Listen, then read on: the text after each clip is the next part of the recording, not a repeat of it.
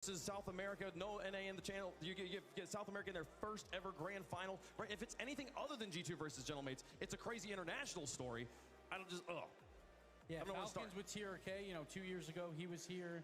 He lost, but he's back with 2 new teammates. Of course, the Twins, you know, Mina has been so good for so long, but they have not got that major title yet. Of course, the mates, too, because, like, they were the EU4 seed and they win it. Yeah. Now they're the EU3 seed. Everyone counted them out again. Like, I counted them out. I thought BDS was a favorite, but no. They're here. They know how to win on LAN. They have a huge crowd for them as well. So, anyone... we got G2, 3 Americans. It'll be the first time that happens. So many storylines. Well, folks, we have 3 matches on the day. We'll show you the schedule. We're going to start off things, the Falcons versus the Mates, and then we'll see G2 take on Furia. The winner of those 2 matches will face off for the title of London Major Champion. So let's get things underway. The Falcons of MENA, champions in their region, up against the Mates, who cannot figure it out online, but are unbeatable on LAN. They are ready to go. Genuinely unbeatable. This team, they always level up. I talked to Eversax. He just knows his team of the LAN boys. They lock in Seiko, Itachi, Juicy. They're trying to go back-to-back in RLCS LANs. We'll see if they can do it, folks. It's time. Get up and get loud. It's game day. Introducing first, on the blue side, representing MENA, the high-flying kings of the skies, Team Falcons!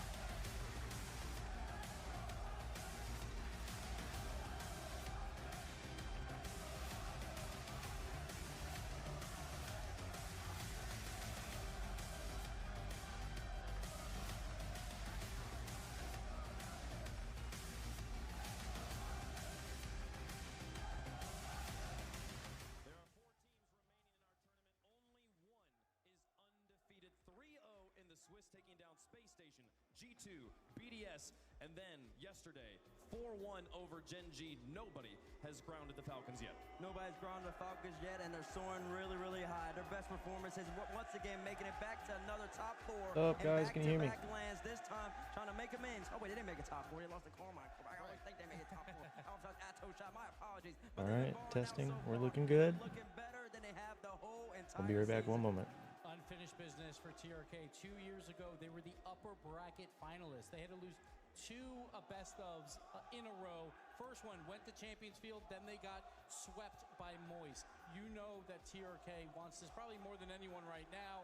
We'll see if he can get it with his twin teammates. And of course, Kalir is going to be there at the end. He was performing phenomenally yesterday, averaging a goal a game, had the most goal participation there as well, just making sure that he was involved all over the field. He fly under the radar for most people, but I mean, if he shows up, it's going to be a big deal. The highest goals per game of the tournament so far. Kalir is averaging 1.28. Nobody can match that. He's also played 18 games. He is the sniper rifle for this Falcons team. He always catches off his brother's passes. Or West leading the tournament in assists, right, Gibbs? Yep, absolutely. It's the twin chemistry, but we've seen this before. We saw it in Boston. Now they just got to do it just one more notch higher. We saw Roas and TRK, the players that get talked about the most, but Slater said it. Killers is the player that he thinks is the best on the team. And their opponents, I'm gonna get some friends for my help up here. They're representing Europe. Gentle! Gentle! Gentle, gentle, gentle! Give it up for Gentle Mates Alpine!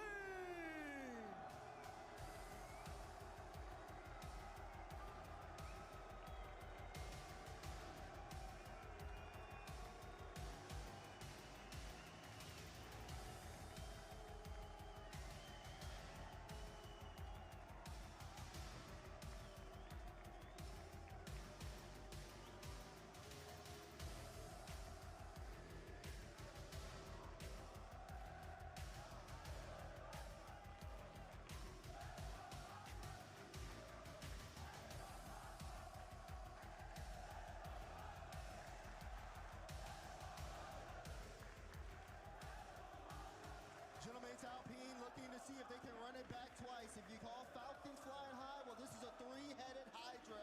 You can see Seiko here. He's been on this stage. He's looking to see if he can make back-to-back land finals. And if he locks in, my goodness, it's going to be a lot of trouble for these people, Gibbs. The ice-cold killer. He shows no emotion. Even when they won in Copenhagen, didn't show any emotion. And then you go the opposite way to the swagger of Itachi. You know he is going to get in the face of his opponents, both on field and off. And Itachi wants to lead this team to another finals. You talk about a man who is a showman. He knows how to work the crowd. He knows how to get them green suits operated. And also on land, he always elevates. Always talk about Atomic being a maestro, but Itachi, he's not far behind him. He could be better than him, and he really could. Most recent land winner, but then you got Big Juice on the end tomorrow. Yeah, Big Juicy, like you said, he had 1.5 goals per game yesterday behind Itachi, who had 2. Yep. Juicy's been performing at a phenomenal pace offensively. I know, we talk about how Falcons are unblemished so far. The second to last loss they've had at Atlanta was to this gentleman's squad. It got swept in Copenhagen. All 1-goal games, though. 2 overtimes. Falcons versus Gentleman's. I believe the Falcons have been waiting for this rematch. And then we got Juicy, of course. You have to talk about it. 0 online wins. He doesn't care about that. He's a LAN winner. He's an MVP. We just saw him earlier, like in the MVP running again. He could be a 2-time MVP winner in back-to-back majors in about 2 hours. Now, both these teams coming in after dominating their opponents in the quarterfinals. We've seen that bite teams before, where so you have an easy matchup where the conversation yesterday was how much did these teams beat their opponents versus their opponents just throwing the matches here, right? Gentlemen, they took down BDS 4-0 in the most dominant playoff blowout we've ever seen. How do they ground themselves when going up against an opponent that is not going to give it to them that easily? Listen, Wade, I mean, I think they'll be pretty grounded. Itachi and Seiko, they never lost a mean. I know they know that in their minds. Regardless of what they say, if they do win, they have somebody, if Leaf asks them, they know they have never lost to this region. They're going to be confident. They're going to be composed. And honestly, looking at these 2 teams, if there's one team that counters our Falcons play, is the slow control play of the Gentlemen. Yeah, I mean, it's really going to be a big battle there for the midfield. Seeing Itachi being able to control that pace has been huge. But then also here at the same time for Falcons, their counterattacks have been really strong, and that's where Gentlemen is going to be tested defensively. So yeah, keep eyes on that midfield space. Once someone takes that gamble, going upfield for boost, everything could change. Got to talk about killers, though. 1.28 goals per game. That's the 3rd highest in history at a LAN event. He is a monster. We saw this in Boston as well. When Rule 1, everyone counted him out, and that was a top 4 finish. So Killers is trying to do just one better here at the very least. But Itachi, again, perfect against Mina. Neither side cares about that right now because this is a brand new Falcons team. This is the best team we've ever seen out of Mina before. But the Falcons, we know, when they played yesterday, that first game in that quarterfinals was a bit nervy. They didn't look that great, so you can't give up any games here. Hashtag FLCN, hashtag M8 in the chat. Let us know who you think is going to win. And I mean, we were showing on the graphic there tomorrow, like Killers versus Itachi, and obviously the stats speak for themselves. Right. Incredible, dominant players in their rights. But for me, the way when I think about this matchup, I'm looking at Killers and I'm looking at Juicy. Yeah. I want to see which player steps up big for their team. See, I like that one, but even for me, though, it's not even about, like, I like the impact plays where someone can just be a star and shine, but I do think this does come down to off-ball a lot. There it is. Being able to see somebody, whoever goes upfield, getting the demos, when you're outside of the play, what are you doing there to make an impact? That's going to be the biggest factor here because they're all really solid on the ball, but someone's going to have to make the other uncomfortable. Who's going to accomplish that job? Well, Johnny Boy was talking about the way that the Killers, or that the Falcons offense sets up themselves with multiple options, multiple approaches, and he and I were talking before the show. His analysis of the Falcons is that their offense can adapt to whatever is in front of them. And based on what we've seen from the mates is pretty consistent. They'll have some pop-off moments, but they love to score that first goal and then just turtle it up on defense. I feel like the Falcons aren't going to let them do that. Yeah, they won't let them do that. And last time these 2 teams played, the Falcons, they had the majority of the pressure. I mean, Gentlemen, they scored once and then they would just start parking the bus. But the way and the reason I said that Gentlemen might be the one team that can counter Falcons is that they play so close. Itachi is probably the best low boost player in the RLCS. He'll sit there with 10. He'll sit there with less than 20, and he's going to stay in the play, make him awkward, and cut off every single big-time play that the Falcons try to make. And that's a good point because especially if you ask other teams here, Falcons, I mean, their 50 game has been a big factor on their level of success. They've been able to play it really well. We saw them against Jin G tried to play super close to the ball. That second man was never there before Falcons, always getting beat. And then what happens is you try to play it too far forward, you get beat on that second man chance. The third man's not ready. It's in your net. And the goals weren't flashy too much from Falcons. It was just all simple stuff. That's all they needed to do. They talk about speed on Falcons. And What's up, everybody? Cassius brought it up yesterday. Bear with me here while I get the They make small mistakes camera and so everything much set on up the well. pitch. They just want to Trying not play to block at too much of the blistering rates. game and stuff. We'll see if that plays a factor here because mates don't care about that.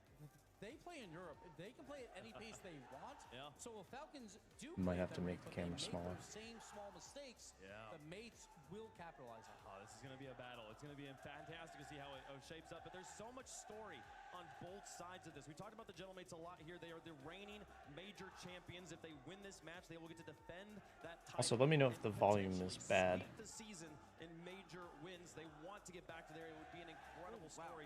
On the other side of things, though, the Falcons here in the copper box have been on this stage. The last time we were here, they were in the grand finals trying to win it. And on that stage, TRK was a member of that Falcons roster. He's been this close before, Bates. You know he wants that trophy so desperately. I know he does, and he's been thinking about this for the past 2 seasons. Falcons, I think after London, have heard a lot of people have Falcons at least making the top 8, at least making top 4. They didn't even make the top 8. They were disappointed, and ever since, we haven't seen the Falcons be as good as they look on paper. And now, looking at Copenhagen, made the top 8. Some people are already calling them a top 5 team in the world. Yeah. Now, they're no question a top 3 team in the world, but you got to solidify that. You have to end up making at least the grand final, and if not, do one better, win the grand final. So the old Falcons, a lot of the issues were once they got beaten, the nerves played a factor. We saw that in that Moist series. They lose on Champions Field, they have to play another best of match, and they lost 4 in a row.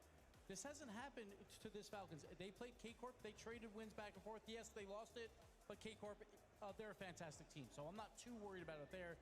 Then just yesterday, they play Gen G. Right. Yes, game 1 was very nervy for them, but they figured it out. He is bent over in front of that monitor, for sure. That we saw last time 2 years ago with TRK. He's a new player at this point, and obviously his teammates are also brand new. Now, when I think about the Twins, I always think about Boston. I think about the Rule 1 roster. That first matchup in front of the crowd, everyone expected the nerves to be hitting them. They came out and beat the snot out of Complexity to advance there. I feel like they are so comfortable on this stage. That was over a year ago at this point. They are so comfortable now on the LAN stage. Yeah, and I think that BRB. is something that is going to be traded here from both teams, because I do think Gentlemates is definitely Gotta get situated here. Of course, they've been there. They've won before. They're trying to do it again. I think, again, it does come down to what we're going to see on the field in terms of executing play styles here. The thing that I like about Gentlemates is they also, of course, they know how to play that midfield game. The 50 games good, but they have that individual talent that can always make an impact if they get time in the air. And they get time in the area right in the midfield game. We talked about Itachi earlier and how good he is and shutting down the Falcons or shutting down anybody in the midfield. A lot of that is enabled because of Seiko, how deep he can play and how much trust Juicy and Itachi have in Seiko to always at least slow it down, get a big save, keep the ball close. That's a big deal when you play Falcons. If you let the ball go away when they come and they pounce on you, they're immediately ready to come back again. But Seiko, I know he's going to keep it tight with them, and it's going to be hard to Falcons. They need to adjust. So when the Falcons played BDS, they played more passive. They only had 1 member go up, because sometimes they will send 2 or maybe even 3 way too far forward. So instead, they just would play 1 member up, play a bit passive midfield, just keep the pressure. You don't have to score on every single play. You just need to keep the ball on their half until a play opens up. So that's what the Falcons have to try and do here, because like the mates, they're going to play great defense. We already know that. Don't get too excited. Don't send too many members at the ball. Gibbs, how do you feel about Reddle's take that the winner of this match is the winner of the whole event? I agree with him. You think I do. so? So far, what I've seen from G2, I think G2's looked a little weaker, and Furia Let's go! team right now, and they can take the momentum like into the finals, but these are the 2 best teams left, in my opinion. Okay. What do you think, Daz? I probably would. Well, no, I can't say I agree, to be honest, especially because we haven't even seen them play. And I think a lot of times it does come down to what teams look like on the day. If you're basing it just solely off of yesterday, then sure, it makes sense if you're basing it that way. But who knows? We can have those. They're getting warmed up right now. They're getting ready. Once this matchup ends, they're going to be on the stage. Depending on how they look, could change everybody's minds. That's what we play the games for, you know? Yeah, man, it's fascinating to think that we thought we were going to have close matches yesterday, and we didn't. There were some very strong teams in those quarterfinals, Bates, that did not show up. We can sit here and talk and build the stories of both these teams, but it is on the shoulders of these players right now to actually perform as expected. Yeah, it is on them to actually perform as expected. I mean, they all slapped each other around yesterday. 4-1, 4-1, 4-1, 4-0. Gentlemates, I'm telling you, BDS, they weren't there mentally. They weren't even focused and locked in for the match. So now, I mean, it's not on Gentleman's fault, but now I know both these teams are razor sharp. They're both ready to go. They both believe and know that they can win this land. So it's going to be two Titans clashing back and forth. It's going to be a great match.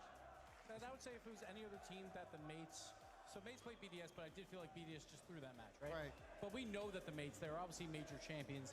They don't care. Like, they don't need that warm-up on a day before. So I'm not worried about them. And like any other team, maybe. Like, if Falcons played BDS and BDS played that bad, I would be worried about Falcons here because it's going to be a new team coming up.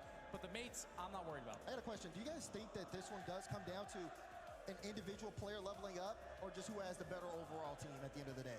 I kind of go back to what Gibbs was saying about, like, if you're gonna, when you play at this speed, any small mistake can be punished. So it is on the entire team to play cleanly, in my mind. I don't know. What do you think, Bates? I think it's an entire team, yeah. When I went back and watched the games, it really took a whole team effort from Gentlemates. And honestly, Kalir's like a little shaky on the defensive end. So if they can isolate him, maybe take advantage of that. But I mean, it's going to be two great teams going against one another. I've received confirmation that the players are ready to go on the stage, so we'll make predictions. Then we will begin the semifinals here of Championship Sunday. Well, let's get into it. Desert, who do you got? Well, like you said, two great teams. I've seen a lot of people fans of the Falcons Look here. at the size of this I'm going box. with the green It's hilarious. suits. Give me Gentlemates. Okay. Why That's one does for it do Gentlemates. that, though? I'm going with the green logo. I'm going Falcons. I think they are the best team here. I think they continue their run and they win this entire tournament. Going Falcons. Yeah, it SSG, won't let me adjust it. That's BDS, crazy. G2, Gen G. Those are all four teams that Falcons have beaten. They're going to add Gentlemates to the collection. Give me the Falcons. I have them going back to the grand final in London yet again. Y'all, we've been here before, like 2 months ago in Copenhagen, and yet somehow we're still sleeping on the greatest land boys we've ever seen. The Gentlemates are unstoppable on a land stage. Give me the Gentlemates in this one, folks. I think they've got it. I want to know how Section 104 feels about it. How are you guys going? They're taking the Falcons on this one. So that's 3 for Falcons, 2 for the Gentlemates.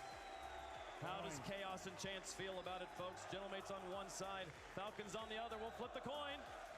And it comes up Falcons. Falcons, the favorites in the copper box against the reigning major champions. And they sound like crowd favorites. Obviously, there's one part of it that does not agree, but Falcons, everyone wants to see history. They want to see Mina go back to another grand final. And I'm ready for it, too. I mean, no matter who wins this, it's going to be a clash. Wait, let's see if this goes. We're going to see it, folks. It's going to be an amazing time. Chat also has the Falcons on this one. They have all the momentum behind them. Let's get into Championship Sunday. All right, I'm trying to keep the camera small down there at the bottom. We've come to 3 times. A place where esports' greatest fans gather from around the world to watch the best in the world compete for the right to call themselves a champion. Most people around the world call this place the Copper Box Arena, but we call it home. And in this home, there's no room for mediocrity. Only the extraordinary can write their names into the pages of Rocket League lore. TRK is back with a new cast of Falcons. But can anybody derail the Gentlemates Express? An unstoppable force and an immovable object. There's only room for one of these titans in our grand finals. It's time to witness greatness. And it's time to kick off Championship Sunday! Yeah. Welcome everybody to the pressure cooker. Semi-finals and maybe history on the line. Will we see for the first time no European teams in the top 2? Or are Gentlemates gonna keep on rolling? Let's get this party started, ladies and gents. The copper box is alive. If you're back at home, how about you just turn up the volume a little bit? Because we're gonna get this show on the road. Tachi trying to find his teammate, doesn't quite get there. Demo's coming through already. Doesn't find the demo in field. TRK sees it shut down. Here's the follow-up though from Pliz. That is cleared. Huge to try and get the first goal of this series. How important is momentum? We saw what the Gentlemates did right off the bat against BDS yesterday. Falcons, they have not put a foot wrong, but they did drop game 1 against Gen G. Falcons obliterated Gen G. Gentlemates dismantle BDS. Who will get the ball rolling this time? And will it be another march forward for either of these teams? We are down 1 minute. No goal scoring opportunities created just yet by either team. Rawas tries to change that. Oh, man. Follow-up stopped. It's all Falcons early. This is a perfect start for the Mina. Number 1 seed. Seiko, though, with a double. Blocked this time by Killers. Itachi trying to build that pressure that we saw yesterday. Phenomenal 3-man offense from the Gentlemates. That's why they won Copenhagen. They're trying to go back-to-back. Pass long. Who's going to be the first to get it? Killers. Well read. Well, that's not the best touch afterwards, because you've just got Seiko to deal with. Wasn't even that great of a shot, but they're all just stuck on the goal line. Seiko, the positioning flawless. Gentlemates strike first.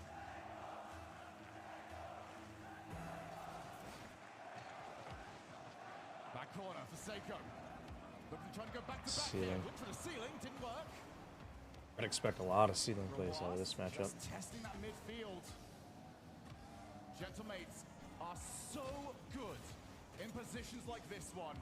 But they're against a Team Falcons who, well, I don't know if they can get more aggressive when they're behind because they are there all the time. Looking for the low challenge, couldn't quite get it. For the dunk. We do know Falcons are going to get better and better as the series goes on.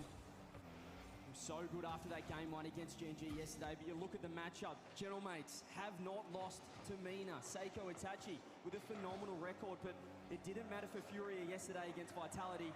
It's time for Falcons to step up. Both these teams, I feel like it's their destiny to make it through to the finals and win it. 2 years on since Falcons were last here. 2 years on from that heartbreak. For Gentlemates, continuously written off.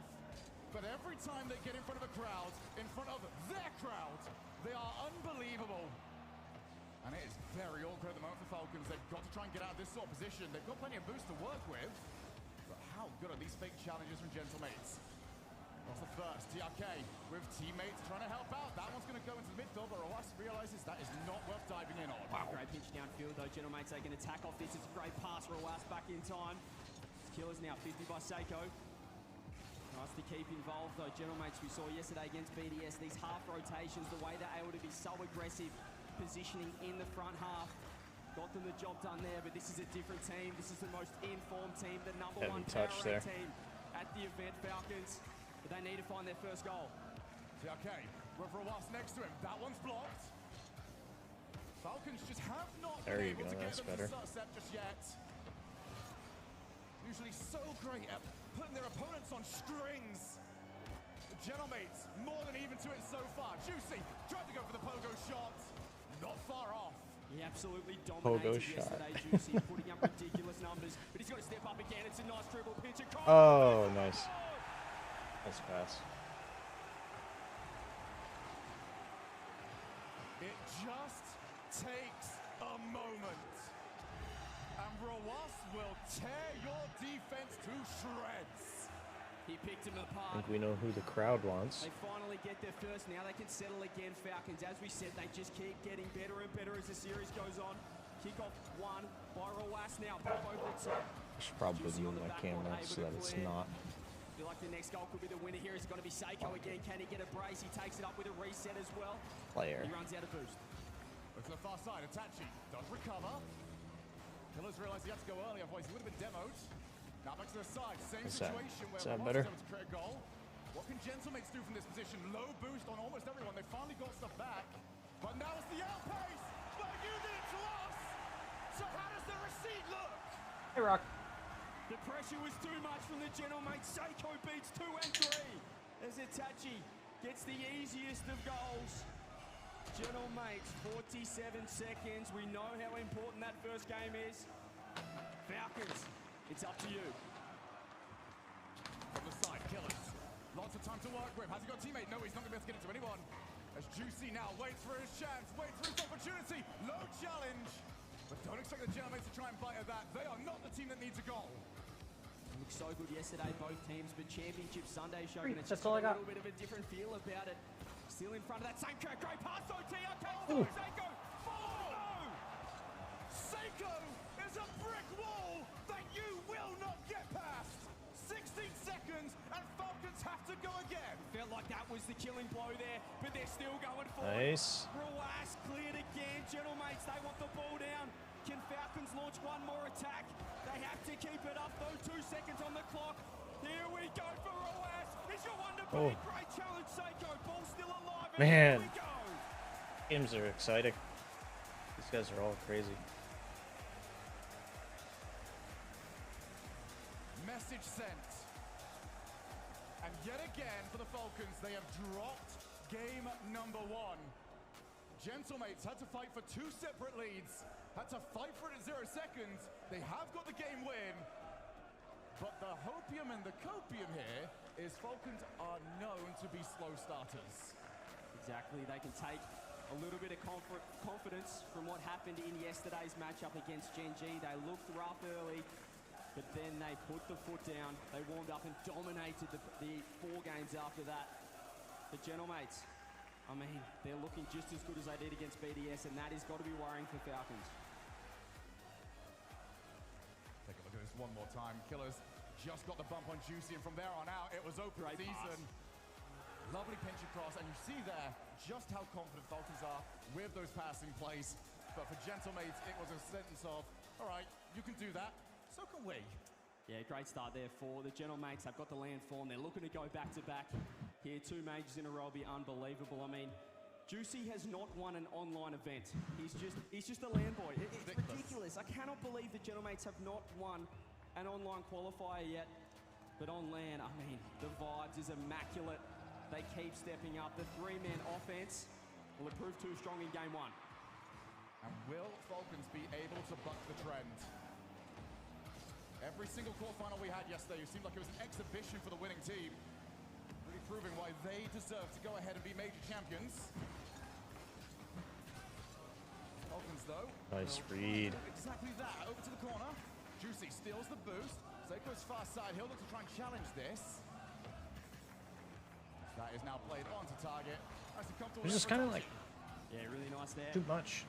A couple of these From the touches are too much. Gentlemates, They're their giving it away. defense so solid. It's so tough to break down this side. You feel like they've seen it all before when they are in defense. TRK, stay close to this one. Touchy underneath again, able to find a 50, and Ruas's low boost. Has he been caught out? Flicks it to the backboard. Oh, the Seiko's going to go for it. Now the launch breakaway. TRK. There it is. Nice. And it was by a good distance. It looked like it was all Gentlemates, but look how quick Falcons get on the counter-attack. TRK sat downfield. So much confidence in his teammates to launch the ball outside, and, well, just too much speed there. A sentence that many have heard against them when they play against the Falcons. Now on the side, oh my God. Seiko has launched it across field, and now they look to try and put on the press. Past the first, Killers has now played past 2. Seiko scrambles to get rid of it initially, still in a dangerous position. Ruas leaps over his own teammate, finds the pass, but they're making it difficult for themselves because they're not finding enough competition across the world. Surely now. Nice shot. That double would have been crazy. And we're seeing a similar recipe to yesterday. They drop game 1 and then they just find another gear.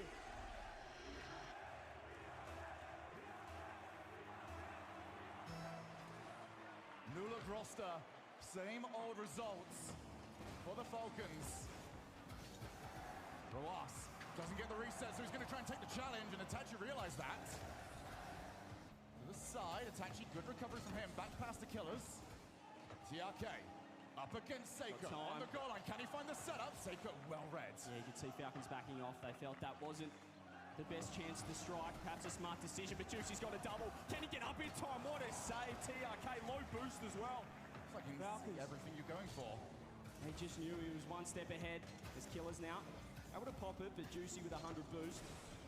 You got to take this one to the corner. Falcons just trying to clamp down there, looking for fakes. This is a dangerous spot for the Gentlemates, but Itachi's found a little opening. Does he get the reset? Again, Falcons, whenever they're in defense, they're so quick to transition it down the other end. They're just so fast, and they like to spot when that third man is about to go for inside. Yeah, we'll win that quite easily. The decision-making when you're the last one back against this team has got to be immaculate, or you are in big trouble. Seiko looking for the sidewall double. Quite capable to find what he was after. TRK now.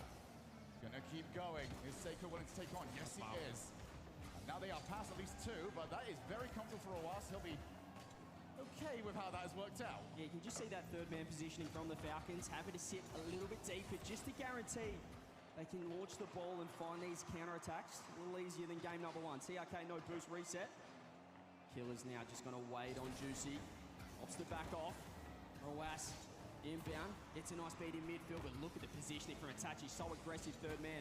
That's what the Genomates need to do. They got to find two here. But realize that time is ticking away from them. Still doing a good job trying to create chances. Although this might be too far. Roas is against a post, a player, and still nothing can stop him. He just staunched him in net, didn't he? Found two off the post. And Itachi, well, I thought he might have been able to get it out, but again, Falcons, they keep on finding 3 goals now, minute 40. It's looking good to tie up the series. On the side. Gentlemen are going to get anything from this. It has to happen now. Itachi just takes the challenge. Next one up. Ross speed flicks it into the ball, plays it off the wall. The efficiency of Falcons is unbelievable. They've absolutely dismantled them here. You can see the phenomenal touch, beating one. Seiko couldn't get there, and then the shot, just the trust and the placement. Bottom corner, Seiko off the side, can't get there in time. 4-0 Falcons, what a response. Well, the good news for Gentlemates is they might be able to save a timeout here. They have a lot of time to talk about how this has gone wrong. Outside of a legendary collapse, this should be good and done. Playing for pride at the moment. Okay, off the backboard, looking for number 5. That one will be denied at least temporarily as Itachi now up. Reset, and Roas is having none of it. Just love that help defense from the Falcons. You can see they're still awkward, still low on boost, but finding each other even when they are low. We talk about a 3-man offensive, Gentlemates. Right now, it's Falcons just battening down the hatches in defense. 45 seconds. If they keep a clean sheet, could go a long way to just nullifying the momentum Gentlemates had in game 1. It's like they download you in that first game. G will know all about that, as we do see the ball played across. Good save. Just giving them nothing at all. Juicy will at least get a temporary stop, 30 seconds. For Gentlemates, it's just playing for a consolation goal. Great bump though from TRK, and you can just see what the Falcons are doing. They're not giving them an inch. They don't want to hand up that first goal here, Seiko. Can't get the touches, Killers. Again, it's awkward. There could be a late goal, perhaps some momentum, but again, the Falcons, they want to send this home. They want the clean sheet. They want to tie up this series. And what a response, as we said, Team Falcons, just as they did yesterday in the quarterfinal. 4-0, nice. Bounced back nicely there. Is it the same script? Or can the Gentlemates figure this out? That was as one-sided as Team Falcons could possibly have hoped for. A demolition job in game number 2. But this team is major champions for a reason. Their offense it's ridiculous. It's probably the best in the world, the best we've seen, certainly so far this season. And you can see right there how quickly they can turn it on. Started with that counter-attack goal, but as soon as they taste the blood, as soon as they smelt it in the water, they just put the foot down and found 3 more. Again, they are just so dominant in front of net. The precision from TRK, unbelievable. It's the cause as well of, this is the one that we're now going to go for, because so often they send somebody up and it looks like they're about to take the shot, backflip. Because I know I've got another person behind me. He's more capable of taking the shot, and your defender has already jumped for a play I don't even fancy going for. Not just the offense, but 5 saves as well there for the Falcons. Just the way that even when they're low boost, they're still finding each other. They're still helping each other out. And a clean sheet, pretty much just as impressive as the 4 goals they scored. Well, the Suits are trying to rally their troops.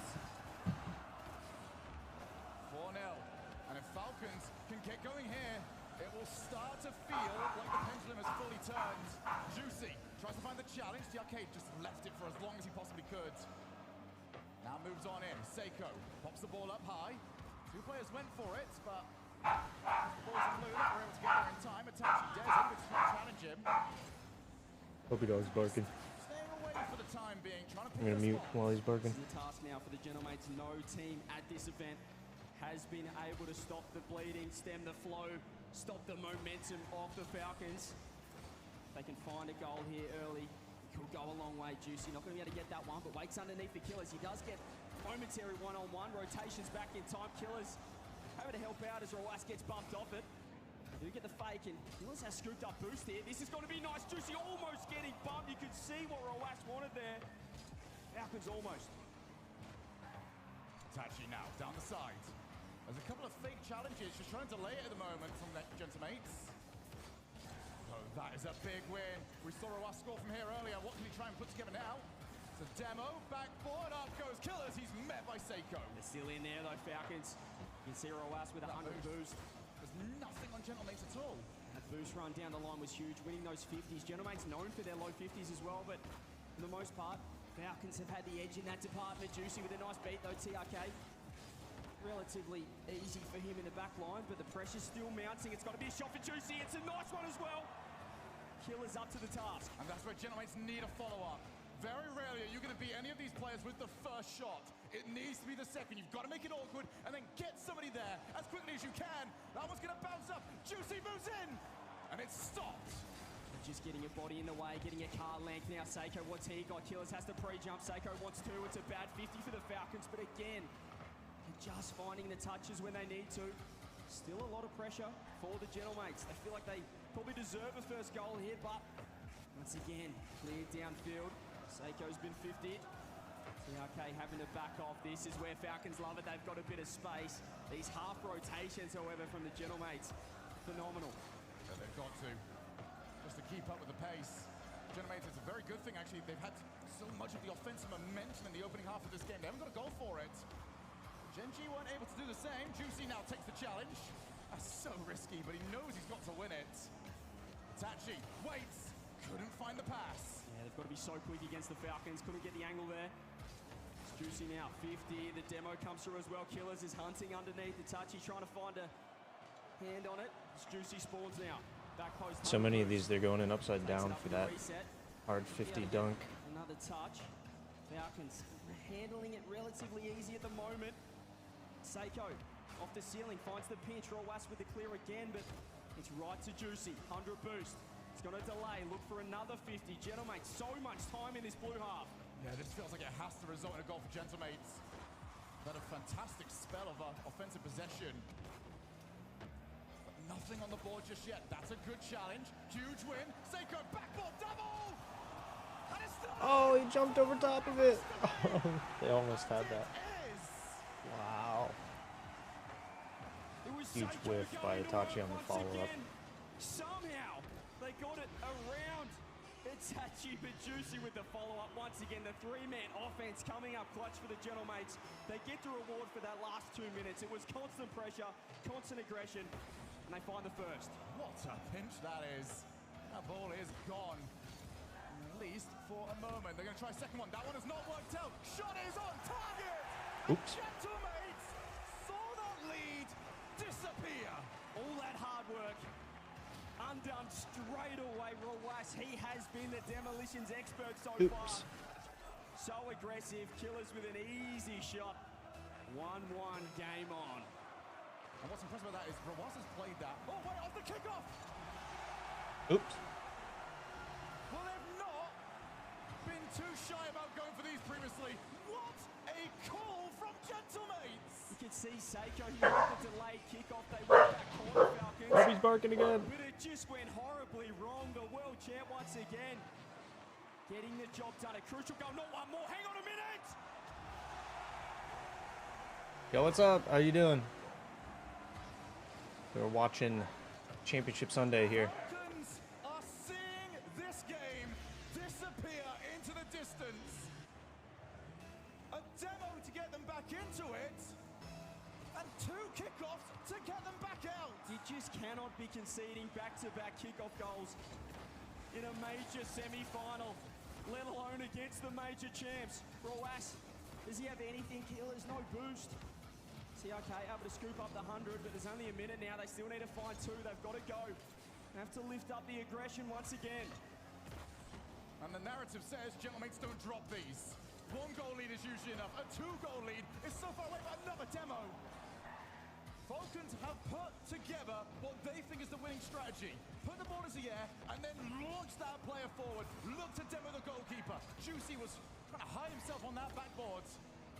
In goes Itachi. He seems starting to play faster. The power from TRK Killers again.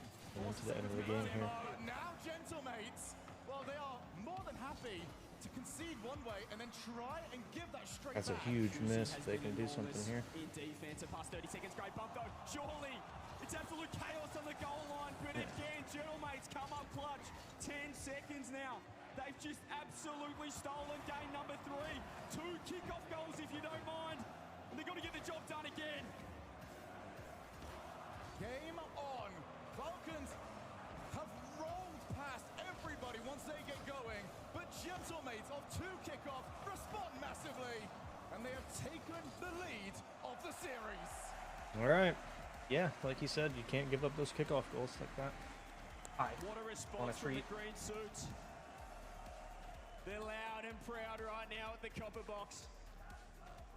The Falcons, a very uncharacteristic game from them. Rarely do we see strategical, structural misplays off the kickoff.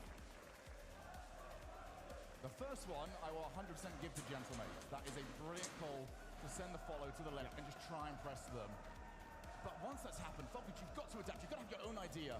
You can't just go back to a basic kickoff yet again and not expect that Gentlemates are about to try something. As we do take a look and the Mobile 1 high performance replay, their first goal was so much work. That's what I was talking about earlier on CJ.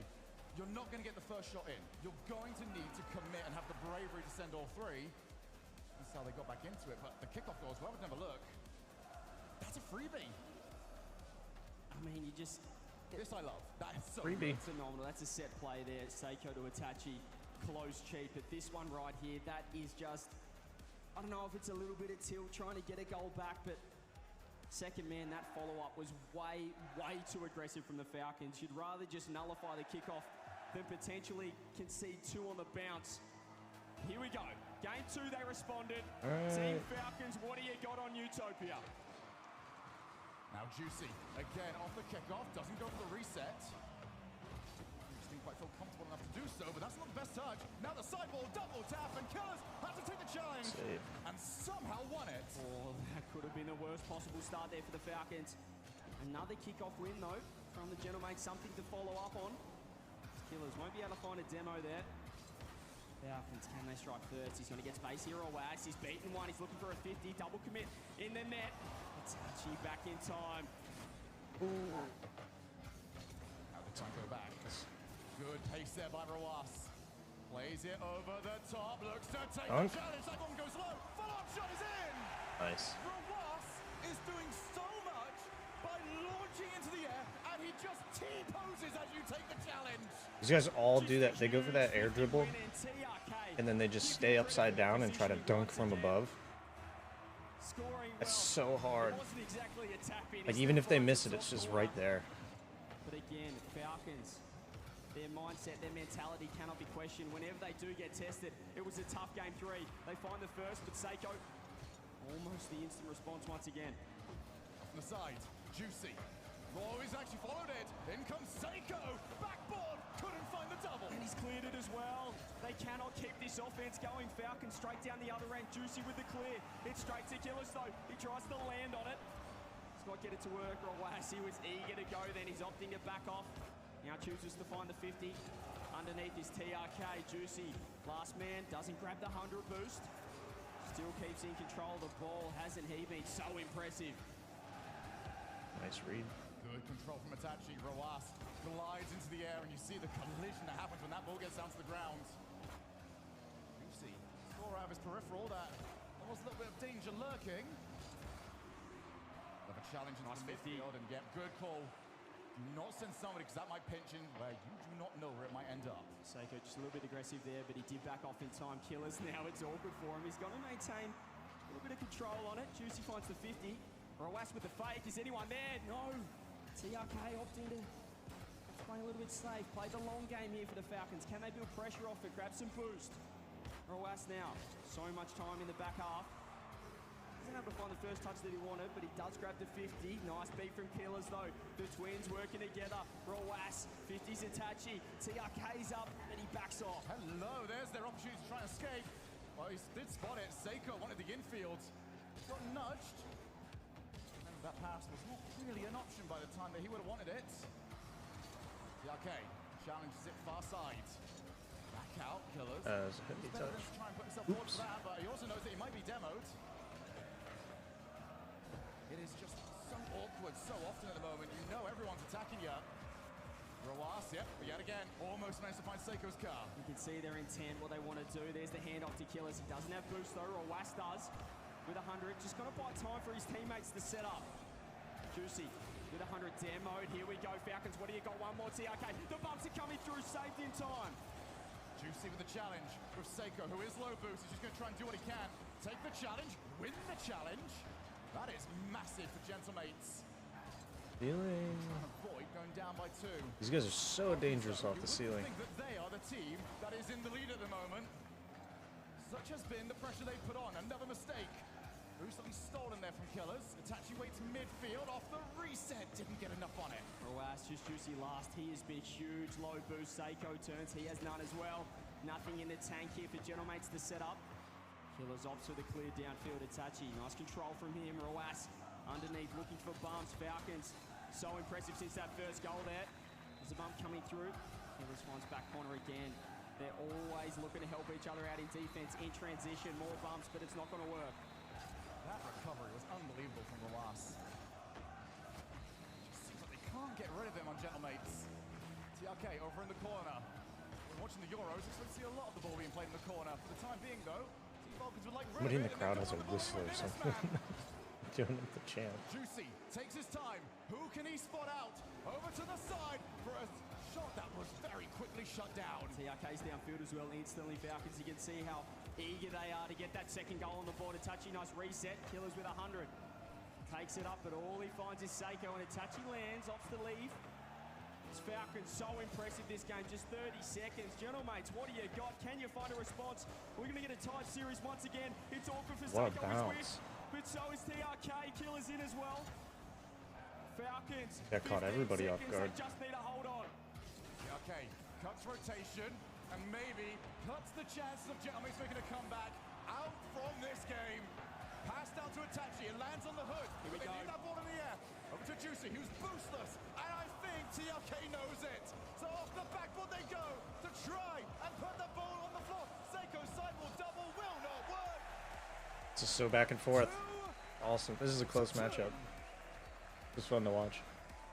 Would we want it any other way here at the Copper Box to kick off Championship Sunday?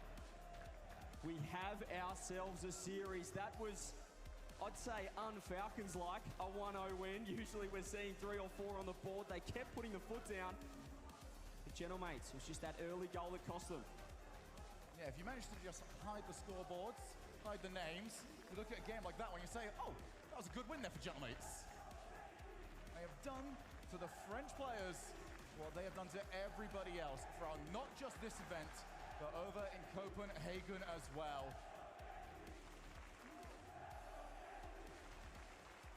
It's punch, counter punch at the moment, CJ. Who can take that front step? And more importantly, we are guaranteed to at least be going to Neo Tokyo.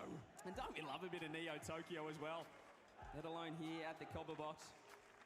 It's Falcons, great response from them. TRK has easily, for mine, been the MVP. With Roas as well setting up. I mean, the bumps coming through. TRK able to slot those goals through, but love seeing that aggression from Roas. He's been a bit more of the playmaker. TRK showing his veteranship, obviously been here before to the grand final in London. Here we go, game number 5. Who will put themselves on double match points? First goal has been crucial. So so often here. Seiko leaves it for a teammate. That is very difficult to read. Now the ball played to the side. Off the wall. Rawas can't quite follow. He might try and back pass. All dashes everywhere. Very even to really start us off, but for the first time, Genomates have a little bit of breathing room. Seiko now. Nice catch. He's looking for the bump. Juicy underneath. You could see what they were trying to do. Nice skim as well from Rawas. Killers on the ball now. Perhaps the player on Falcons that has been less involved in the attack. Nice demo. Rawas circling. Yep. I think to leave that one. Now he finds the touch. Anyone demo was middle? good. No. Killers can't quite get the touch. TRK last man. Nice instant flick as well, but instantly downfield. Straight to Killers. The Twins again. They're combining. Killers almost. Not far away. Falcons go yet again. Low challenge. Killers now up. He's going to try and play off the backboard. He's got Rawas in support. Rawas takes the challenge instead. That one goes midfield. TRK is already trying to put himself back to the defense. And they can't get there. Attaching. Can't give that one up. He had the one-on-one counter-attack, and he found the extra touch over the top. Killers did his best to get back in time. It's goal for goal, game for game in the first semi-final. Plenty of time for the Falcons to work with. Off the demo. Killers fakes the challenge. It's going to give a lot of time to work with for the next player up. That will be TRK. The midfield, Juicy chasing against Rawas. Rawas needs to avoid getting demoed. Double commit. Well, just to hide himself to the side. How aggressive that positioning was from the Genomates, even when they're up at goal, sitting so high, third man. TRK ceiling, low boost, anyone underneath. Shot on, double commit. Killers, he's going to get time to set something up here. Again, Itachi underneath. Genomates, when they're low, they just keep helping out. From the side, Juicy. Oh, that's so dangerous! And you can't get away with those. Juicy, the censored ball. Killers down to TRK. That's what we want to see from the Falcons. 1-1. And favorite, for sure. One shot, one opportunity, one goal, one each. Juicy now with Killers trying to find the challenge. Couldn't quite get it. Rawas gets a demo though. Falcons looking trying to hit the 1-2 punch. Killers waiting mid. Huge challenge and Juicy will clear. It's going to be awkward though. The Falcons, you'd see Rawas up so early. Over to Killers. Straight away. Here we go. One more. Killers. What do you got? Somehow won. He is so close. But there's that threat about the snap. Itachi gets the challenge, holds onto it. He needs so much help. He's found it. They just keep on clutching up. Rawas, he's got no boost. This might be the end of the attack now. Seiko does find the clear. Genomates somehow, not only out of net, but they're on the attack. Juicy can't win the challenge. Seiko gets himself back. Killers is so close to just being insane. Playing on fumes because they've got to match the pace. Off the side, Juicy. Who has he got in support? Seiko wants it. Not able to find him. See how quickly Falcons are to put a hand up. They're not going to give any time in the air for particularly Juicy, the MVP yesterday against BDS in that quarterfinal. Juicy again, 50 this time by TRK. Down to Seiko, just under 2 minutes now. Once again, such a close game. Neither team willing to give an inch in these challenges. That's the midfield. That could have been very, very dangerous. Out of the side, boost stolen. Play into the midfield and another stop. Juicy has been ridiculous on the defensive front. It's a demo as well. Itachi, no boost. Killer's nice touch. But again, everyone on Falcons on zero. Rawas finally scoops up 100 and he's the man on the ball, ready to go now. Seiko with a whiff. One more touch, almost. Again, these low boost challenges are huge from the Genomates. They keep getting a fingernail on it. I'm so surprised. That's going to go backboard. Here's the ball. Oh, nice. That ball stayed up in the air for so long before anybody went to it, and they just played it off the ground. Any time on the ball. The placement was perfect. 2 members of Falcons in net. Just over a minute for the Genomates to move to match point. Off the kickoff. TRK to the wall. He knows he's got Rawas in support. Killer's far side. Rawas on the ball. TRK looking for demos. That's that upside down dunk, man. It's so strong. That is ridiculous from TRK. He gets the reset and he just waits for the challenge. Finds the 50. Gets a defender to bite and he does the rest. If you are in the defense, how on earth do you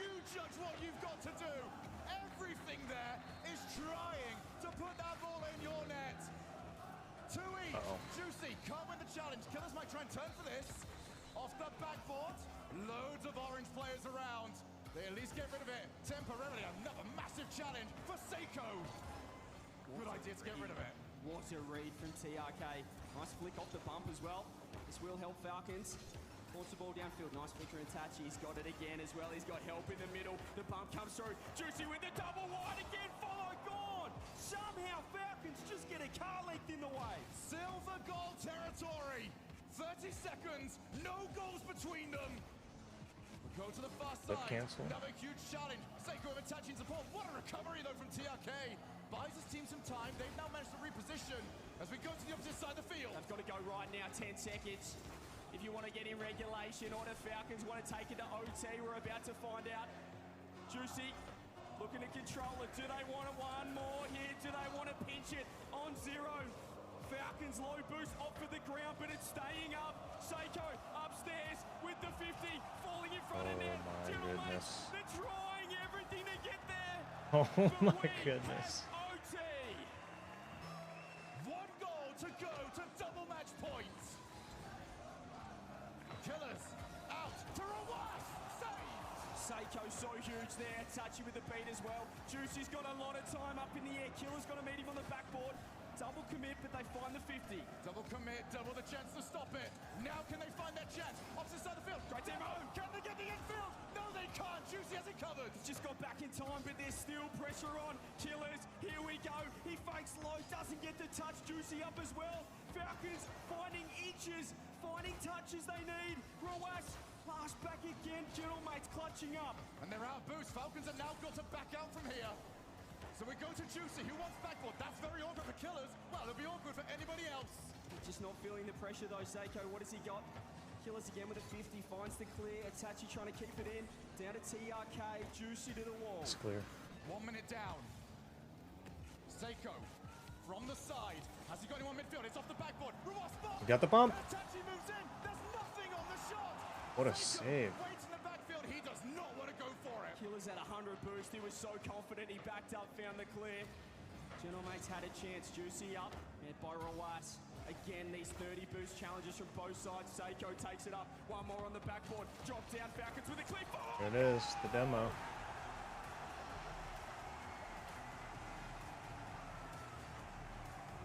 Juicy spun around for that demo. What a series we are being treated to. Wow.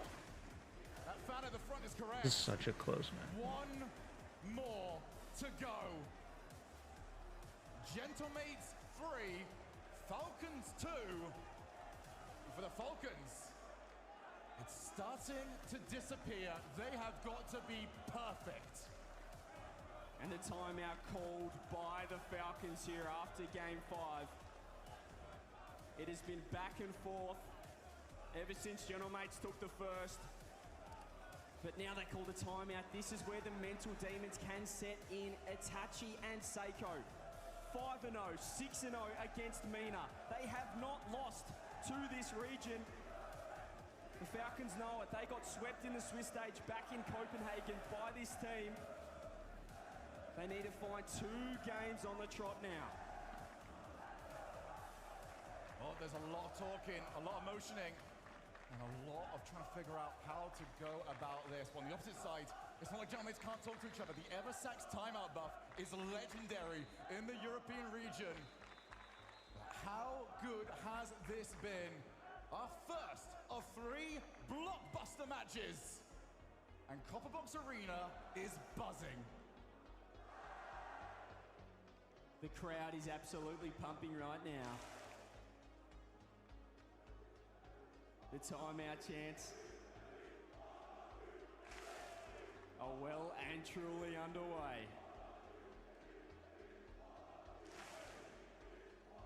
Crowd well behind. The Falcons well behind a first ever grand final without a European team. But ahead of them is one of the most destructive LAN teams of all time. It feels like a false narrative. It feels like something that we would make up, CJ. Oh, this team is useless online, but they're great in person. It is useless. not a false narrative. It is their reality. It just doesn't make sense. They're useless.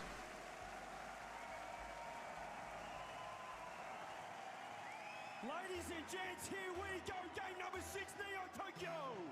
Champions Field in the distance. Is Neo Tokyo the end of the road? Or are we heading to where dreams are made? Off the backboard. Needs to be a quick start. So awkward. Yeah, this is bad stuff for the Falcons off the kickoff, but gentlemen, here we go. Shot on double commit. Killer's back in time, and he has 100. Over the top of Itachi, who finds a touch. Roas into the corner, just going to go sidewall, but again, gentlemen, this defense won them the game there in game number 5. Falcons off the timeout. What have they talked about? What have they got in store? Okay, next up. At the bump. Ooh. And Juicy needed the help of Seiko to keep it out, but the double commit means they get the stop. She on the backboard as well, but Falcons still looking to push forward with boost control. Another 50. It's straight to Roas. He cuts across. Juicy with the 50. Killers wants to get in. He's got no boost though. So smart from TRK to send him into the back corner. Yeah, at least they don't play desperate in those situations. They are waiting for the opportunity. Touch of a little bit of time. Goes long. Seiko couldn't quite find Killer's car. Would have been a goal there if he found the bump. TRK looking to back off Itachi. Just going to worry him out of it, but Roas is downfield. I love this from the Falcons. He's still got a flip to use. Top it! Yeah, it's crazy. He got up off the ceiling on this. Right there. 1-0 from Falcons. Which is just perfect. Not just the team, but the entire region comes up massive. All we talk about is Roas's defense. His goal line saves. Well, what do you think about that one, ladies and gents? Falcons 1-0. They want more. Killers up. Block this time. And now, what do? Do they put the foot down? Do they keep going? Do they want to? Or do they try and play conservative? Off the side, TRK launches it off the challenge. Down to the wall, Juicy with a little bit of time to work with, and that is difficult to play against. TRK is so low, he needs the rest of the team to do the work. Takes the challenge off the back. Right to him. Oh. That worked out. There's just always someone there, but there's still low boost here. TRK wanted the corner, he got it stolen underneath him. Seiko sticking around, great cut there from Killers. That'll release all that pressure. I'm sorry, I'm shaking over here, and Killers has not got a care in the world. Just his air dribble there. Go for everything. Juicy now, not going to take the pass. Instead it's Seiko, who is challenged yet again. Those corner challenges working out beautifully for Falcons. There's always someone downfield there for the Falcons as well. Killers stealing 100. It's a great pop. It's the TRK. Just a touch on the backboard. You can tell he wanted to drop it low, but he just got a heavy touch on it. Yeah, very wasteful there from TRK. Falcons maintain their 1-0 lead, but they are outpacing them at the moment. Gentlemates can They're winning the challenges. because they are so low on boost. They've got nothing in the tank at the moment, Gentlemates. This is a great chance for the Falcons. TRK just playing with his food, takes it sidewall. Seiko somehow, with boost, with no boost, manages to get the clear. To the corner, both players with their backs turned. Demo on one of them. Seiko looks at the sidewall double. Actually gets an infield attach, he couldn't get there. How on earth has Roas got that? Gentlemate still on the attack. Juicy takes it up, has a solo chance, tries to go low with the 50. Falcons defense has been flawless. Midfield, Itachi, cut rotation, gets the challenge. Couldn't quite win That bump actually put him in a perfect position. Medic to it yet again by Juicy. Wish that would happen to me. Who has had to do so much work on the defensive side of the field. Off the wall now. Is there anybody in there? Just support him a little bit. Attach, you can see far side. Off the challenge, bounce is very difficult, and Seiko, who has missed the ball, might offer Falcons a way out. Yeah, and they have got out as well, clear downfield. Killers wanted that Way one. too heavy for Killers. 50 in front of net. They've got out of it alive with Itachi. Reset, that's low. Nice fake. Nice fake. That was split. Open net. What a pass, though. It's their destiny. Wow. They feel like this is their time. 2-0, and under all the pressure in the world, they just find a The save was ridiculous for Roas, but TRK had no right to be there for the follow-up, to find Kalirs. The three-man defense into the three-man counter-attack. 1 minute now for Gentlemates. And 1 minute away from Champions Field. Roas, flip reset to try and put it away, but now we've got so many players forwards. A little bit more power. All right, let's not get carried away here, guys. Off the side. We're only up 2. Love these rotations from the Falcons. They're just getting a hand up, getting in the way, always having someone watching the infield.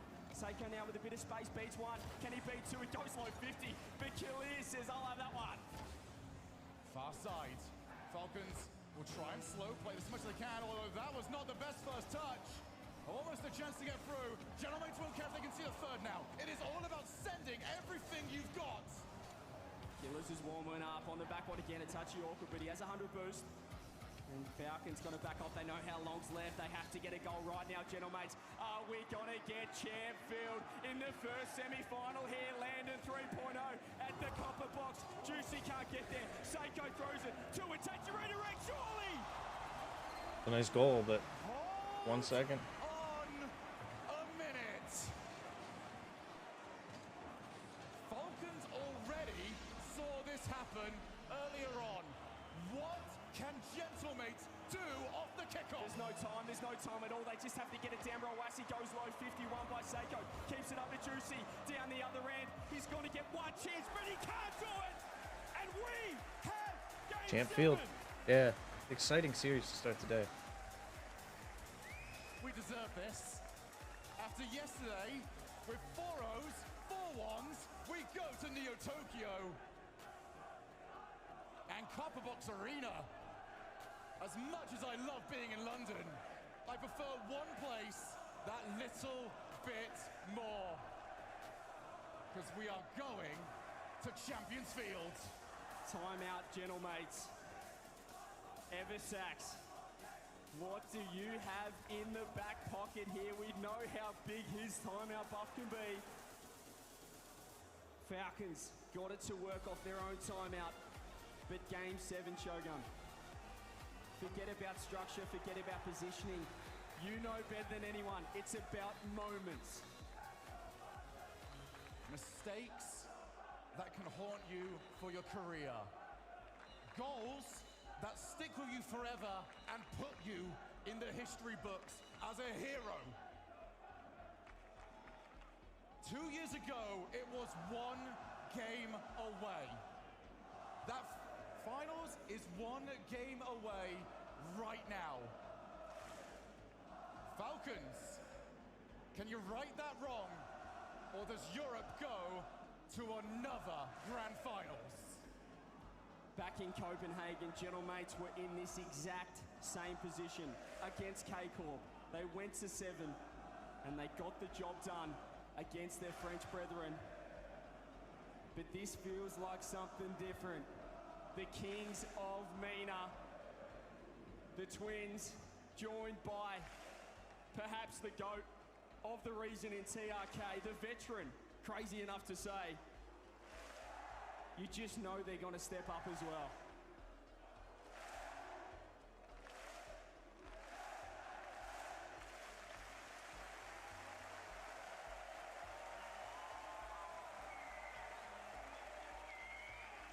The crowd is ready. The players are ready. Champfield. I'm not entirely sure me and you are ready. But either way, it is time to get to it. Champions Field, 5 minutes, grand finals on the line. If you're sitting at home at the moment, how about you just get up out of your seat? Oh, I'm standing. It's gonna be stellar. Here we go. Killers immediately off the challenge. Gets that midfield. Juicy wants to turn. They try and pinch it. Far corner. Seiko doesn't Massive miss. There's that Champions Field nerves.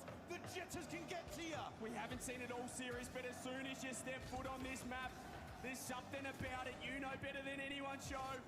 Seiko. What has he got? Misses a touch. Can't get the bump. TRK. Who's gonna strike first? It is massive. Killers. Is there a teammate on the far side? No, there isn't. Roas was too busy trying to pick up 100 boosts. It's now Juicy. Wanted the infield. Seiko won't jump.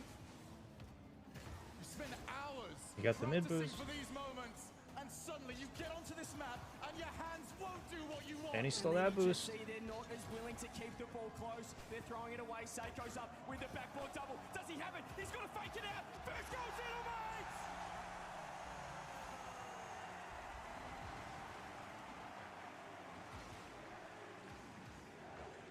He's inevitable. That boost star didn't matter. He's been here for so long, and still, Itachi reinvents himself, adds to his game, puts his team up 1-0. How many times has Seiko had those backboard double chances, setting up his teammates? Falcons, so much pressure on them now. TRK wants to get back to that grand final. The Twins trying to get to their first. Great pass infield, double save somehow. Both on it. Keep it in. Here might be the slight bit of goodness of Falcons. They can't afford to be nervous anymore. They've now got to play their game. The time for nerves was when it was 0-0. You've got to send everything. You just cannot think now. There's no time. They have to do what they've done back in their region at home. It is go, go, go. It's challenge everything. Use your pace, the mechanics, the speed. Rawas gets bumped off it.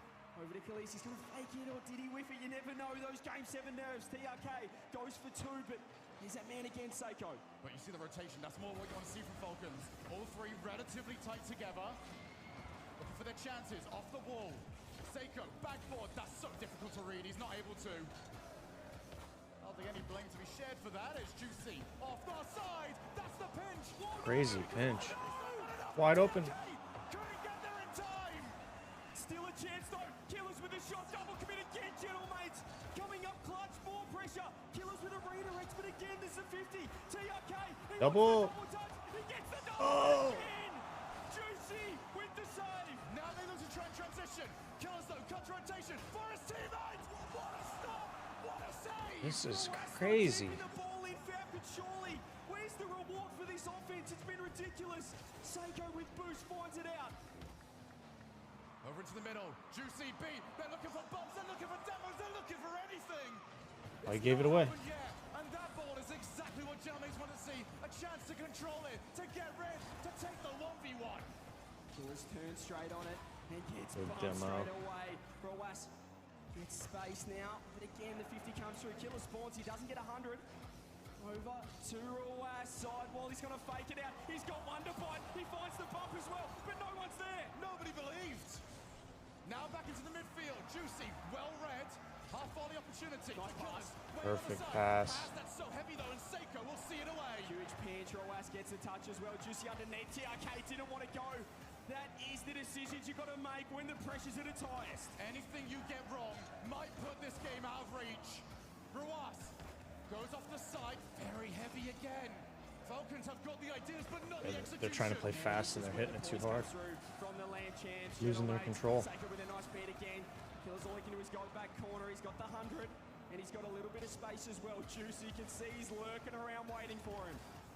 Up to the side, TRK had to avoid being dunked. Rawas is so low on boost. That's into the midfield. Seiko will fancy his chances. Big bounce. TRK leaves it. Now takes over. Oh no. What a save. And he gets a follow-up as well. Killers, 55 seconds. Falcons, they need it down the other end. They have done so, at least for now. TRK try to pre-jump. Itachi out into the midfield. Killers with a little bit of time. Goes backboard. Well read by Juicy. Missed it. And Itachi will take the ball. But that's out. Rawas, he still doesn't want to take the shot. It was just a bit cramped. They couldn't get the angle that he wanted.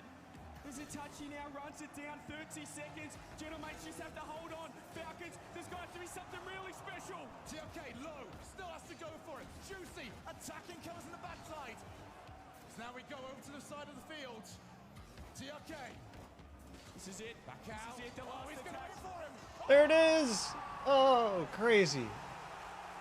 Wow. You are kidding me! TRK with the biggest dunk of his career!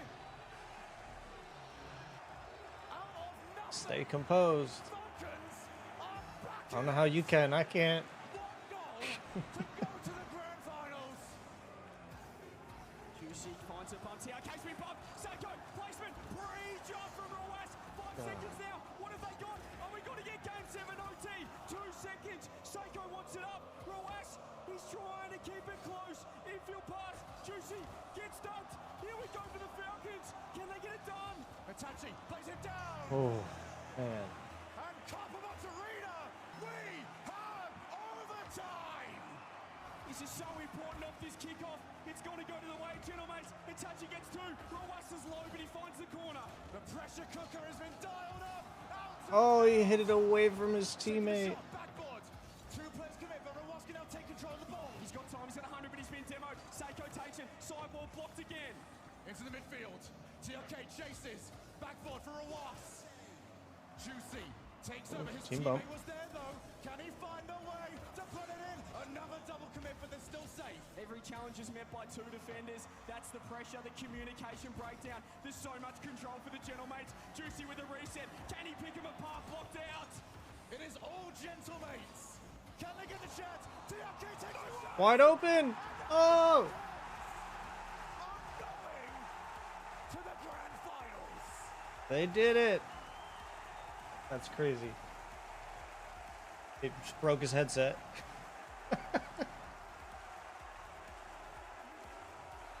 Mina. Unbelievable. The Kings of Mina might just be the What a Kings crazy of the series. world after one more best of 7. They've clutched up. They were 3-2 down. They had to win. That pressure there too is crazy. I don't know how they got out of the defensive. I mean, that's why the goal was left open. But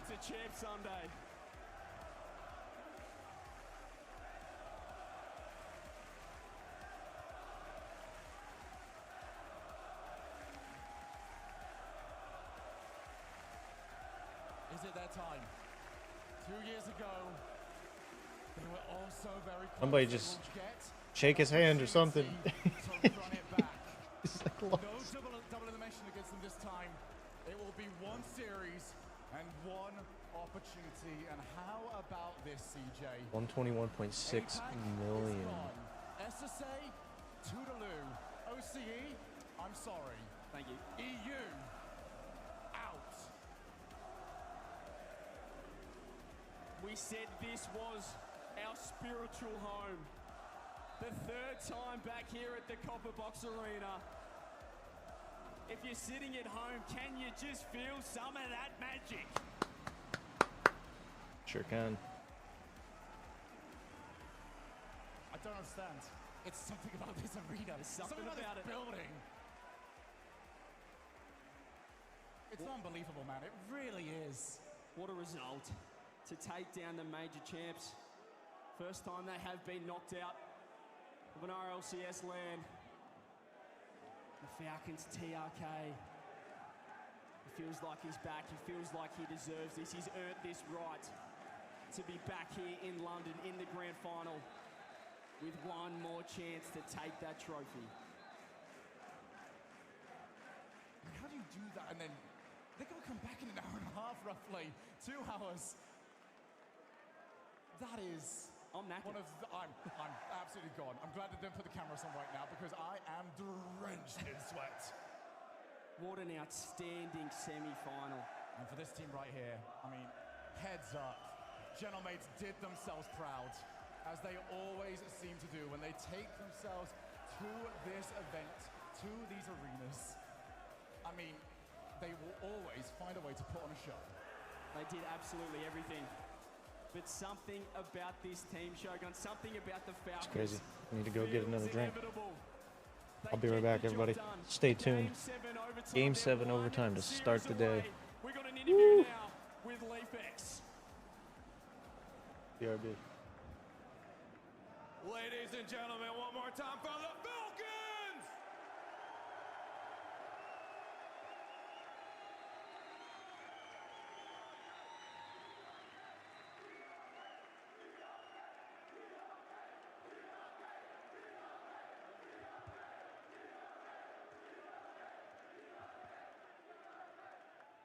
I have to ask right off the bat, how exhausted are you right now?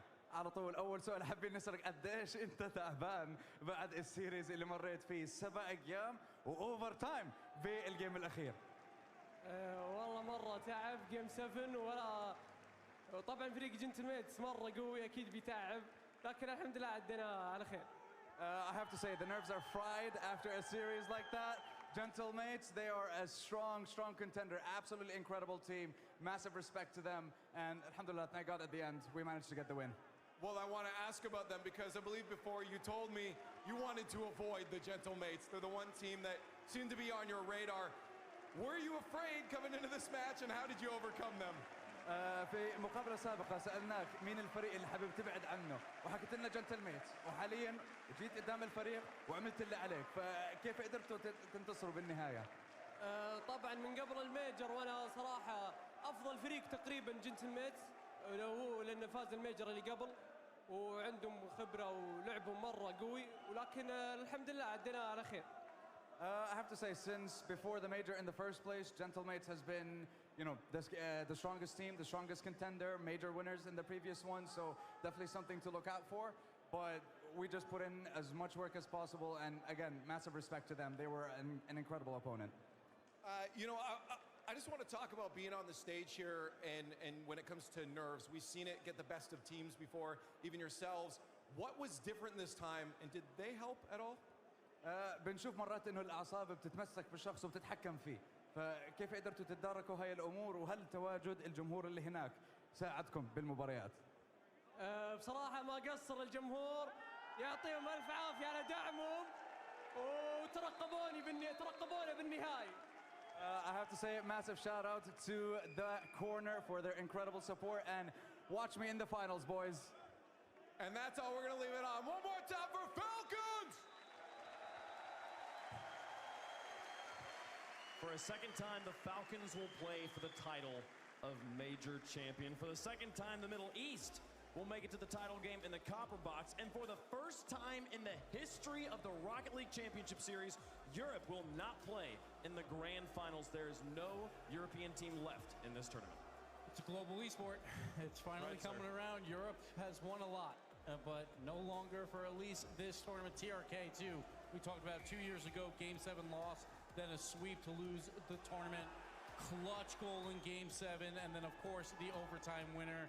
But it was just back and forth the entire series. Right, yeah, you're absolutely right. Back and forth, that dominant Game 2 win. You thought, okay, Falcons might be able to turn around. Gentlemates, this Game 3 was especially solid because not only did they get the start, but you saw the tying goal right after that. Look at this kickoff. Set kickoff. Actually, no. Not this one. Yeah, it was the one before that one where we had, again, Itachi just cheating up.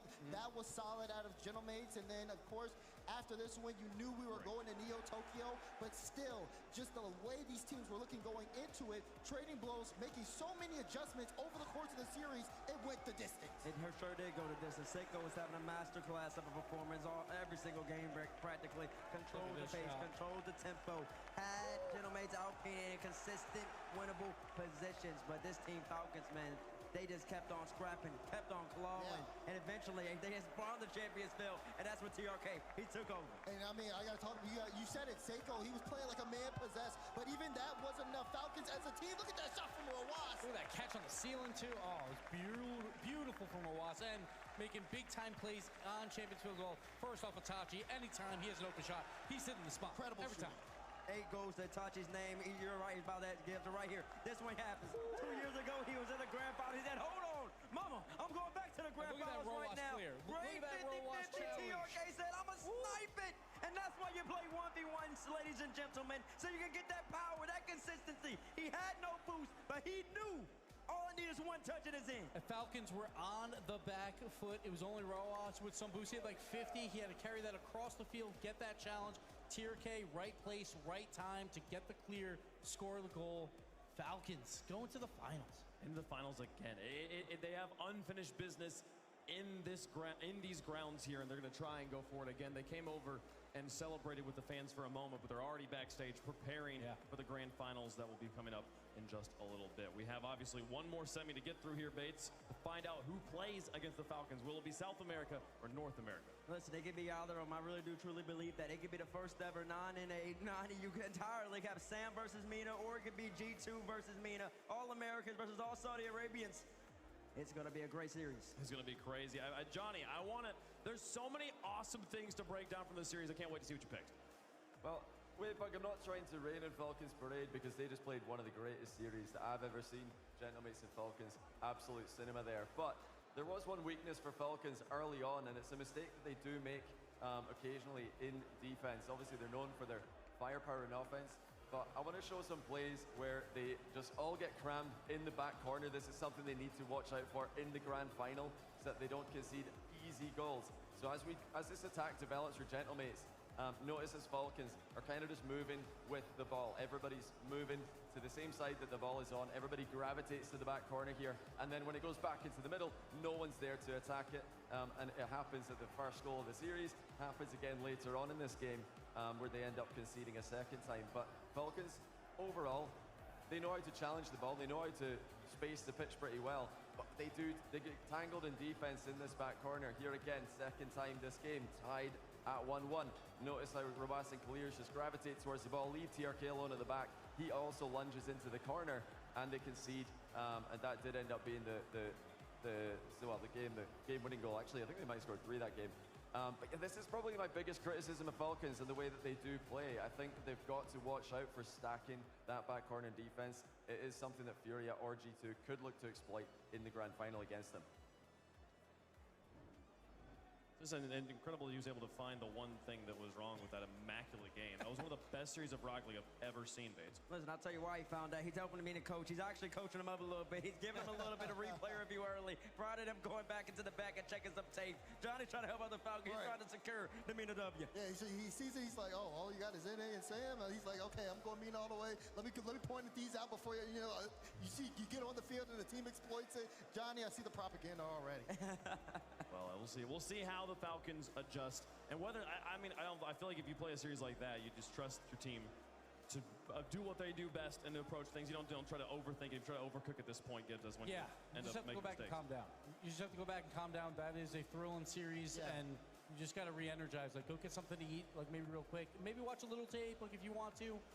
But they're playing lights out this entire tournament. Don't change too much. Just do what you've been doing. Incredible performance from the Falcons. They have earned another shot at the title of Major Champion here in the same place they earned that opportunity 2 years ago. Who do they face off against, though? The top side of the bracket is yet to be fulfilled. G2 Stride about to take on Furia. Daz, you're not going to be up here with us on that one. Quick thoughts? I mean, this one could go either way for sure. Furia looked so dominant in the series against Vitality yesterday, but G2, we know what they can do. We know that they've been in the finals before. Yes, they probably haven't looked as strong compared to Furia, but it is a new day. I will say, though, this crowd has been kind of Fury-based. G2, they're going to have to battle against that. But Daz, yap, who wins? I want to see Fury in the finals. Okay. All right. First ever non-NA, non-EU finals Daz is hoping for. We're all hoping to see it. It would be an incredible story. I'm not. You want to talk about it afterwards. Okay, we're going to go to a quick break. When we come back, we'll get that semifinal on the stage for you. It's going to be an incredible one. North America versus South America, an intercontinental battle. That coming up after this.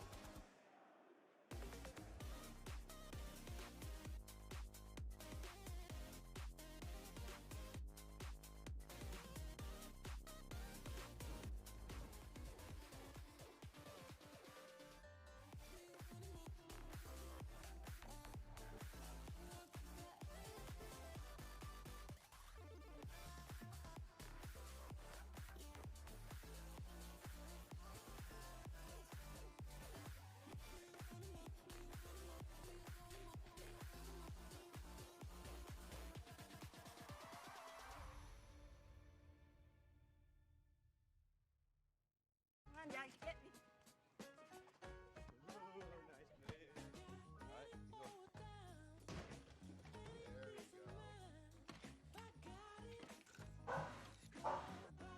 So cute.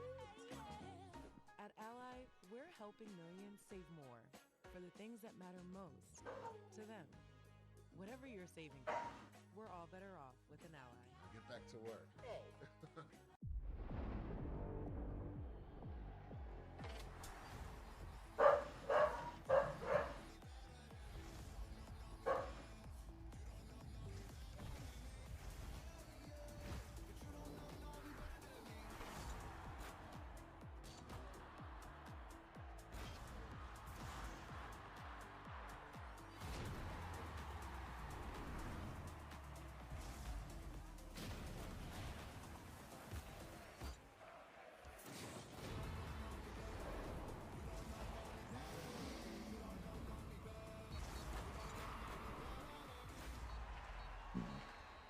Excuse me.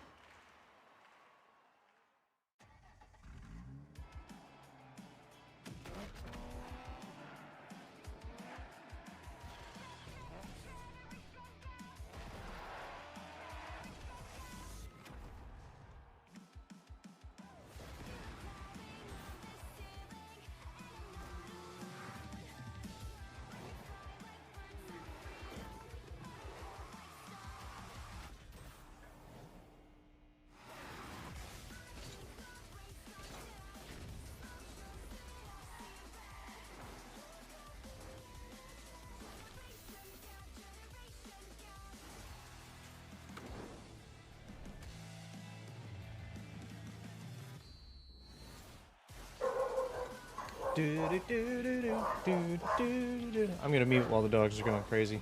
Sorry, guys.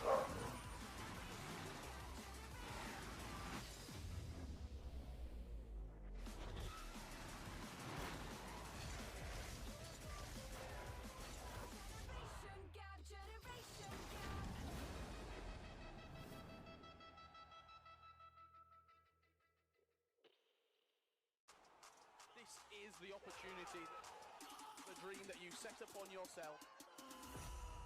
Here we go.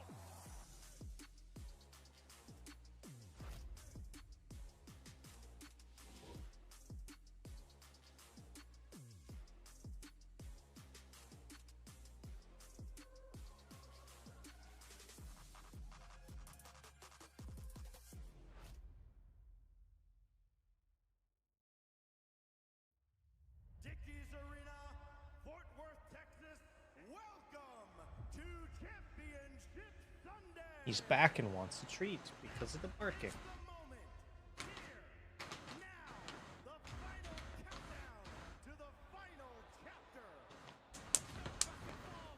The final countdown to the final chapter.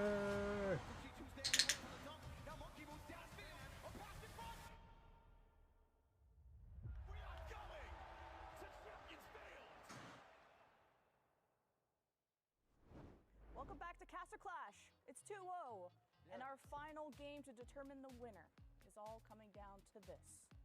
But now you have to figure out what you're gonna get. One team has to decide whether they want to tell the truth or a lie when describing what is in this box. And the other team has to figure out, are they telling the truth or telling a lie? Everyone got it? Locked in. Yeah, easy. All right, open it up. I want to know what's in the box. Okay. All right. Ooh. So it is it's a license plate. Now there's a figurine. I'm meant to be lying though. And there's also a telephone in there. I'm surprised that he's telling the truth because I thought you would have made up a lie, but he's actually just described exactly what's in there, which is I don't know. Brilliant. I think we just go with the truth. He was just so boring about it. Do you want to ask any questions? No, don't question them, Stumpy. Let them say truth. Close the box. You have one chance to change your answer. Don't let them change They are their locking answer. in truth. They're 2-0 down. They were telling the truth. I think we should make it to where if we absolutely dominate him in this, we win the game in totality. I think you should have been better earlier on. All right, next box. Dun, dun, dun. Oh, this one's heavy. It's also a little bit open. Okay. Don't use your tallness to your advantage. Interesting. Very interesting. What I'll tell you is that, and it's 100% true, there is an organ in the box. An organ? There's what is it? Is it an instrument or is it a heart or something? That's for you to figure out. That's for you to tell us. There's an organ in this box. What does that mean? What is an organ Like a in the mini, box? like a scaled down organ. There is an organ in the box.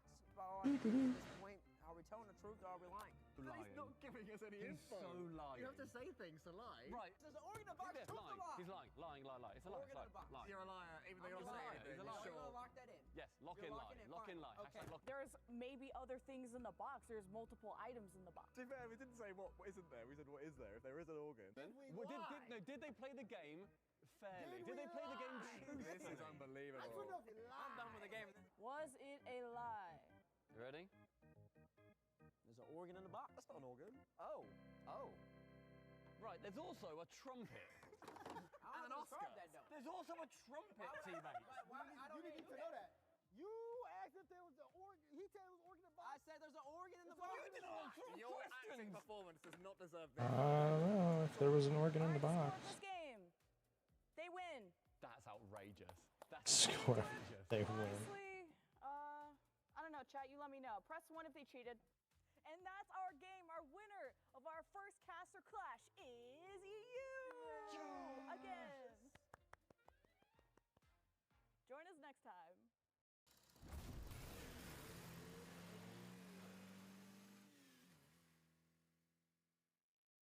I mean, there was an organ in the box, right? Gentlemates, take it again. Gentlemates? Nah.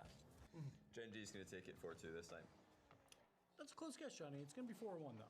We're going to see Juicy with a great flip reset about 2 minutes into game 1. After that, all Gen G. Chronic, 2.2 goals per game. Gen G wins 4-1. And at the end, Itachi will sneeze. Sure, Gibbs. Whatever you say. Goes over to take the ball. He's got it into the middle. Juicy with the flip reset. What a start. They are going to take the lead. Couple of stats coming in here. Chronic is at 2.2 goals per game. He is absolutely dominating the field. Wow, Gibbs.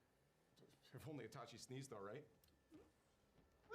Oh, bless you, Itachi. No. I take caring for my kitty very seriously. So when I found a health monitoring kitty litter, I had to meet the creator. Oh, hi, kitten. Please, I told you to call me Martha. This litter seriously stops odors, and it changes colors. Smart and pretty, you could say. You're going to make me blush. I love that it's lightweight, low dust, and delivers right to my doorstep. Try it today. Go to prettylitter.com. Where do Jolly Ranchers get their huge fruit flavor? That one's gonna make a lot of gummies. Dang, he's good. Jolly Rancher gummies made with huge fruit flavor. Achieve greater heights, supercharge workout sessions by harnessing the natural power of ginseng. Ginseng's positive effects on energy levels can contribute to effective workout. Rev your life. Zhongguanzhong. Oh, whoa, yeah. Whoa. Nice. A little salt, a little sweet. And a little scratch. Ah, the new big cash payout. Top prizes of 500 grand. Hey, bud. Hey, wake up. The words in your head, you're the only one that can hear them. Say it. Yes, I can. Move. Feel it. Hold on to this feeling. Yes, I can. Yes, I must. Watch me. Rent Peloton Bike or Bike Plus at onepeloton.com. Terms apply.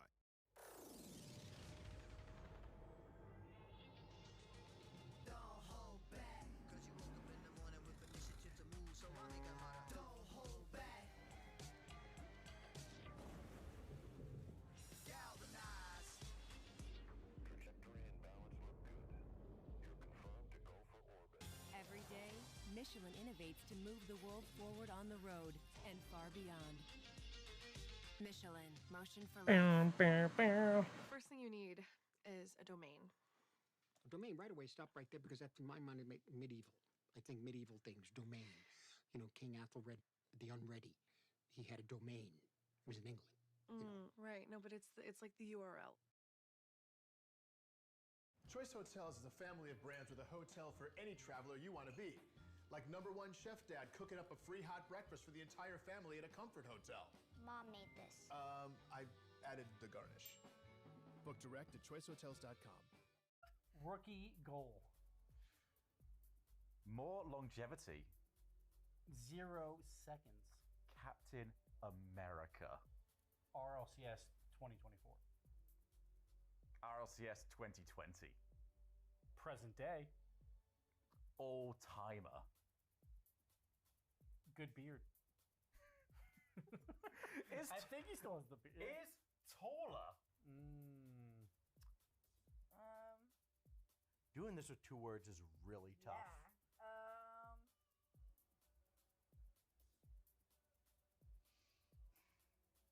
New team? Anime lover.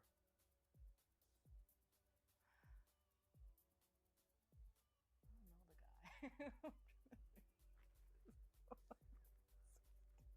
the guy.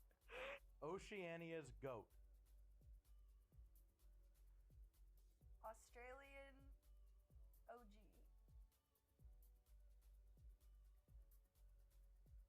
Completely timeless. Decent hair. Cooks your pinch. The Summit. Full rotation. Air dribble. The Batman. The Superman? So proud of himself for that. I don't know. 5th place. First place. Still playing. Red car.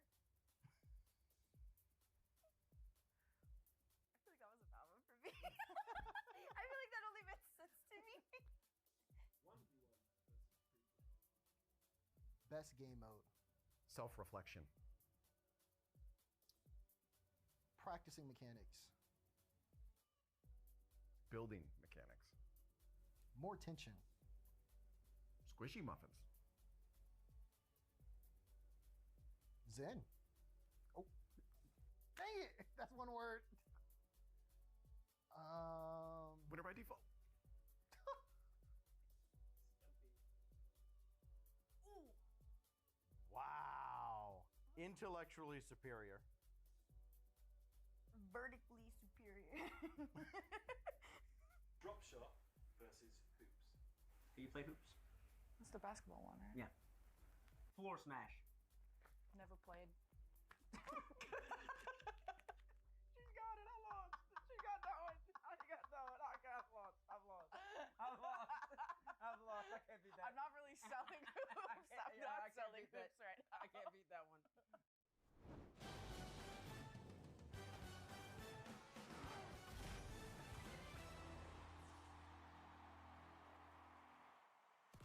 The western side of the world waits to find out which continent gets to have a champion in the grand finals. Meanwhile, the Falcons already sit backstage waiting after vanquishing the last of the Europeans in what was easily the best match of the entire tournament to date, and that's crazy. We started the day with the best somehow. We did. That was insane. And Falcons, obviously, they're very happy that they don't have to play back-to-back after that, because that one was draining. But we'll do another 2-word challenge here. South America versus North America. So here we go. Okay, I was gonna say that was like 4, but how do you top that series?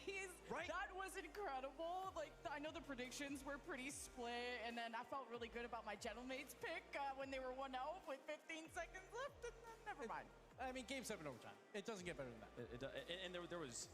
That was the 3rd overtime of the series. There was, it was like 1-goal games almost the whole time. Under the first goal to tie that game at 15 seconds, TRK like dunking through Seiko in goal, I think it was. Like, oh my goodness, incredible stuff. Let's take a look at the bracket. If you're just now joining us, you missed an incredible series down there in the bottom half of the bracket, going all the way to game 7 after not getting the Champions Field or even Neo Tokyo yesterday in the quarterfinals. So we have one more match to go before we get into our grand finals. G2 Stride taking on the champions of South America. Each team a champion in their own right, but there can only be one moving forward. That's right. Number 1 in North America going up against number 1 in South America. All Americans going up against all Brazilians. It's gonna be an absolutely great series.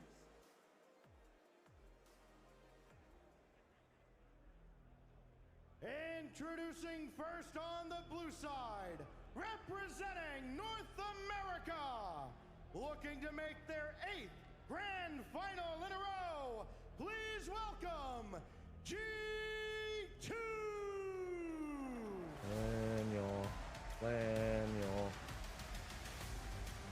Bueno.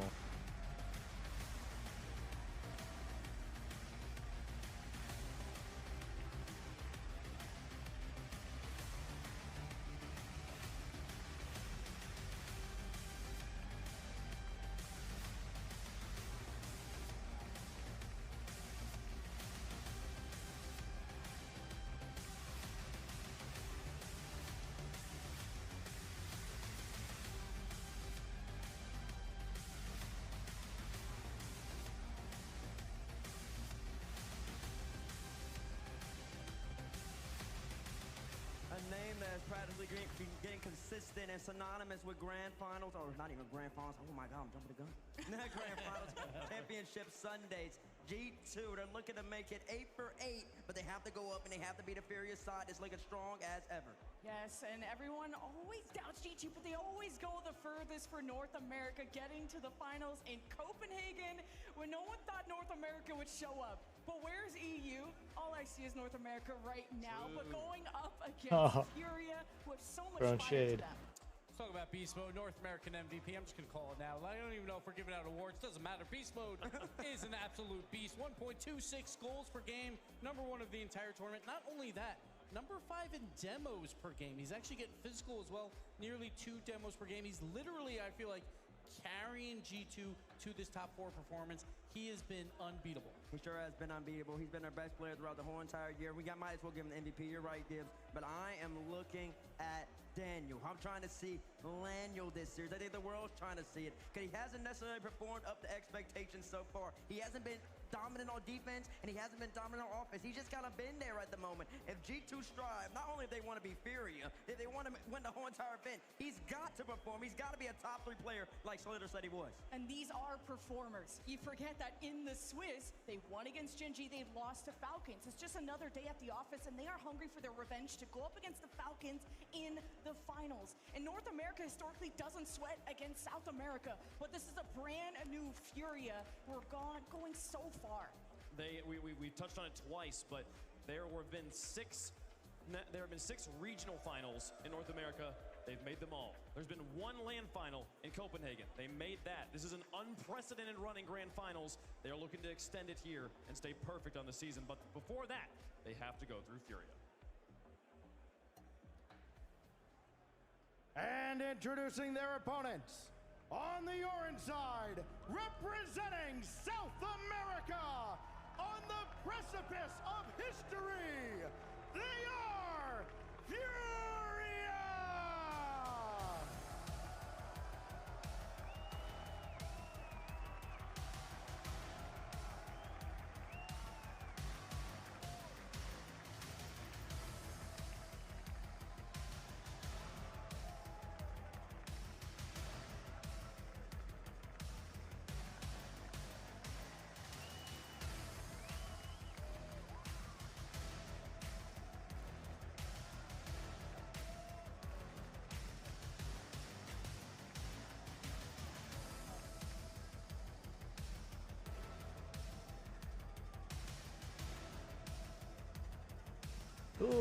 Furia. With their last dying breath, they came into round 5 of Swiss as the last seed. But they got their revenge against Vitality, the #1 seed and one of the most fearsome teams against Europe. Made them look silly yesterday. Furia looked incredible. They peaked yesterday. And when we talk about South America, we normally don't talk about defense. They did it with defense yesterday versus Vitality. Great goal line defense throughout.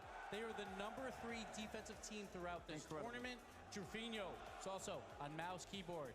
No finalist has ever played on mouse keyboard before, so he's trying to make history here as well. Everybody's trying to make history here. Trufinho, he's going around social media with just the fire he had after that series. Furia have been yapping because everyone constantly underestimates them, but they show up on LAN and they want the win. This could be the furthest that South America has gone, especially the franchise of Furia, if they can take down G2. Lost is a player that seems to make or break this team. Yes. When he's popping off like he was yesterday, they are unbeatable. And yet, can he replicate that performance today? He might be able to. I believe he can. It really was just a game plan for Furia going up against Vitality. It'll be interesting to see what they bring against G2. Against Vitality, they kind of played more of a 2-1, where Yan was more in the back, and then Lost and Rafinha were kind of creating havoc, and they seemed comfortable in doing that. Yan dominated on the back end, but also he was just so efficient at getting them out, creating a counterattack, and then Lost or Drew will be quick to follow. They're playing tight with one another, and it's going to be interesting to see, like I said, if they play the same way against G2. Furia are just such a composed team. Like, there was a lot of tech pauses yesterday, and they stayed on top. They only gave up 1 game, but also Yan was, I know it was a 1,000 score that we kind of had to dial back because of the tech pause, but Yan still almost getting a 1,000 score proves his impact on this team. an incredible performance, and this matchup of Yan versus Beast Mode, I think this is they've nailed it on which players we're paying attention to as we go into this series, which one's going to be able to move forward, moving here. And they took the stats for demos off of this particular graphic, but the demos Beast Mode's been putting up I know, that's is crazy. astonishing. It's wild, but Yan, we all know that offensive firepower. He holds the highest goals per game at a LAN ever. We saw that yesterday. He almost putting up 1,000 points. There was a score correction because of the pauses, but still putting up 900 plus in one game. That's what Yan has the possibility to do. He can take over a game at any moment, but G2 is my interested note here. Number one offense here. Normally we talk about their defense. They're actually in the bottom 8. They are 9th in defense right now. So if Furia with Lost can do that Havoc play that they want, G2's gonna give up a few.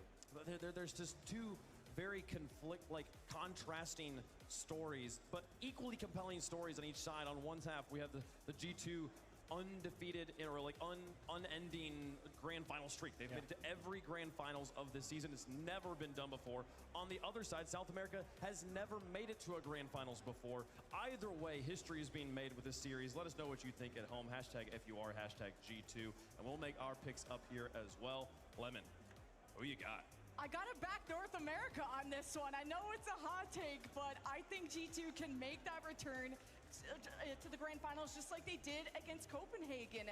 I think G2 have solo mechanical abilities on each of those players. Furia, though, they play at a very high pace that could catch G2 off guard, but they have hot and cold games sometimes. I think G2 can have a hot, cold game game that Furia can topple. So I'm just gonna say now, Daniel, you need to wake up. This is the time when it's Laniel time to make it to a finals. Right now, they've been riding beast mode. He's doing fantastic. He needs help. He absolutely needs it here versus Furia.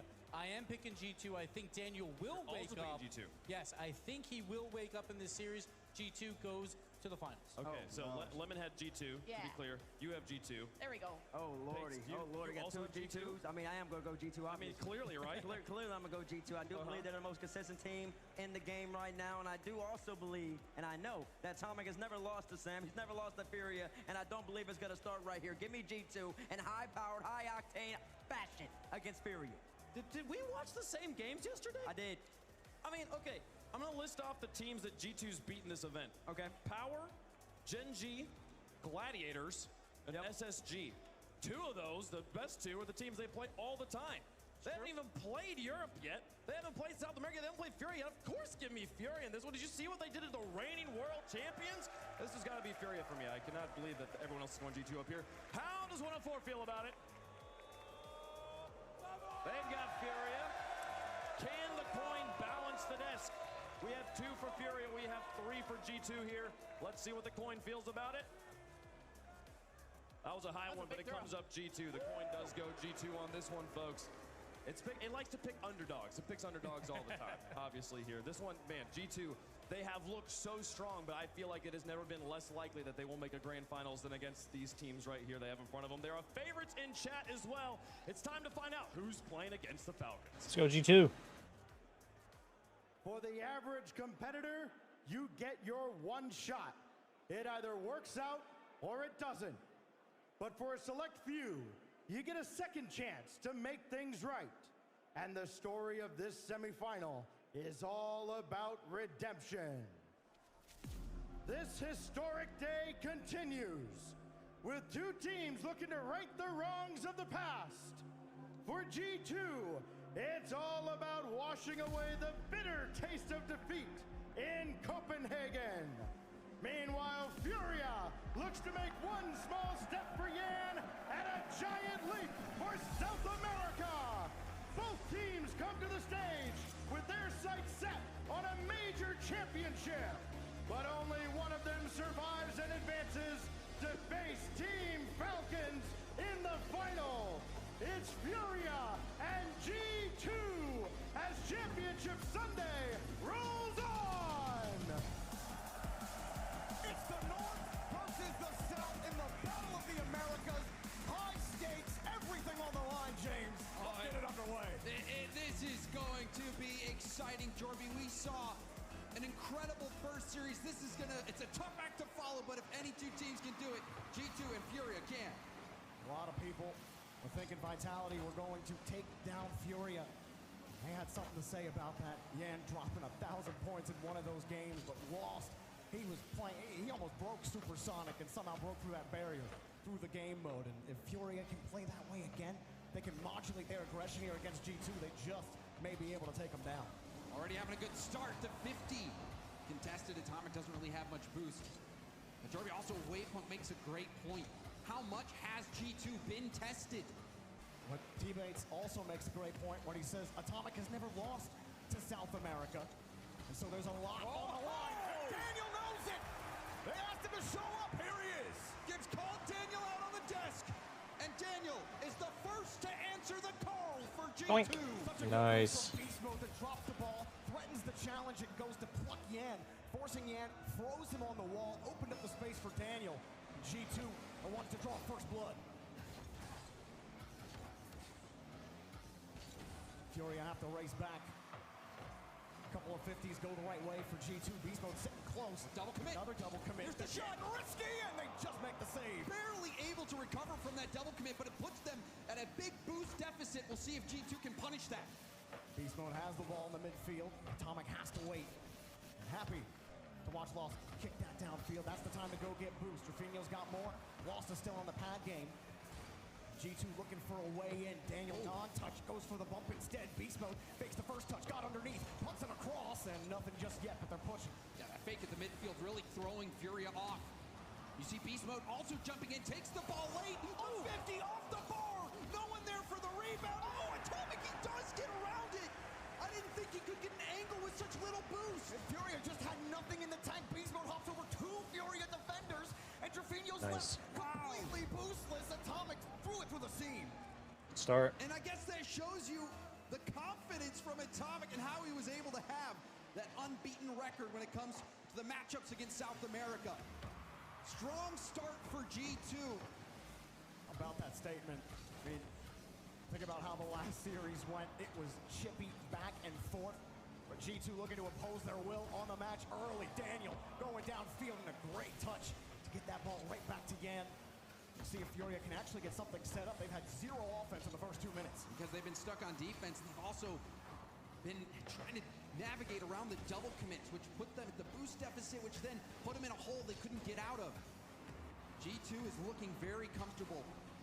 And despite maybe not having the strongest strength of schedule, G2 doesn't care about that. They've made it to grand finals every event they've played in, and they're looking to do it once more. Don't care who they're playing. They know that they're going to be the favorite in it. That's how they've always played. Every interview you hear Beast Mode in, he oozes confidence. Daniel has looked pretty solid so far as well. Atomic with full tank boost in the midfield as he waits to see what Furia do.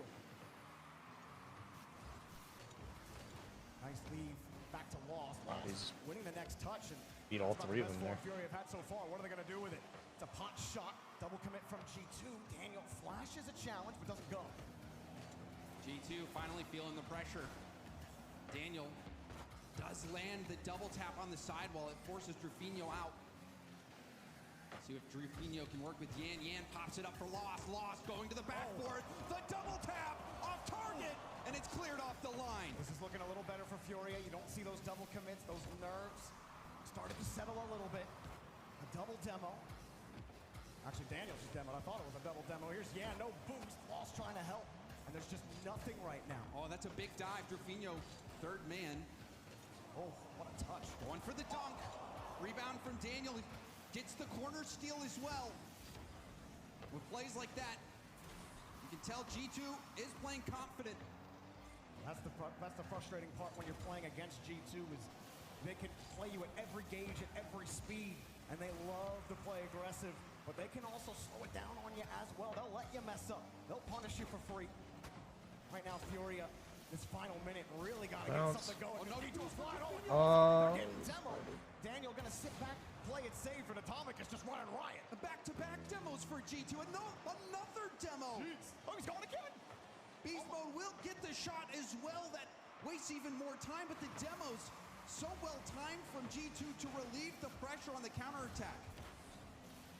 45 seconds left in game 1. Furia yet to show their teeth. Daniel, the 50 with no boost. The rest of G2 are back. Beast Mode immediately attacking the ball, not letting Furia have any kind of room to work with. This has been a real slow start for Furia. High expectations for them after taking down Vitality yesterday.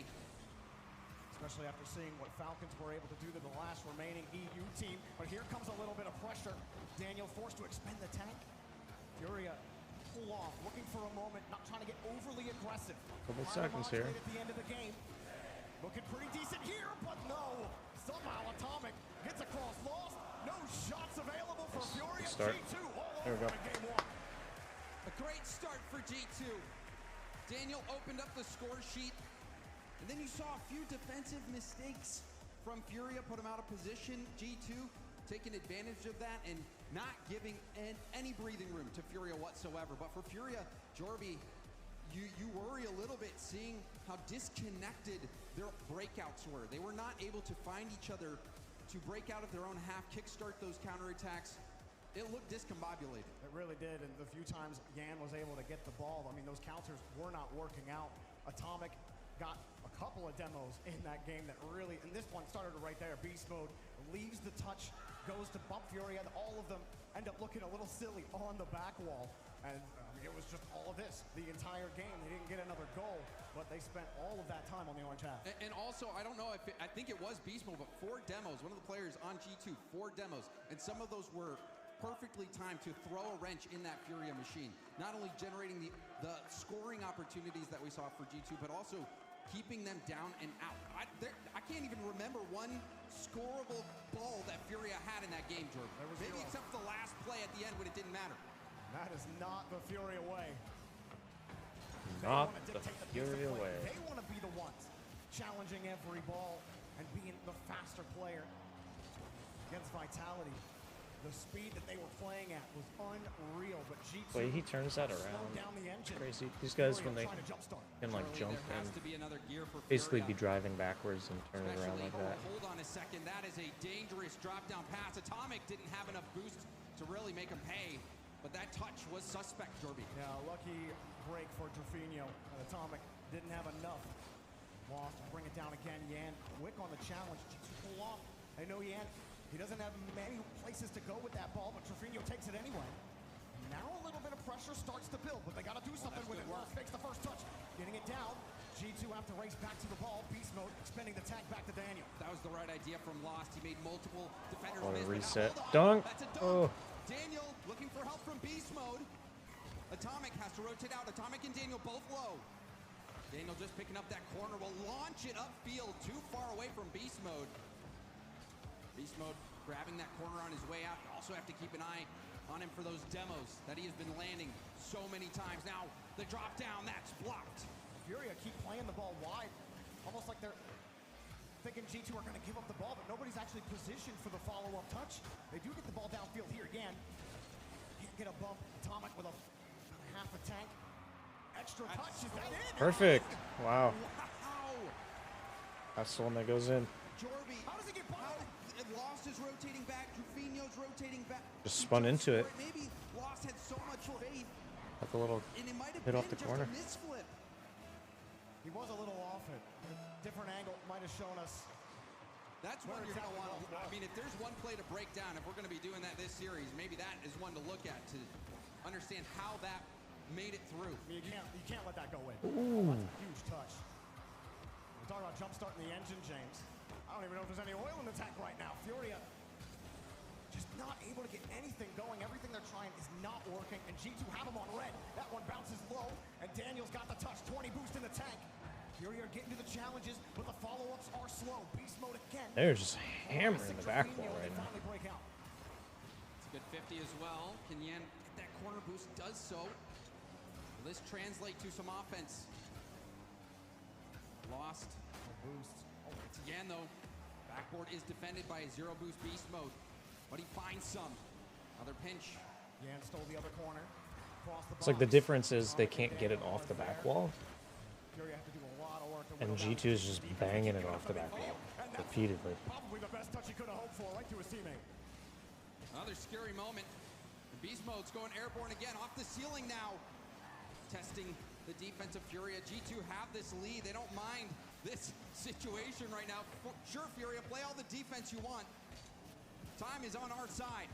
Boost is on their side as well. Faked him out. Fully tanked beast mode with nothing, but finally Furia are getting a couple of boosts. Ball security pretty good against the back wall. Nowhere for Atomic to go, but he will take the boost on his way back. Trofino has to make some magic, and there's nothing in the ley lines for Furia right now. Double commit though from G2. Atomic drop down towards net. Nice. There it is. By Daniel. Is nobody looking at Daniel? Furia get caught in front of the box, tying each other up. Lost has no boost. He sees Daniel, tries to avoid him. Trofino coming back, but Lost takes the wide angle. Atomic's up in the air. Everyone's wondering, okay, what are you going to do with that ball?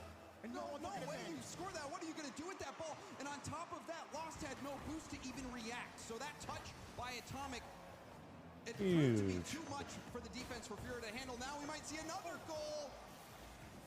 Furia, they're struggling to keep their head above water. Time is running out. Unless things change in a hurry, a timeout is going to be much needed for Furia. That touch gets away from them, and he gets deleted. Trofino looking for a way out. Every time he's on the ball, he's got no boost. You can say that for every Furia player so far. But Lost. Faked everybody in the world out with that one. With a light touch. There's so much G2 force you got to break through. And that has been impossible in the first two games. Still time for Fury to do something. There's a back pass from Beast Mode, a hefty one, and he gets his own corner. G2 exuding confidence. And for good reason. They have been in control of this series since the very beginning. Nice job from Lost. Got the first challenge, got the demo. There's a little bit of teeth coming out. Need more than that. Midfield is challenged by Daniel. No boost, no problem. He goes long. Oh my God! G2 have Furia's number. That is an insane touch from Daniel, and Beast Mode up early for it. That's confident G2. Nice. That's a scary G2.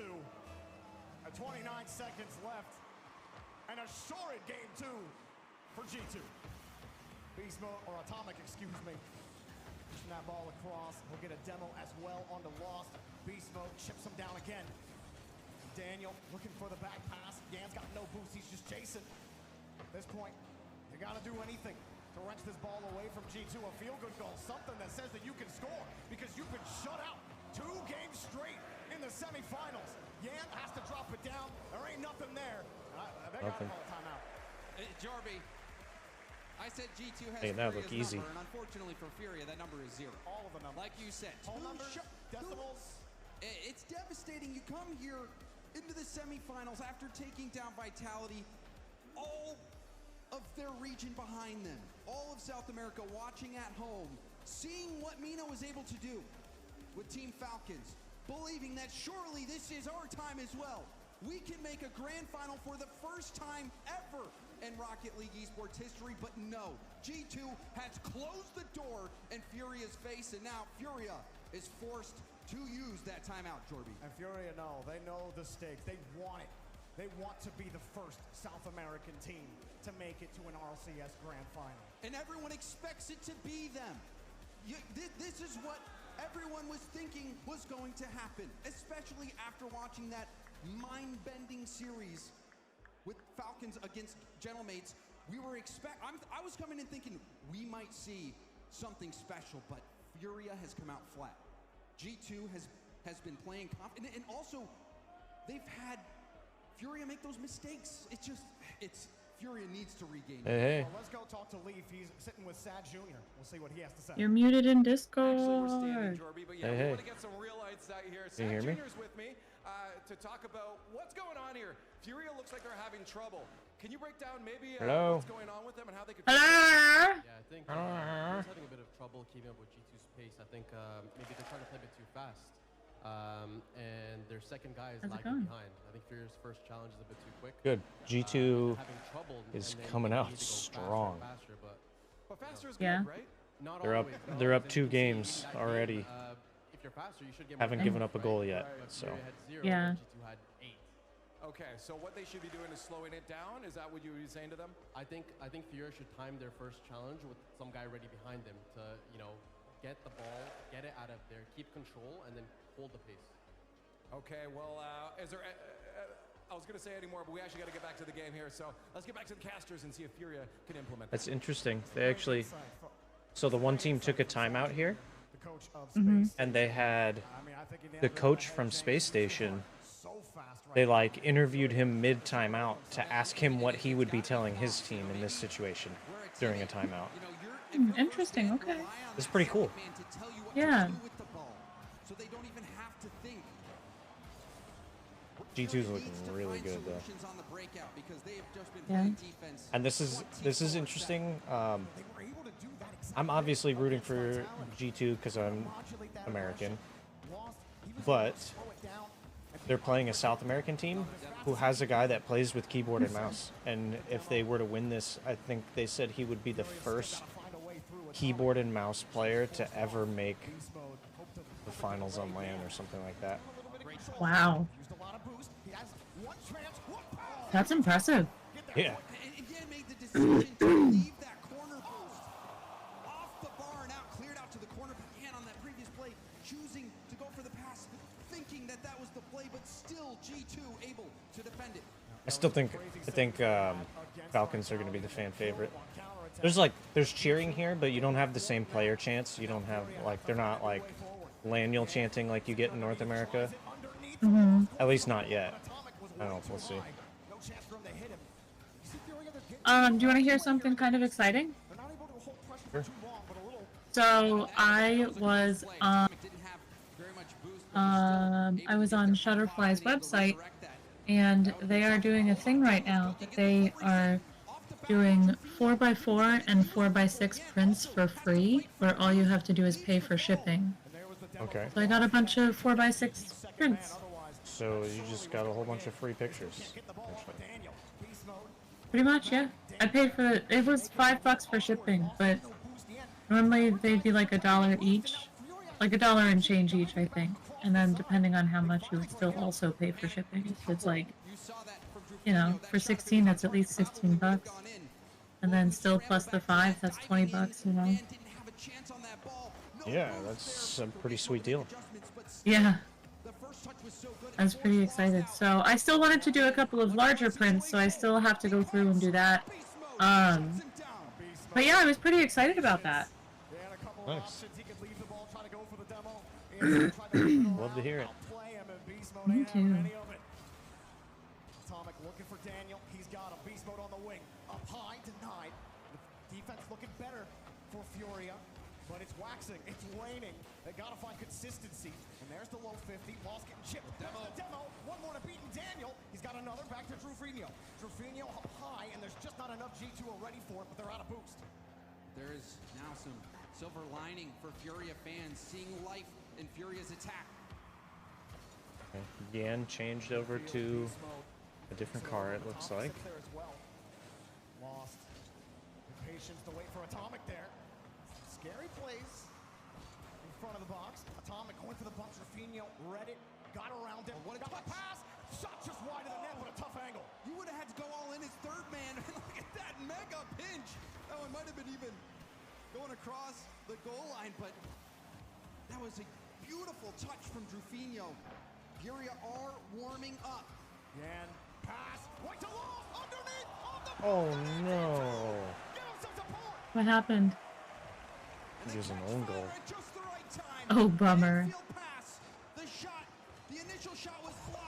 Like it was a crazy save into an own goal. I see. I just watched it, yeah. And that just shows you how good that pass was. That G2 Wow. knew that shot was coming. They That was a crazy save though. created a little bit of magic. Furia get their first goal of the series.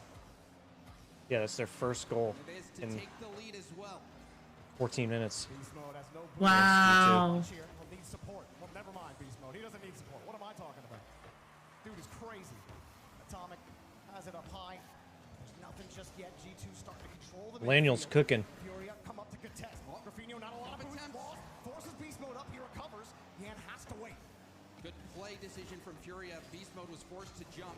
Had the bump been landed, it would have been another goal for Furia. Under a minute left to go. G2, oh, they might give up another one here. They do! Lost! Gets Dunk done. for Furia. Brings it up. Okay, there's life. We might have a series. Having any success on that one. He cuts off the clear angle, gets on top of Atomic, and Furia, what an answer after the timeout. Games 1 and 2 were bad for Furia. But game 3 after the timeout, Furia has bounced back. It will not be that easy for G2. Oh. Wow, Daniel got on. Oh my. What a goal. Watch this flip reset. He just like catapults this. He had almost no momentum. Look at this. He's not even going that fast. And then, jeez. Surprising even loss. Wow. You see how he just kind of launched it over everybody? Yeah. That caught everybody off guard. I get it. Yeah. I couldn't defend that, you know? If they can't, I certainly can't. I would have been the first guy jumping at him and looking silly. Really though, is that second guy caught off guard. He was too close to the play. Mm-hmm. The final 15, G2 get the ball back down to Furious half. Shot, wow, not good enough. Brilliant from Yan to dodge that contact. Around the corner, Daniel chips him out. Atomic chips him out, back to beast mode. And Fury are all on top of it. There's the double from There it is. Yeah, they got this game. No problem. We still have a second on the clock, but impossible for G2 to come back from this. That's the double-double. And the dunk on top of it. That's the triple D. And more importantly, Triple Jorby, D. the regain in the series to use a timeout after game 2. Right, I think we need to look at You're some pretty much of going this. all in on this next game, and that was the right call. We all knew it. We saw it. They pull it off. Furia is back in the series. This next game is also must win. You cannot let G2 go up. You can't be on triple match point against this team. The confidence is established.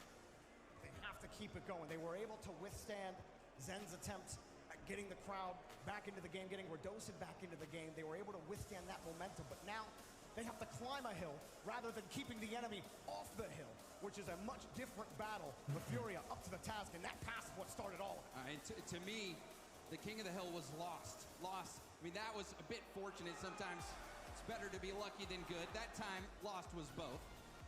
But Furia led by Lost. This play here, a key play, getting the dunk, staying in the play, finishing the play off. He was playing clean defense from beginning to end, but there was one play at the end there, Jordy. It didn't make the Mobile One high-performance replay, but it was game-winning. It was, I believe Beast Mode was trying to chase down Yan. If Yan gets bumped there, it's over. G2's going to score it, and Yan was able to throw him off the trail, dodge that, and bring that ball downfield for the third goal. So Furia showing that they have the resolve in those tough moments to come through. I think G2 had, what, like 13 demos in the first 2 games? And now Furia able to avoid more of those. Actually get them on the counter. And will pump this ball downfield after the initial kickoff. What's the move here for G2? You certainly don't want the Brazilians to grab this momentum. You gotta find a way to shut them down now, because if this one goes even up, that's a scary place for G2 to be. I think for G2, you might say, oh, game 3 a bit unlucky, especially with how Beast Mode hit that last one in and narrowly missed that bump attempt, so wouldn't be surprised to see G2 keep doing what they're doing. Not work out for them because Drufinho's making life miserable. I don't think they thought Drufinho was getting to that Beast Mode, coming across, trying to receive it. Daniel sits underneath it. Drufinho places it perfectly. Nothing G2 could do for that. What a touch. Insane from Drufinho, and now off the kickoff, Beast Mode beats him to the punch. Almost a 2-on-1 here. It takes a little bit of time for Beast Mode to grab the ball, and you saw him get bumped out, or at least harassed out of the way. Comes straight down. Furia downfield. The end was backwards, no play. Pass up, onto the backboard. Defended by Lost, but he loses his footing a bit. Gets the second hit, but demoed off the backboard. Beast Mode keeps on going. A rebound out to Atomic off the backboard. Yan clears it to safety. Daniel taking his space, Taking his time. Gets it over Drafinho. He saw him bite, and he grabbed the hook. Atomic will kick Furia out of the way. He'll stay in position. Chain dash up. One cross, and can't find anything on that ball. Furia will hold the lead, but they're still on defense. Running on the ball well, Jorby. Everybody below 30 boost right now for Furia. Big clear. Off the ceiling. This guy's crazy. Just missing the angle. Daniel Oh my goodness. and that was the chance of the game right there. G2 let that one get away. But they have had a lot of possession in the latter part of this game. See if they can keep this going. Drafinho going for the quick pass. It's funny to see the difference though, because like the first series in comparison to this one, both teams were basically perfect for 7 games. Like it was just so close, back and forth. Nobody was making mistakes. This one is like, you can see the nerves here. Yeah, I got you. See, like they're doing crazy stuff, but it's not quite as consistent. Like people are missing. They're kind of. This was a crazy goal, by the way. He dunked him upside down, dunked on the challenge, and then doubled it off the ground. Dang. We're gonna have to call this guy Duncan. Yeah. Donuts? He deserves a donut after that. Uh-oh. Oh, pass it to the wrong team there.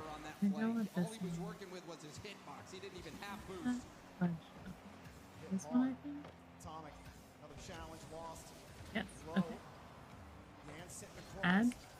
For all the struggles, Furia, the composure on defense has returned, and it is taking plays like that from Beast Mode. Oh, he missed it. He missed the ball. There's the shot. Ooh. But the rebound Let's coming see. off was bumped. Fake and denied Saved again. him. He saw it at the last second, lost. Diving in, but G2 Daniel? Here comes Daniel. Got the first touch. Tried for the dunk, but it's too late. Oh, and there was the outlet pass, but Drafinho couldn't get the tip. G2 gonna try to put this pressure on. Yan dives in. Atomic Double. for the double two. He passes it across. Oh, they had the setup. He just didn't get anything on it. Not get a teammate. Bummer. Was gonna try, didn't work. Now Lost comes underneath. There's Yan. Boom! Furia take the lead. All right. Furia were within inches of giving up the lead, and now they've taken it. Had to defensively pass it to him. Got tied up together. They saw Lost go in on that 50, and Beast Mode comes up to cover the shot, but Daniel was up as well, and that opened up that little gap. Oh, now G2 forced to respond again. Daniel got the catch.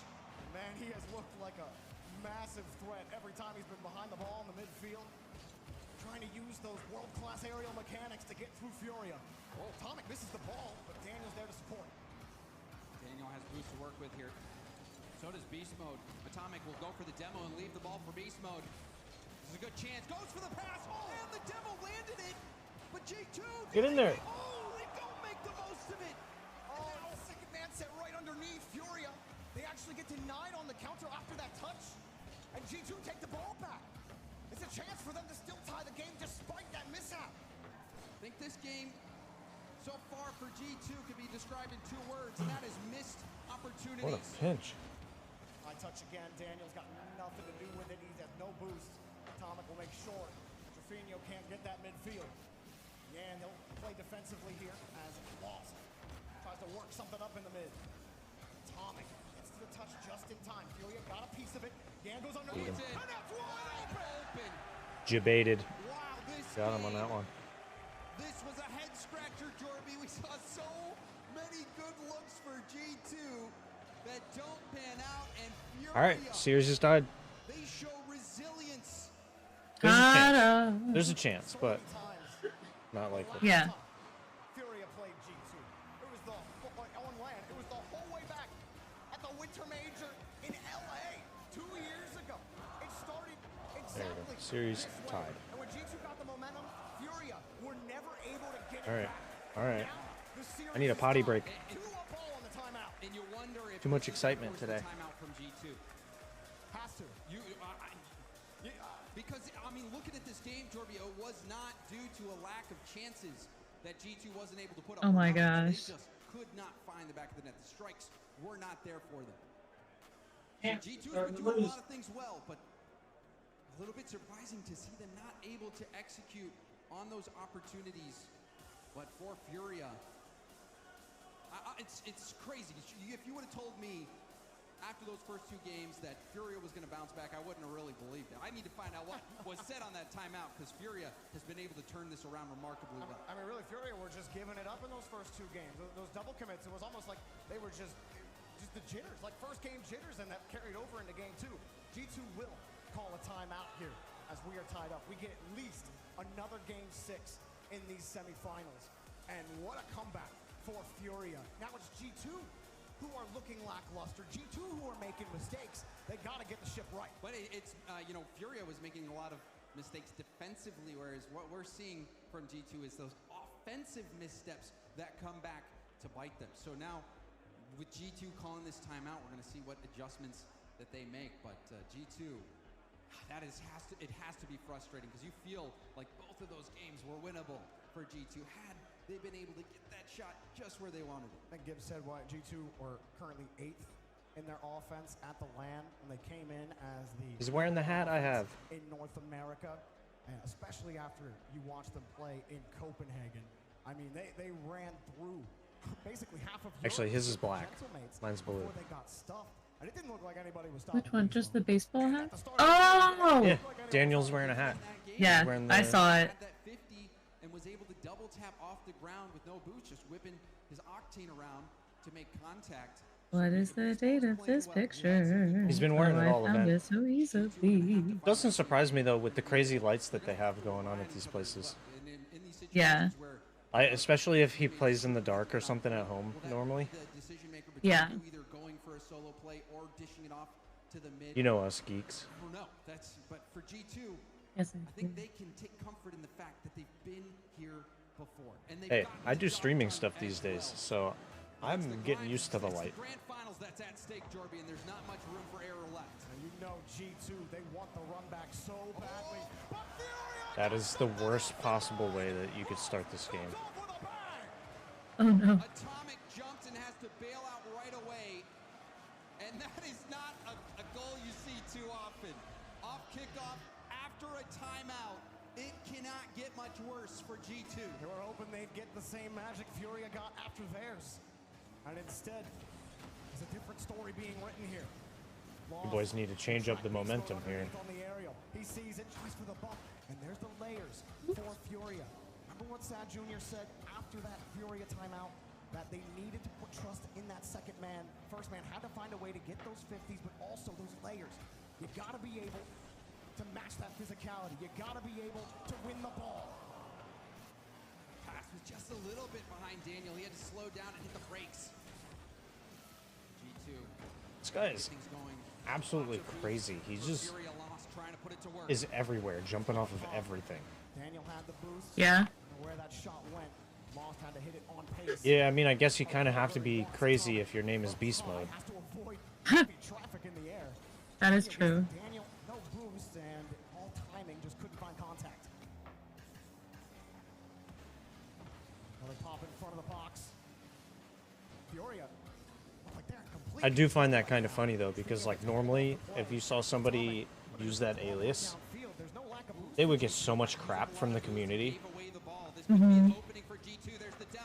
But I don't think I've ever heard anyone say anything bad about this guy. He's just like, he's that crazy. Like everybody's okay with him naming himself that. Oh yeah. He really is. Just beast mode all the time. Sniping that corner, there's the infield pass, a little bit behind Atomic. He'll go for an air dribble. It pinches off to the side. Now across net, Trufinho running on fumes. Can't get the double. Has to bail out. Daniel airborne. Bails. There we go.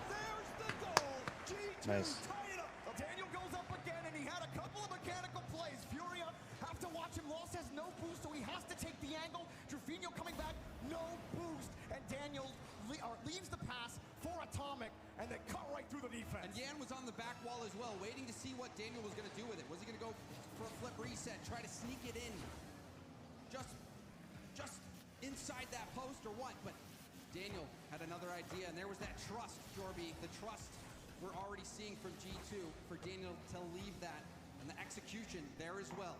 He's leading the charge. G2, they might just be in good hands. It's starting to get real tight now as Lost. He's not missing that touch, but he'll steal the boost. Now they're really slowing it down here in the corner. Yan just going full bore at it. Lost also playing the read on the dunk. And Drafinho's ready for the hard clear.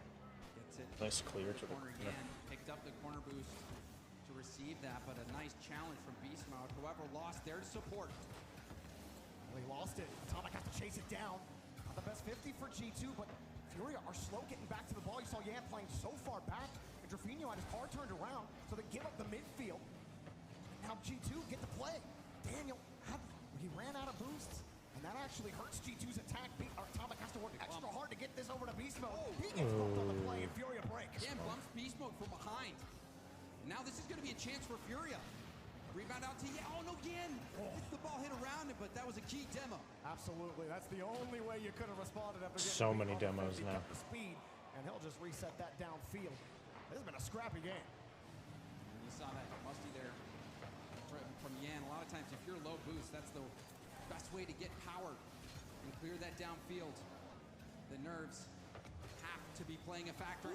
Nice shot. Take that back, Beast Mode. He's cold as ice. That straight Beast Mode. Speed, 111 kilometers per hour, and there's no chance for Drafinho. Everywhere. He's coming from the edge. Oh, hey, Sparky. And Beast Mode had him beat. He was already halfway to the ball by the time Drafinho let the I got a little buddy on the bed down here. And now You got a friend. Yeah, he came down. Start Lost putting the ball in on the kickoff after their timeout. Fury will retain that momentum. Probably heard me getting hyped up down here. Yeah. Play that ball tight. He'll keep it close. Definitely. Get around one. Lost plays tight as well. Drafinho flying in to get the 50. And Furia have that close rotation. They're not able to get second man on the ball. Another clear back. Beast Mode forced off the mid boost. We'll look for Daniel. He's up. Daniel backboard. Beast Mode peels Sorry, off. Daniel. Atomic grabs that boost from him. We'll see if that comes back to cause problems for G2. There's a bump as well. But G2 navigating it nicely so far. Lost playing support there. Actually, he gets up there real quick. He went to the back line, and Yan was. These guys jumped so early. It's crazy. It makes me realize how much longer it takes me to read where the ball's going than these guys. Yeah. Like, they're jumping when I'm still like, I think it might go that way. Yeah. Trying to desperately challenge. Beast Mode out of position. Lost to Drafinho. Drafinho high. It's going to bounce. Tough read. He missed. Not able to make it. Beast Mode has to rely on Daniel to make the stop. Daniel. And he makes it. Lost. Had no boost as he went for the shot. Had to extend attack just to get there, and that touch doesn't. That was the analysis. Laniel needs to show up today because Beast Mode can't do it alone. So. Yeah. So far this series, he's here. That's 3, so we're match point for G2. G2 timeout. You're thinking, what adjustments will we see? Oh, we will concede a kickoff goal 5 seconds in. It wasn't a pretty one either. No, it was not. But then they got their defense shored up. They don't let those counterattacks come in. Getting there. The demos again. G2 found the way on top. 8 of them. And 2 demos coming at the end in a 1-goal game when time. Now these series get real exciting with the best of 7. Really smart. Crazy. From G2 to get those demos. But on top of that, Jorby, I just want to highlight how clutch Beast Mode has been and how good he's been. There's a reason that he is in the running for MVP here in London. And I'm looking at Lost, near the end of that game. You talk about those 2 demos. He mishandled the ball across the box, and that's the only reason he got demoed. He had to chase it down. He was off his mark. And so little mechanical miscues like that in a 1-goal game can literally be the difference maker on that counterattack. And in these big moments, Jorby, you look for leaders. Not just leaders from the personality standpoint, from the charisma, but leaders on the field. Beast Mode has been that leader for G2. And there's another player who's in the running for MVP that needs to show up for his team, and it's Yan. Yan has greatness in him. We know it. And these moments are when he can show it to everyone. The push has come to shove, and Furia are against the line in the arena. And they hold G2 off and push them back towards center. Go to Champions Field, or are we done here after Neo Tokyo? G2, they've been here before. They've done it tons of times. They've got the experience. Furia, they've never made it past this point. The last time they even sniffed a semifinal was in Fort Worth 2 years ago. And now G2 looking to take them down again. Pushed out against the side. Furia get the bump. And I wonder how much tickets are for the World Championship. He's still low boost, trying to pick up some small pads. Yan giving up the ball. Yeah. Atomic looking to be an outlet. It's in North America. Fighting Atomic in the corner. It's actually the week before my birthday, too. Oh, really? Yeah. Nice. But it's Texas. I wish they would do it somewhere else. Yeah. Where in Texas is it? Fort Worth. Gotcha. Dallas. That's where Robbie said he's gonna go, right? Yeah. Yeah, okay. It's Dallas, the greater Dallas area. Gotcha. Okay. Good recovery there from G2. And now Furia, hang on, almost got him on the counter. Atomic racing, he's got nothing. Drafinho avoids him. Beast mode, no dunk. Drafinho laid wide, and now they're getting demoed. He's got another touch, but they're going to lose boost out of it. Just falls at a really bad time with a lot of the wedding payments and stuff, so fortunately. Yeah. And if it stays September pretty much every year for the World Championship, then oh, what a goal. Own gold. Then we probably can't go till like the year after the wedding. Yeah. And of course, you know what's going to happen. It'll be the time that we can go based on our schedule and finances, but it'll be somewhere in Europe. Yeah. So we won't be able to unless we want to do that as like an anniversary thing. That would be cool. How will Drafinho respond to that play? I've always wanted to go to one of these events in Europe, especially like a World Championship, but then the downside is you don't get to do as much exploration and experiencing Europe. Yeah. Gonna get some more. Decent challenge. Still be a lot of fun, I'm sure. That's like it's like Boston times 2. You know? Yeah. Oh.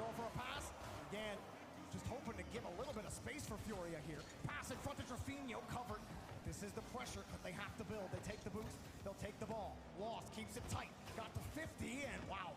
How is that able to keep it close? Daniel, awkward, somehow gets it across over to Drafinho. Hero boost for G2, trying to take those 50s back to back to back. But Beast Mode, he's got boost to work with. Oh, these don't need to be that big, though. I wouldn't mind printing those. Daniel couldn't pop it around. Not a good touch, Daniel. I think I'm gonna stop there. That's probably fine. And will chase the ball down. He'll leave it for Drafinho. Lost is there. Atomic ready to cut. Yan next up. Beast Mode needed the boost. They'll trust in his teammate Daniel, but he got beat. And Atomic will find the clear out back to Beast Mode. Keeps it high. Here he goes. Beast Mode denied. Have to watch out for Beast Mode. We've seen him with those off the ceiling flip resets before. Now Atomic trying to mess up Lost. Boom attempt downfield. Daniel looking back for Beast Mode. Beast Mode was forced to jump early there. Furia with the bump attempt, and I think it messed his Oh, what a pass! Oh, that was crazy. Wow. Beast Mode is leading G2 to the grand final. Oh, wait. Well. Alright. What? What'd you buy? I'm doing more Shutterfly stuff because I had placed the order for the ones because they were like on the app only. The free ones? Yeah, so now I'm trying doing to get a couple. the app traffic. That makes sense. Yeah, so I'm trying to do a couple in different sizes. But you're actually paying for these? Yeah. Okay. So it's just like additional copies of kind of the same stuff in different sizes. Furia pushed back. We've seen them in this situation before, and we've seen them get out of it. Drafinho, though, he's got the clear out. Lost his way downfield, trying to pump Beast Mode out of the way. They They still find it back to Daniel. Looking for beast mode. Reset, but only 16. He's got nothing. Atomic over high. Daniel has to cover, and this is a chance for Furia. But there's no one in the lane. Yan's got no boost. Lost needs some. He'll go take the corner. Drafinho just has to buy time. Did he buy time? Well, they at least got the 50, but Furia are running out of time. Yan, panic hit Bro. the field right 30 into the seconds. hands of Let's No. go, boys. There's a 50 as well. Yan trying to rush. Here he goes. Up against Daniel. 1v150. Pushes it out wide. Two survives. Daniel, in those little 1v1 situations, he's almost always great, but long, bounce shot denied. Atomic had no boost. Beast mode, Daniel, everybody was tied up. There's no time left, James. Furia have one last shot to get this ball in the net, or their run is over. Oh no. Denied, and there's Daniel holding up the blade, brings it right back down. No time left. Let's try in 0 seconds. Here comes Law. Taking his time. He's taking it. He's got the space. He's got the flick, but Atomic is on top of him. One touch off the wall, and no. G2 to the finals. Brings down the guillotine of Woo. South America. And G2 ascend to the grand finals once more. Woo! Despite There is clapping, but they are definitely not getting the same crowd love that the Middle East guys got. Dang. insane, and you can see for Furia making it to the semifinals again, denied that grand final opportunity. But man, how about this G2 team? You can't have a grand final It's weird. without him, apparently, Jordan. The guys from G2, like, they don't even look excited that they won that. Dang. Maybe that's the expectation, you know? It Like, was it's an interesting series. Starting things out after games 1 and 2, I was thinking, oh, they've kind of said that in interviews, though. Like, Furia, they're making mistakes This- on defense, double committing. they're already qualified. They were the very first team to qualify for the World Championship. So, like, this is like practice for the World Championship. They got a couple scrappy Yeah. games, but at the same time, G2 was missing out on their opportunities, but in the end, It's good practice, and maybe we'll come home with 75 grand. be real here. Beast mode proved that he is MVP caliber. How many Okay. times is he going to do it? We're getting a beast mode chant in the crowd. We're going to find out in about, what, 20 Beast mode. He's got another series to play. Beast Again, mode. hands on the head. Beast He's all mode. smiles, the crowd chanting his name, but the job is not done, and he knows it. But G2, even on low boost, when Furia were starving them out, the way they played on low boost, the way they were able to cover for each other, your comms got to be Yeah, I mean, point even just in those thinking back to situations. that situation where it was just outside the post for G2, and Daniel had no. You know what makes it better? On the wall, about 1 foot above the ground. I kind of hope Beast Mode gets MVP at this event because his name is Landon. In those really tight moments, and it was. So they're because this is in London and it's the land, they're calling it Landon. So if Landon were to get the MVP at Landon, it would just be so. Yeah. Some heartbreaking moments in this series, Jorby. Absolutely. But hey, G2 not at all broken. They are strong, and we got Leaf with the winners onto the grand finals. That's right. It's Atomic from G2.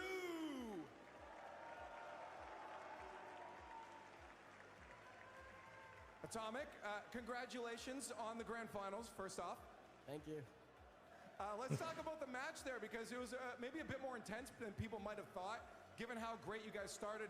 What was going right for you guys at the beginning? Daniel's still just sitting there free playing At the start, while we they're were doing an controlling interview. the game. I mean, like, they just had no boost, and they had to give us the ball like every play. And then after their timeout, they did good to like keep the ball close, and they also did really good about like closing the space. So like if we had a free ball, they were able to like close the space even with low boost and like at least get a bump and then get out of defense in like creative ways. And then it was way harder to get like free opportunities. But yeah, I'm glad we were able to like close it out. Well, I was going to say, I mean, look, once you hit a speed bump like that, what does the team do to bring that back? What's the conversation like?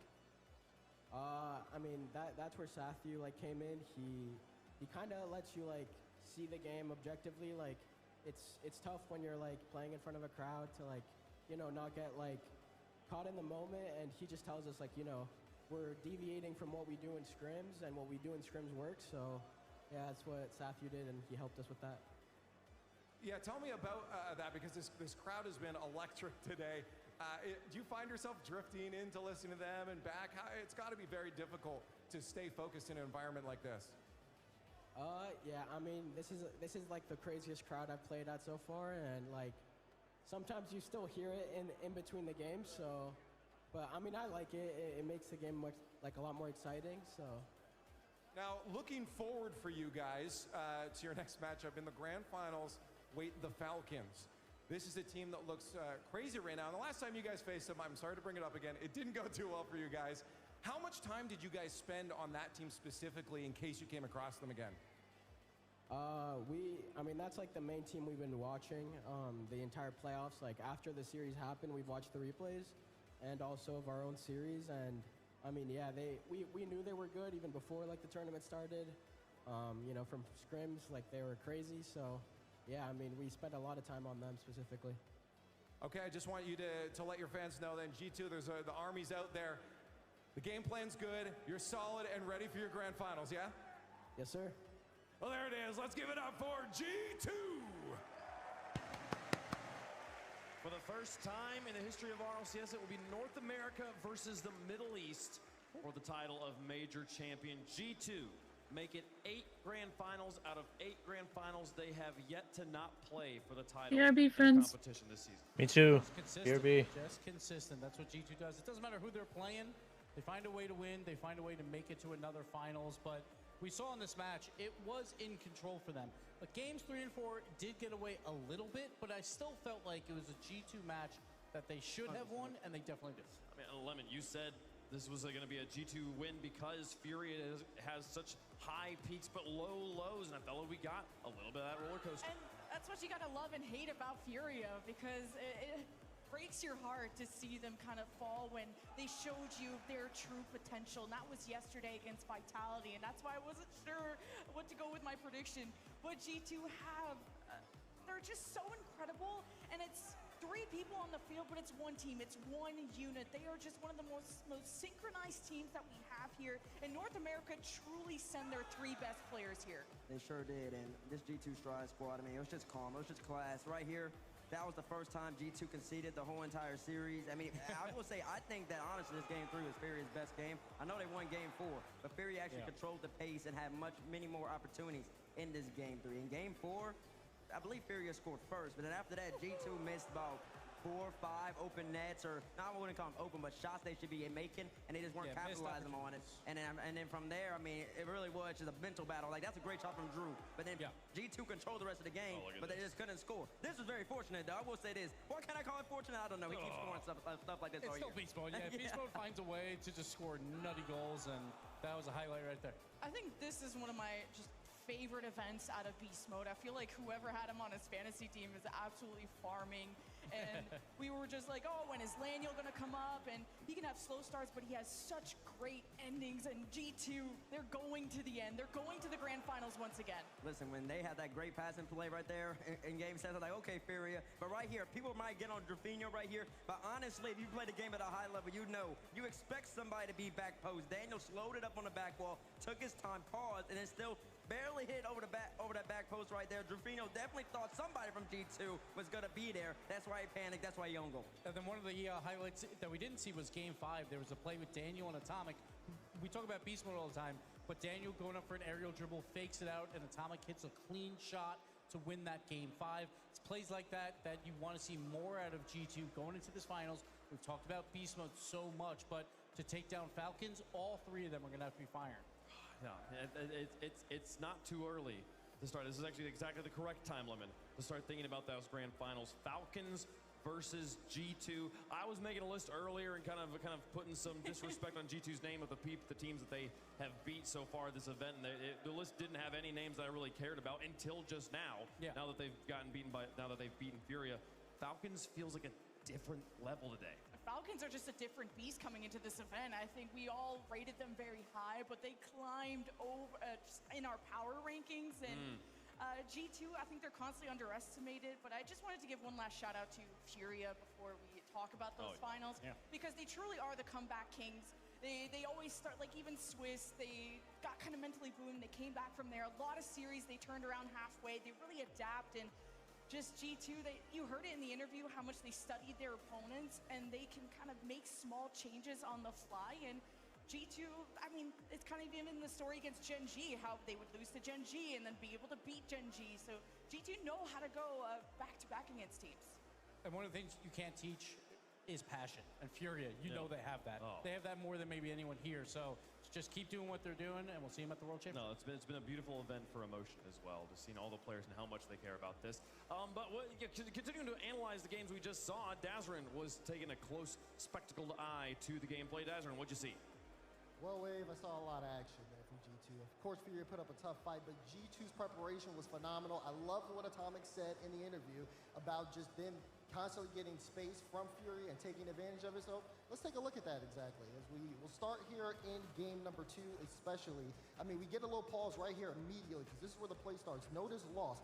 Lost playing really aggressive in that corner, and we're going to take a look at that in his positioning as things continue on. Jorfinho's in the back with 11 boosts. As this one gets cleared away, Lost trying to get aggressive on the play, but he has to go back. And now Atomic gets so much freedom. Jorfinho low on boost, trying to pre-jump. It just doesn't work out that way. You need Lost to be able to cover that. It's a tied up game at 0-0. There's no need to get so aggressive because you know what Atomic can do when he has that free space. Another one, same game. Look again here at the play. You see it on the top right. Daniel just got a demo on Lost. Yan is last back and Jorfinho is low on boost. He's trying to get the clearance to send the ball away because you have Atomic, you have Beast Mode on the right side, but as we hit play, you end up seeing what he does. Just not necessarily the best touch there. Daniel, Beast Mode, both go for that, and Atomic's in the perfect place. Lost, who was rotating back, just could not really get there in time. He was coming right off of that initial kickoff, and then, or that demo, I should say. Then here on this last play, you see this 50, look at Yan, he's playing upfield. I'll give him a little bit of leeway here. It's 33 seconds left. They're trying to make something happen, but G2 was so ready for it. Daniel creating that space for Beast Mode, and we see that even here after the timeout. Yeah, Fury did play a better game, but G2 still able to create space to let Beast Mode do work. This was phenomenal here, because again, it starts with Daniel, but watch Beast Mode. He just has to get into the right spot at the right time, lines it up, notices he has space, and he nails a banger shot. So well done there from G2 Stride. Their preparation, you could tell, they were prepared and they knew what Fury were going to come out with. They saw Fury make adjustments off the timeout, and then they adapted and created some great opportunities. They keep doing this. You heard Atomic. He's ready for Falcons in the finals. Let's see if they can hold that trophy. Thank you so much, Dazarin. I mean, Bates, we've known for forever, South America, they're a region that is like just passionately aggressive on offense. They love their speed. They love just saying, let's just fly to the other end. We'll figure it out when we get over there. It does have its weaknesses, though, and G2 was able to exploit it. It sure does have its weaknesses. Even in that game 5 that Dazarin just broke down, that beast mode shot, Jorfinho, he had 36 boosts. He went back for the 100, though. When you're playing G2, you got to be able to close the gaps. A team like Gentle Mason, that's the difference between like an EU and a SAM. Gentle Mason Tachi, he's jumping with 36. He's going to contest that ball that's up in the sky. He's not even going to let Beast Mode get the shot off. Jorfinho goes for the boost, got a little boost greedy, and after that, you pay the price. Jam back, Beast Mode does what he does, just bangs it underneath the crossbar. There's not much you can do right there. Well, if you enjoy watching Furia play, make sure you tune in to the Rocket League World Championship September 10th through 15th. You can see them play again there for the title of World Champion. Now, speaking of championships, we've got a prediction championship going on here in London. We're trying to see who knows ball the best. We can give you an update on how that's going. I think, Bates, you, up there on the top Bates. still. It's me or you or chat at this point. We're the only ones that can do it. Yeah, well, it's me and chat. Well, you already know where me and Bates are going. Yeah, because we already have champions up there. That's true. That's true. Chat's champion can sway. It depends on the vote. Hey, if Gentle Bates would actually won, you know, when they should have, I'd be up there with you guys. Hey, you won last time. It's okay. Yeah, okay. You're still top for us. Do it for us. Do it for North America. I apparently don't know what's going on when it gets to the top 4. On the 2 championship Sundays we've had on LAN, I am so far 0 for 5. Somehow I predicted all the wrong ones every time. But only one European, by the way, in the top half, and that's the real win. All right, that's the real win. North America on top once again. Bates and Chet had something to prove from last time too. Yeah, the very most improved. These are the Hoxers of predictions over here. Chat and Bates. Well done, folks. Okay, well, we do have a grand finals in store. The teams are getting ready. It might be a little bit before we get them out here, but I mean, thoughts about Lemon, you're not going to be up here on the desk for the final match, though. Like, thinking about the prediction, thinking about Falcons, G2, how are you feeling? I just want to say what I really appreciate about G2 during that match was, yes, it's the battle of two aggressive offenses, but they're very modulated with their aggression. And you heard in the interview how they can sense a weakness, whether it's low on boost or someone out of position. And that's what made G2 so deadly in North America, is their ability to punish teams that make even the slightest of mistakes, and how quick they are to react to that. And I think that's what Falcons have to watch out for. I mean, Johnny was even giving us the analysis at the beginning of the day of like how adaptable Falcons offense is. So this feels Gibbs like we have two offenses that are very good at adjusting to their opponents. Just going to create this kind of like, I don't know, rock, paper, scissors game. It will, maybe, because let's not forget in Swiss, Falcons played G2 and they destroyed them. But that means that G2 has tape on Falcons when they play each other. And you know that they have looked at that. They know that the Falcons were favorites to make it through their side of the bracket. So you expect a counter, right? Then we'll see if Falcons will counter back. It should be just a back and forth here, but man, it's like I expect it to be not one-sided this time around. And that's the key word about Falcons is counter, but also clutch. Like when we all thought this, I thought with Generates 1-0 with 15 seconds left, that was going to be it. And TRK just out of nowhere. TRK and the level of the crowd, the impact that they have. TRK, like when that was going on in the crowd, I was like, oh, Falcons are just getting started. It was incredible. It's been an incredible day of Rocket League, and we've got one more incredibly important match to play, so we're going to take a quick break. When we come back, the grand finals of LANDON 3.0 right here on your screens. The Falcons of the Middle East going up against the indomitable G2 of North America. It'll be a big one. You won't want to miss it.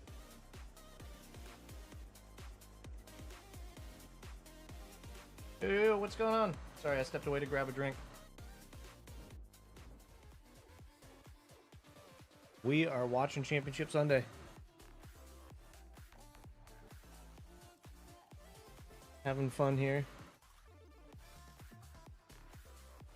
First series was definitely a better watching experience than the second one, but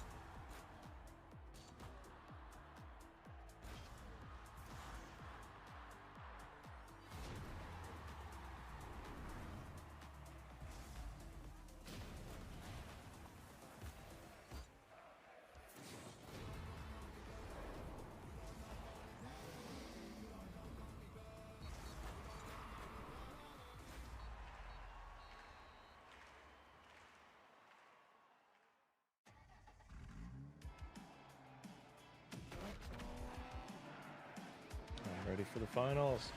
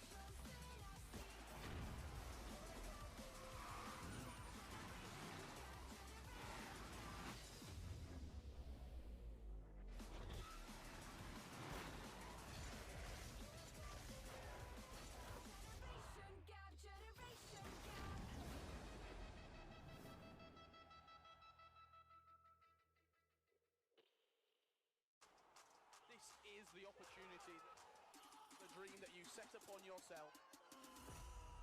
Here we go.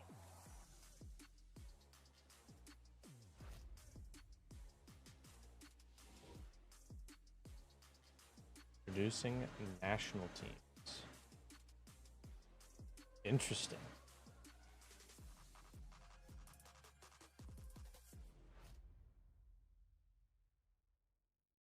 Oh. I hate FIFA, but that is organization thing.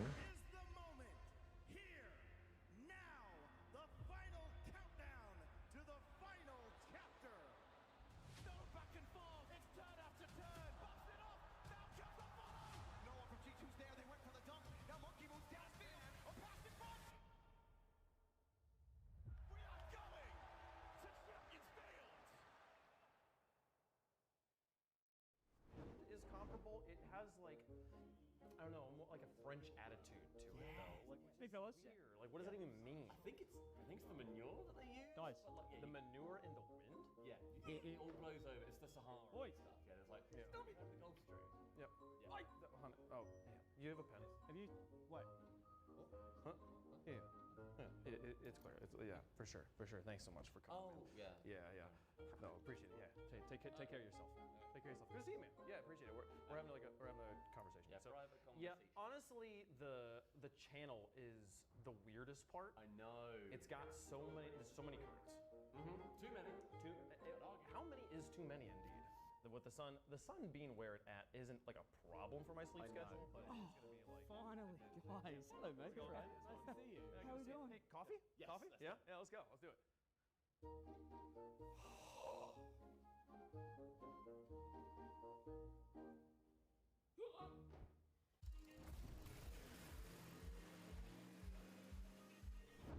Welcome back, everyone, to Caster Clash. This is round 3, 8, 7. This is the final round to determine who's going to the World Championship. What are we going to beat him at this time? This round is called This is Rocket League. You gotta race this little thing across all the cones. Little time trial. Fastest wins. Except the driver is blind. Another delicious brew. The other person has to give directions. I like This is how I play ranked anyways. Let's So go. yeah, you must designate your driver and your guider. I'm the pro, so I'll take the controller. Yeah, you've driven a car in London before. I get to beat an RLCS washed up pro. Let's go. Let's get him a blindfold. Up first, CJ, our driver, Johnny, our guider. You may begin 3, 2, 1, go. Okay, a little bit right. Nice. Forward. Keep going. Left. No, a little bit right. There, straight. Forward. Keep going.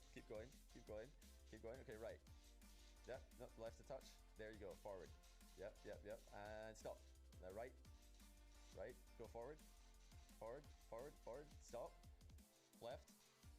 And then forward again. Yeah. Stop. And then just forward again. I think I'm getting the hang of this. The muscle memory's kicked in. The pro player. No, you're going too far. Reverse. Left. Right. Forward. Right. Yeah. Right. Yeah. Forward and right. Yeah. That's good. Oh, power slide turn. Okay. Right. No, okay. No, not too far. Left. Forward. Go in. Just a touch. Okay. Left. Perfect. Yeah, you already know. The muscle memory. No, wait. Whoa. Left. Yep. Forward. Right. Forward. It's a touch right and forward. Yep. And now left and full forward, and we're home free. Left and full forward. That's gotta be it. We brought it home, baby. Okay, we made it through all the cones. Did we do up? That's fun. Yeah. Oh, I thought we just went up. What? All right, the OCEEU boys clocked in 1 minute and 8 seconds. Happy with that. Great job. And NA has to beat that because this is winner takes all. Stacks, are you ready? As ready as I'm going to be. Hercules, are you ready? 3, 2, 1. Start the timer. Okay, turn a little to the right. Yeah, now go straight. Stop, left. No, back a little. Go more left. Yeah, right there. Left. Let's turn on Straight. the spot. Go. Really quick. Stop. It's in his right car. It's a phenomenal vehicle. Straight, right. No, back a little. Right, go, stop, left, straight, stop, Left, left, left, left, left. Stop. Straight, straight. Straight, straight. Right, stop, stop. Turn right, turn right, turn right. Right. Straight. Straight. Right, right, right. Straight. Straight, straight. Right, right. Straight. Stop. Right. Right. Right? Yeah, right. No, that's your left. Yeah, right, Straight, straight, straight. Straight, straight, straight. Straight, stop. Left. Left, left. Straight, straight, straight. Stop. Yeah. Right. We're gonna come straight. Go straight. Go straight. We did it! Does that count, viewers? Course interference. I think I 10 minutes on this break still. They're getting set up. You parallel parked at one point, and then you backed a little. Ridiculous. A recap of This is Rocket League. 1 minute 8 seconds, 1 minute and 3 seconds. NA on top, baby! We gotta win something. What a machine. What a machine. What a machine. You're gonna see Stax and Hercules face off at the World Championship against Stumpy and Cole. Best Good of luck, NA. See ya. See y'all at Worlds.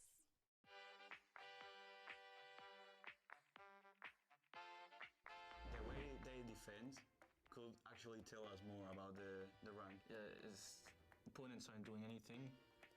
Yeah, the defense is horrible. And like someone was just waiting under him, expecting him to miss. And I feel like that wouldn't happen in most Grand Champ lobbies. Yeah, Grand Champ, I think. Yeah, I would give this Grand Champ 1 max, but probably Champ 2. I would say GC, but I think this is probably more towards Champ. Yeah, I'm gonna go with Champ 1 again. I would say Grand Champion 2. Damn. I've never seen them. Yeah, I've never seen that. At least we got close to it. I was close. I said Champ 1. Damn. It's close. I would have never guessed Diamond for like a French player. It's just not possible. Hey, double commit, but that's not a bad touch from his teammates, even though they double committed. This is SSL already. I know some players. Yeah, it is SSL. I mean, like it's gotta be, but like, is it? If this is an SSL, I know someone in the lobby. G-Comp.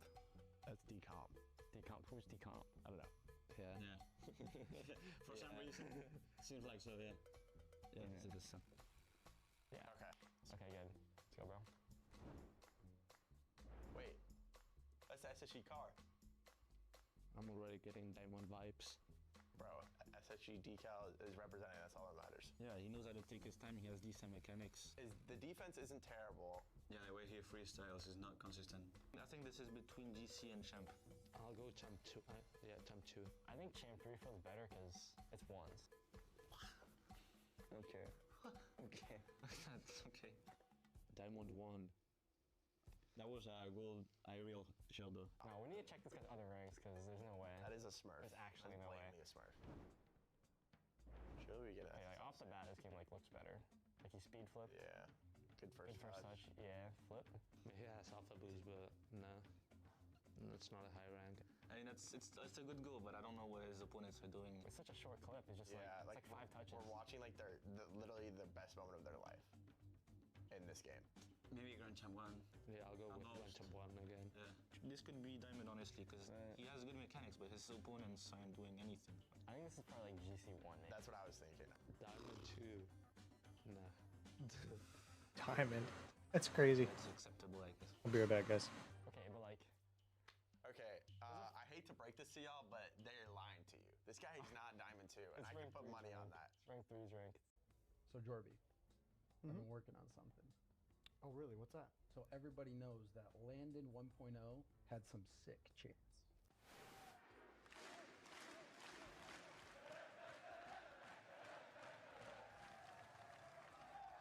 You cannot defend it! That's true. Remember Landon 2.0 though? That had the best chant of all time.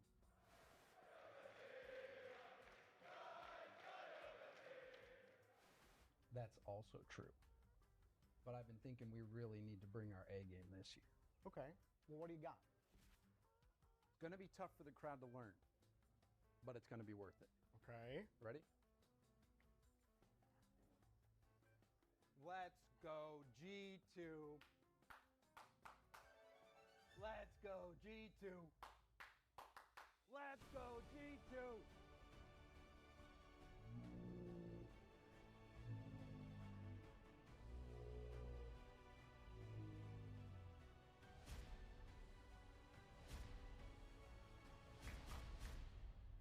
James, that's revolutionary, dude.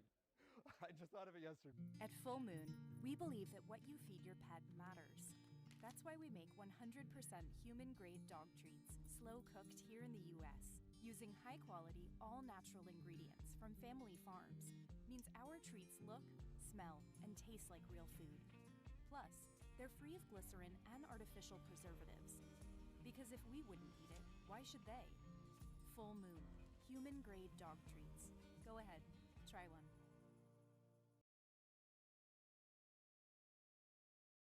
Achieve greater heights, supercharge workout sessions by harnessing the natural power of ginseng. Ginseng's positive effects on energy levels can contribute to effective workout. Rev your life. Zhongguanzhang. Okay, when you turn around, you're gonna see some more. You have a turkey and cheese. Let's imagine that LL Cool J has a bubble around him. Do we want to be I'm inside? Keith. There are some situations that young homeowners turning into their parents just can't handle. Yep, there he is. There's my nephew. Now, I got a video of him playing piano. That's not how you take a selfie. Progressive can't save you from becoming your parents, but we can save you money when you bundle home and auto with us. 3, 2, 1. We don't need a countdown. Just take the picture.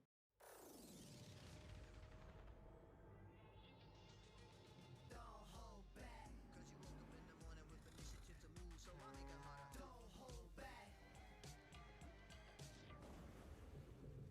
Galvanize. Trajectory and balance look good.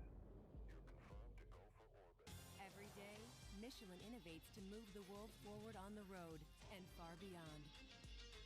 Michelin, motion for life.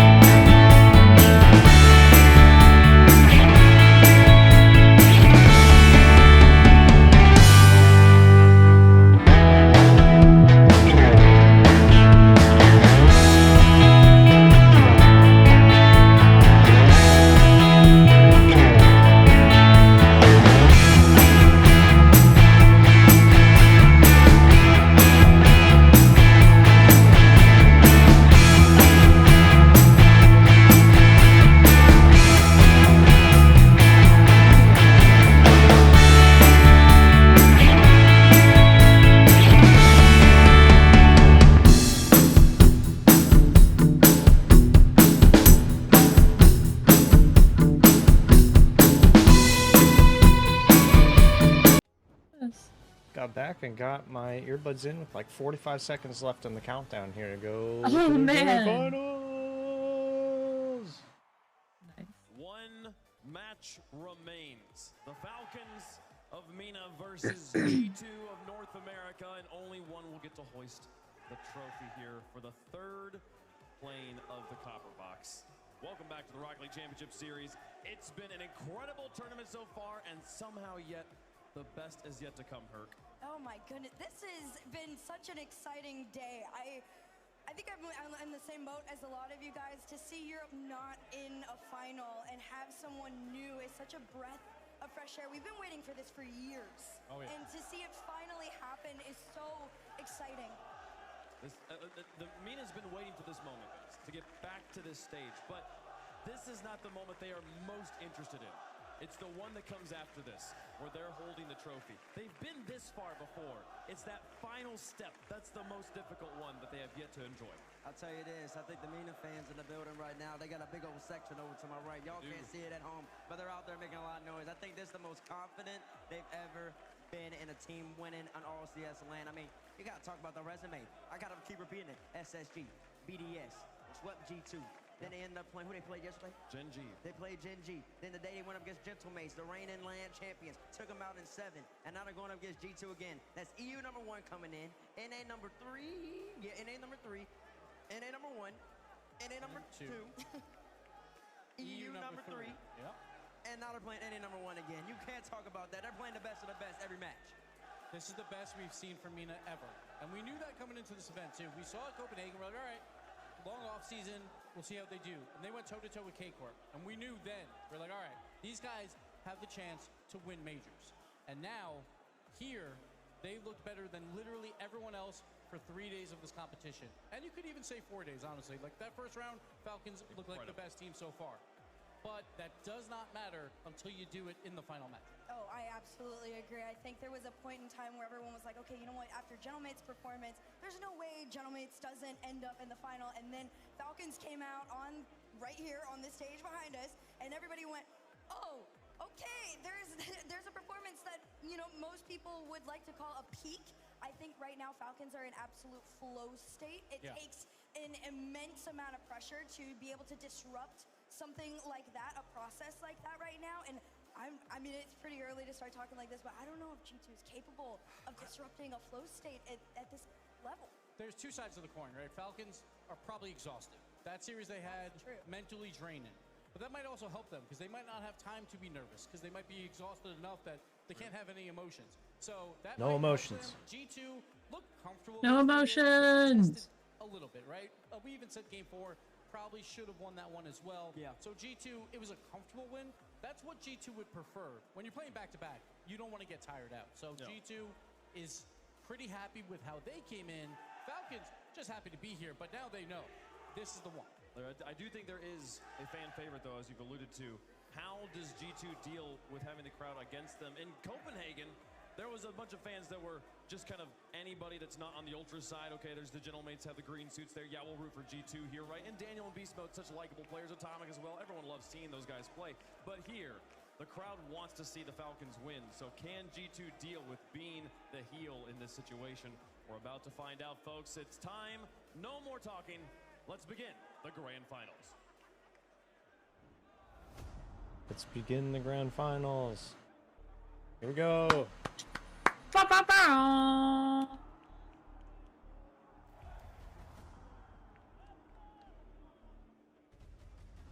Everything's led up to one match. Last finals, I wasn't used to that pressure. Beemo, reset, can he tap it down? It's on target! TRK, to killers, top order! Bang! احنا مو بس من اقوى فرق الميدل ايست، لا احنا جايين ننافس على بطولات العالم. That is a great first touch. He's had a boost, but he's left it now. TRK! Playing in front of a crowd is definitely both that I enjoy it and thrive off of. صراحة شعور مرة حلو، خصوصا انهم يدعمونك ويحفزونك عشان تعطي كل ما عندك. Tomic's there, down central. Beemo! أنا فخور بنفسي وفخور بتيمي وإنه وصلنا لهذه المرحلة. So think just be ready, be prepared, and let's give a good show for everyone. بكون فخور صراحة إذا شلت البطولة. You know, we're capable of doing anything anytime. Falcons are here. We finished it in English for everybody. Oh, nice. It's time for your Falcons are here. Bow, bow, bow, bow. Representing Mina, it's Ross, Killers, and the 3 most dangerous letters in Rocket League, TRK. They are Team Falcons.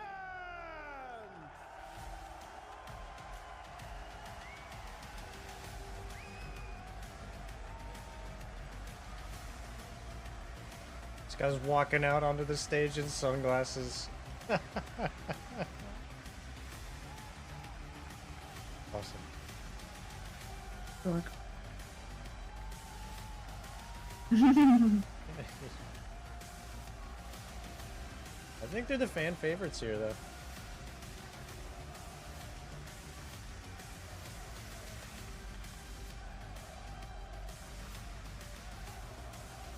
It's funny, you just saw his whole demeanor change, though. Like, he walked out, he had the sunglasses on, waving to everybody, did the little loop around, got towards his chair, pulled them off, and you can see the difference in his expression. It was like, it's game time now.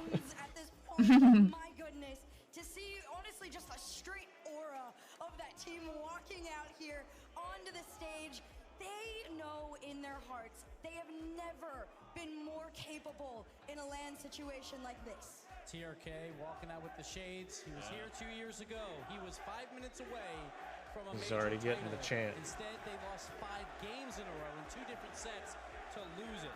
He's not going to lose it now. He's got the shades on. He's ready to go. He's excited. He knows that they belong here, and this is the They started chanting his name and he put the shades back on. Oh, man. If you've been watching Rocket League for at least the last 2 years, you know he walked through the what we call that? I forgot what we call the crowd area when they're on the ground. But he walked through, he high-fived everybody with the shades on, and that was the beginning of TRK's legacy in my eyes. And now he's back. He really loves his arena. He really loves being in London, and he really loves being in the grand finals. They talk about the ice too. TRK, Game 7. He hits that dunk on Seiko with what 15 on the clock. That's why they're here right now. He does score the overtime winner. A lot of that was because of his teammates, and he has to rely on his teammates here. The Twins have been phenomenal. Both of them in the MVP running throughout this entire tournament. Oh my goodness, I feel like you can't talk enough about the Twins. I feel like as time has gone on, their synergy has gotten even more incredible. But for now, I don't know. Wait, this is just intense. It is very intense. There has never been a major champion outside of Europe or North America. The Falcons are trying to become the first. And their opponents on the orange side, representing North America, the team of Atomic, Daniel, and G2's getting booed. Oh, no! It's really probably the North America thing. Oh. Because he said they're opponents from North America, and everybody's like, boo. Oh, okay, okay.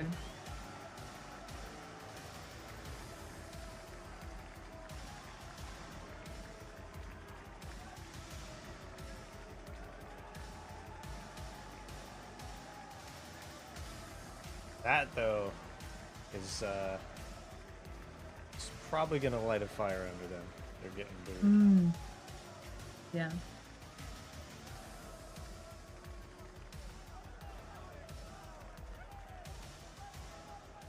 A team that only knows what grand finals feel like. G2's played in 8 tournaments so far this year. They've been in the grand finals of every single one. Daniel and Beast Mode joining Atomic on this team in the V1 merger, and it's been nothing short of performance to expectations. Lanyel, he made much better against Furia, but he's going to have to play even better against Falcons here. This is the best North America team that we have to offer.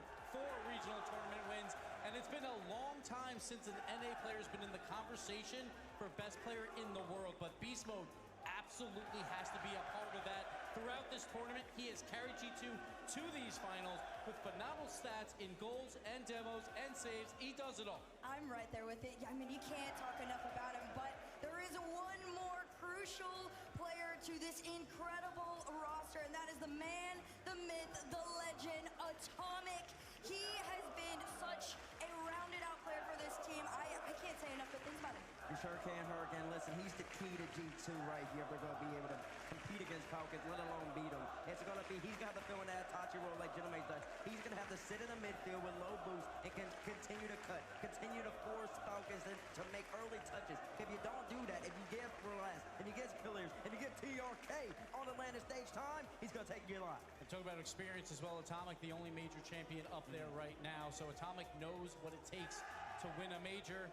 Can he do it again? They have played in every grand finals they have been eligible for this season. This is not a thing that we have ever even talked about before in Rocket League because it's never been a streak that has occurred. But the fact that they are literally one grand final away from completing the sweep on the season and being in every grand final of RLCS 2024, this feels like almost like the bigger step than the World Championship. I don't know, like it's crazy that we're even talking about it, Bates. Listen, Wave, I hear you, but I'll tell you this: it won't mean anything if they can't end up getting a W, at least one of them. And there's no guarantee they'll be in the grand final in Fort Worth, so they got to get it right here if they want to at least show that the season meant something. As we look at the head-to-head, TRK versus Beast Mode, two players that deservedly so deserve to be on your screen. And we talked about it, that the Twins have been linking up all throughout the Swiss and playoffs, but TRK, highest goal participation of any player.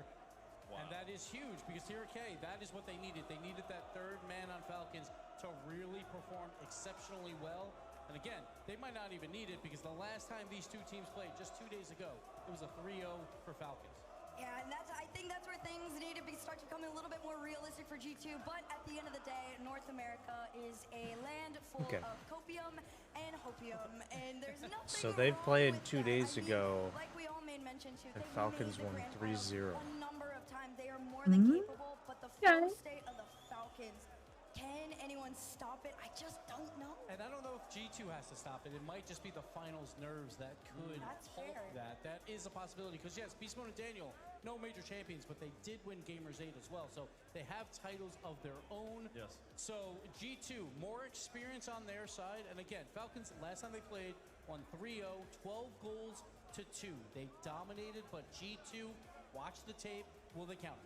Chat, let us know who you think is going to win. We'll make our picks, the final picks of the London Major on I got an NA fanboy. The honors start. Who do you got? Oh, yeah. Okay, I have gone have to. forth on this what feels like a million times. I'm literally going back. Hey, they announced that FIFA's like getting involved in Rocket League and they're going to do national teams. Really? Yeah. Interesting. Yeah.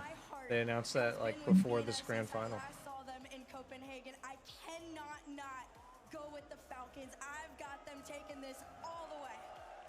Yep. I'm going with the best team in the world right now.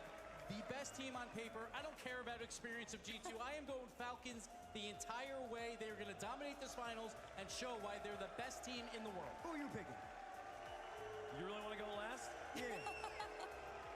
Bates, there's only one team that is, I agree with everything Gibbs just said. I agree with everything Herc said so far. The flow state is immaculate. I would love to believe in North America right now, but it's got to be the Falcons right now. All right, let's hear it, T-Bates.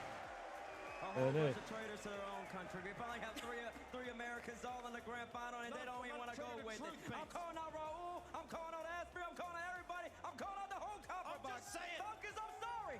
I'm sorry over there. G2's going to take it from you in 7 on Champions Field. I'm playing the enemy round. G2's going to take it home. He's outrageous. I know what you're going to say, but show me anyways. They're going with the Falcons. You can tell just by listening to it. I don't actually know where the coin's at right now. The coin's been having it's been doing 50-50s, but we'll see. Does it believe that Mina will have its first title, or does it believe that G2's finally taking one home? I love it. Let's find out. I love it. It's going with the Falcons. I love it. I love it. I love it. I love it. All the energy, Bates. All NA, baby. Listen, when we come back to Fort Worth, we're coming back with a London victory. We come back with a trophy with us, too. I'm just letting y'all know. Everybody's going to go Falcons. Chad's going to go Falcons. But listen, it's going to be another Bates never wrong situation. This is it, folks. The grand finals of the London Major. The story of Landon 3.0 will be one of history. Maybe. Of our most internationally Oh. diverse Final Four. And of heroes recognized on Champions Field. And we've waited long enough. Now it's time to write the final chapter. The main characters of this main event have proved themselves to be the undisputed #1 in their respective regions. The resilient Falcons will not be denied their rightful glory, but the kings of North America look to ascend from beast mode Yeah. to God G2 is getting booed. Legends will be made as we close the book on this epic tale. For the G2 I don't think there are many people there that want a North American team to win. But this would be the first time that a team outside of North America or Europe has won a major. So, like, if the Falcons do win, it's kind of like, it's a historical thing. Mm-hmm. I got you. It's TRK here to finish the job that he started in Landon 2.0. On that occasion, a bracket reset separated Team Falcons of victory. Now it's G2 Stride in their way, here to play spoiler all the way from North America. When we look at the opponents they faced to get here, Team Falcons played a nail-biting Game 7 overtime victory over Gentlemen, our previous major champions over in Copenhagen. G2 Stride, however, went up against a surging Furia. A different beast entirely, dispatched them quicker, but which one will be the better warm-up? G2, I think, will be happy that it's a best of 7 after in the Swiss, it was disastrous against Team Falcons. Outscored by 2 goals to 12, dominated 3-0. Wow, they got dominated. G2 had to take the slightly longer path, but it doesn't matter how In that 3-0 they played the other day, Falcons scored 12 goals to G2's 2. Oh, wow. season stuff. When those demos rain in, supremely difficult to defend against, but so far, Falcons surviving and sending it to the side. It's also not just those demos that they end up imparting on their opposition. It's the fact they've always got a player who can follow up. It's the conveyor belt attack. And early on, that's a great shot coming in from Atomic, cleared out by the defender. Now Atomic getting hurried away. I'm taking that early chance. Midfield, pass down and ball control straight back towards G2. Who, I'm going to be honest, did not get the warmest reception here in the cover box. No, it was harsh. They were boos. I think that's a little bit mean to poor old G2. What have they ever done to you guys? They've been American, that's the issue. Well, you say that. They are all American. It'll be the first time we've had an all-USA major, the world's winning team, if they could do it. There's always been a cheeky Canadian in there or a couple of cheeky Brits. Oh, that's an interesting thing too. What? This G2 roster, if they're the first North American team that is all actually American to like make it this far. Oh, wow.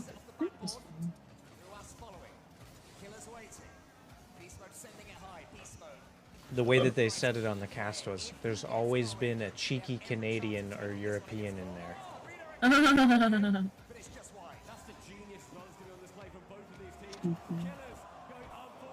Cheeky Keen, Jelly Bean. Yeah. Peachy Keen. Cheeky Peen. So childish. Always.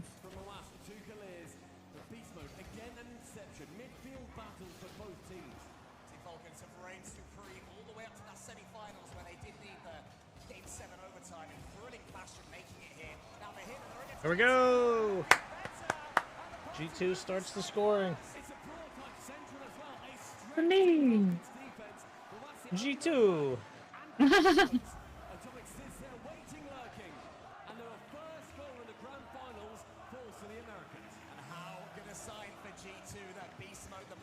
Oh, give me 2, baby. Oh, what a save.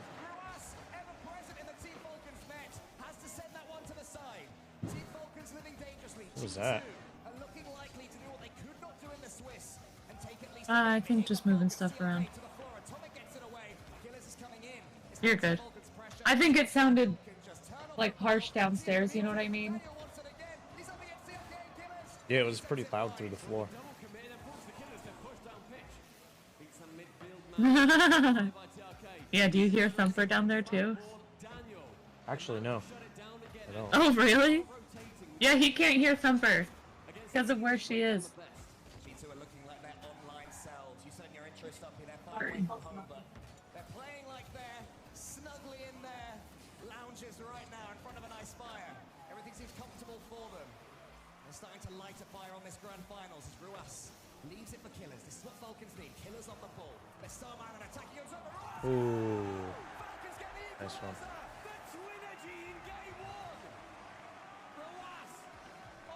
Oh, he's so proud of himself for saying that. Falcons scored, and this guy goes, "The Twinergy in game 1." Get out. Oh my gosh. That is hilarious. He's so proud of himself. Yes. G2 have to get it forward, living slightly dangerously here, but they have the ball. The team Falcons half.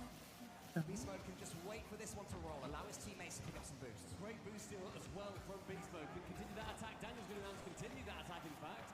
Beast Mode now backboard. Nice one. Too much further. Thank you. Continued offensive push, all from that single boost grab. Ruas to the center, TRK is there. TRK almost gets it on target. Daniel attacking defensively. And the ball as quickly as he can, and here he is again, trying to complete what he started earlier. Ruas into the center, 30 seconds left now. That's a goal. Bummer. It's the goal.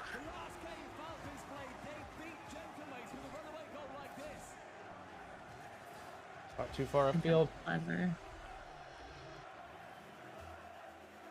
Three very important letters for the Falcons, and a potential dying blow for G2 in the first game. And here comes Daniel though. He's got Atomic to his side. Ruas can only put it as far as Beast Mode. Beast Mode's challenge in the center. G2 playing at 100 miles per hour now. They have to. And that one's in the center. Killers could kill this first game. So in comes Daniel. Beast Mode pre-jumping. Wants to get a touch of this one.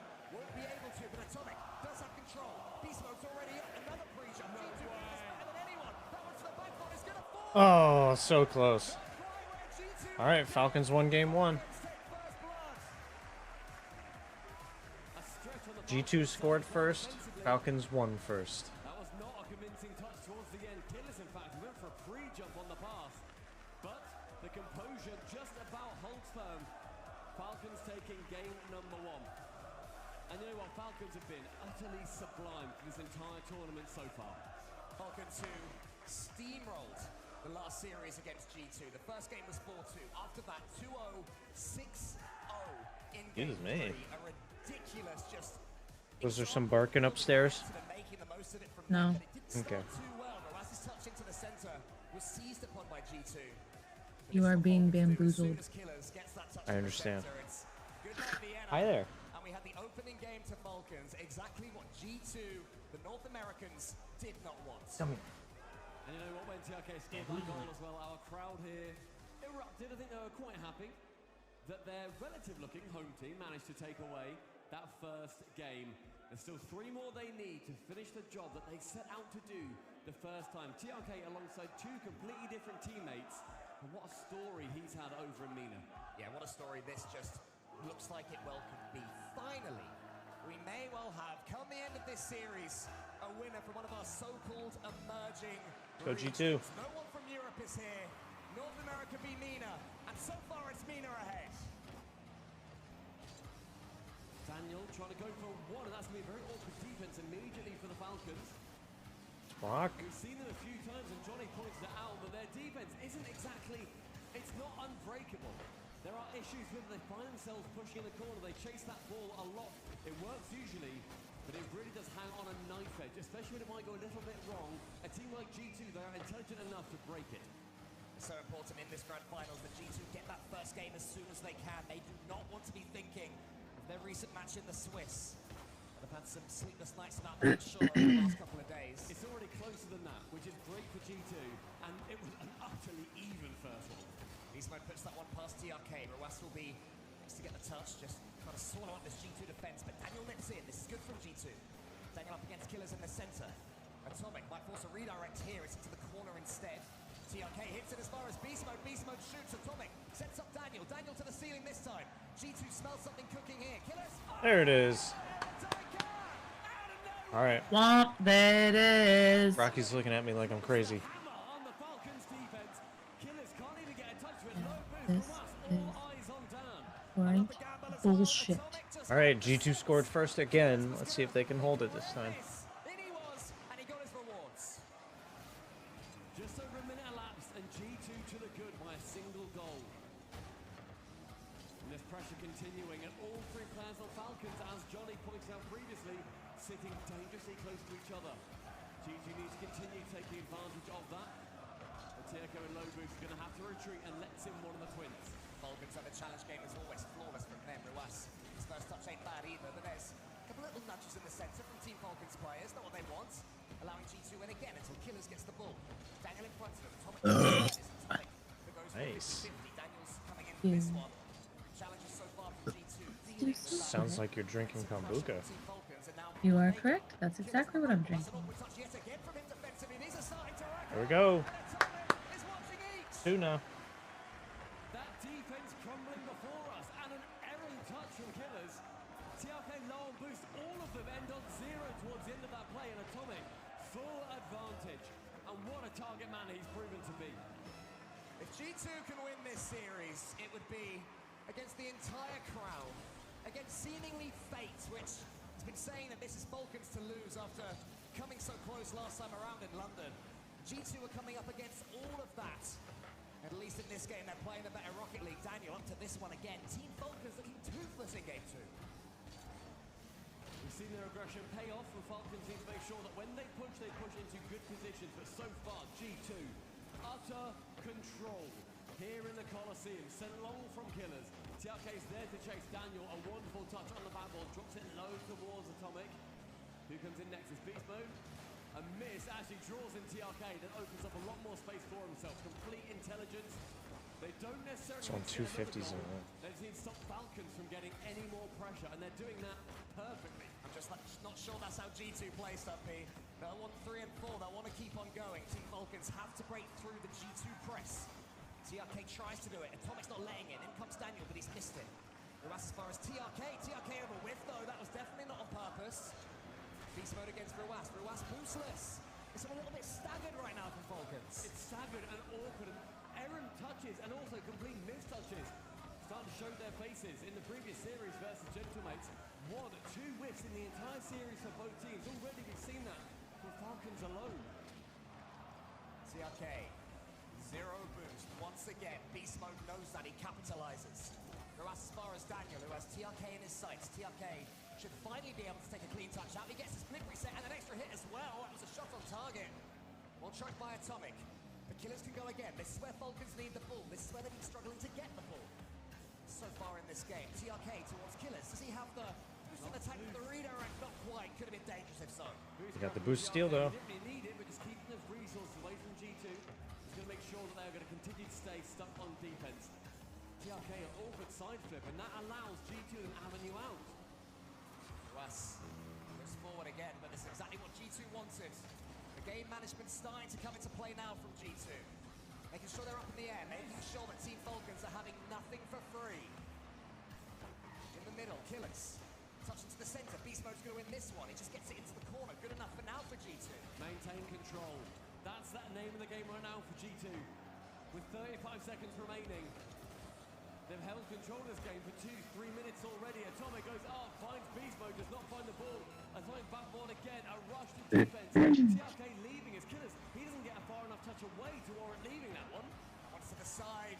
G2 just not allowing Team Falcons out. One more clearance from Ruas. It's all they can muster, Team Falcons. This one's slipping away from them. G2 are on the cusp of winning their first game in Team versus Team Falcons in 5 attempts. A few more seconds. G2 are just seizing control of everything. They have the resources. They have the mechanics in this game. And as soon as this ball touches the ground, There we go. G2 won the first game. Yeah. They broke that streak. They got swept last time, so this is a good sign.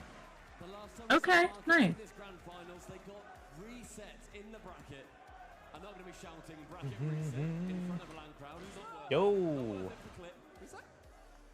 Learning how to stall. That individual game, but Falcons, they lost 4-3. Stalling is not easy. And then troubling 4-0. Did not get a single game in that second run round. This guy's gonna turn into a freestyler. Right now, Atomic, clearly standout performance. And that's what you want to see as far as G2 esports are concerned. We know that Beast Mode is capable of these massive performances, these massive step-ups. But for me, it was the experience of Atomic there. He just seems to have this sense of when an opponent is going to make a mistake. I feel like that's one of those things that comes together pretty quickly once you start to practice it a little bit more.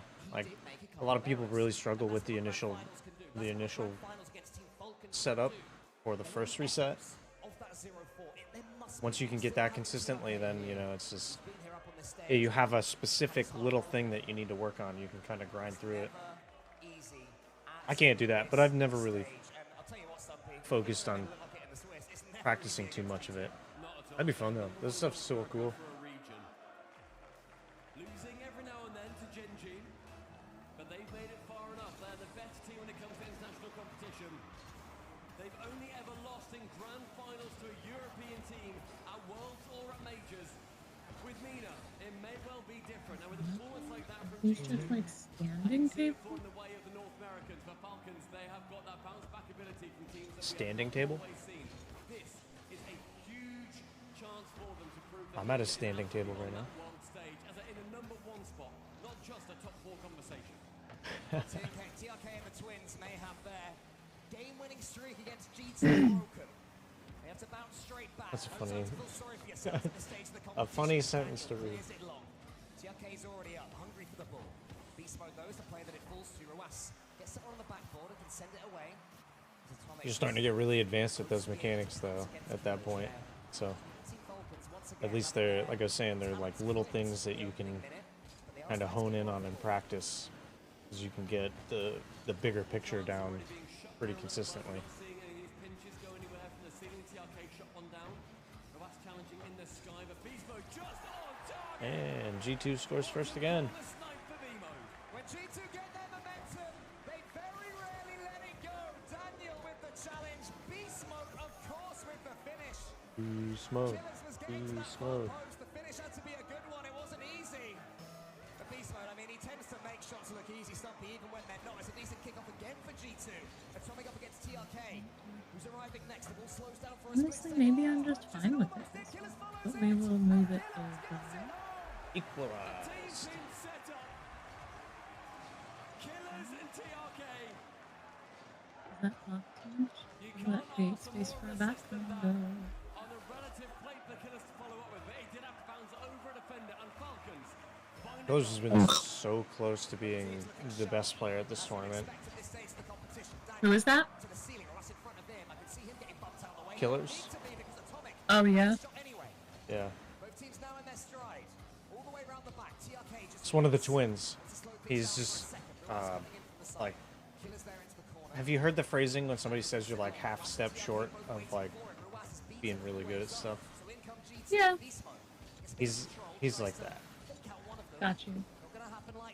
He's like there every he's done like the craziest stuff all tournament and everything hits the post. Like he just can't get it to go in. Got you, yeah. He's so close to being the best player here pretty consistently. Yeah. Who does Abjack play for? Abjack plays for Gen G.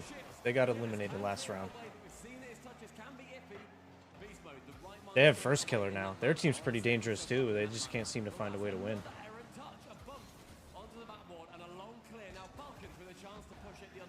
It's actually clean defending up to that moment from Falcons. They had no boost. They had to time their dives into the side. There was one double commit, which almost allowed G2 in. And I'll tell you what, when you're up against the G2 attack in full pomp, you allow 1 or 2 double commits.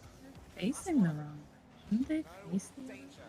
So. Until TRK can send it long. Ruas here has chance to redirect to the backboard. Killer's already up. He's going to have to go to the ceiling on the backboard at the very least. Ruas now is still a little bit angular from Team Falcons. Yeah, coming in with a perfect setup. The second man coming in for a slightly awkward angle, unable to clear anything away from it, at least towards the correct target. Killers trying to set up again, and we're seeing that conveyor belt really start to emerge. Beast Mode has to intercept. Good read. Daniel goes forward. It could be a chance for a solo player. Bob helps him out along the way. Killers gets the catch. Now it's Daniel again. Not leaving the play. Keeping it going. Atomic's turn. Beast Mode in front of him. Beast Mode's got this angle if he wants it. Not quite now. That's 2 committed, and Daniel at the back on his own. More than enough time. Falcons could not push their way out of defense. There's a big power slide he made to get to that. And they're great clear. Romance attempting backboard. Both players for G2 finding themselves stuck up there for a moment. Falcons have steadied the ship for a little bit. Killers over the top, beats Daniel. Yeah, Abjack is a really cool guy. That is a little piece of magic when G2 are defending. He's great for the community and professional players in general. Yeah. Yep.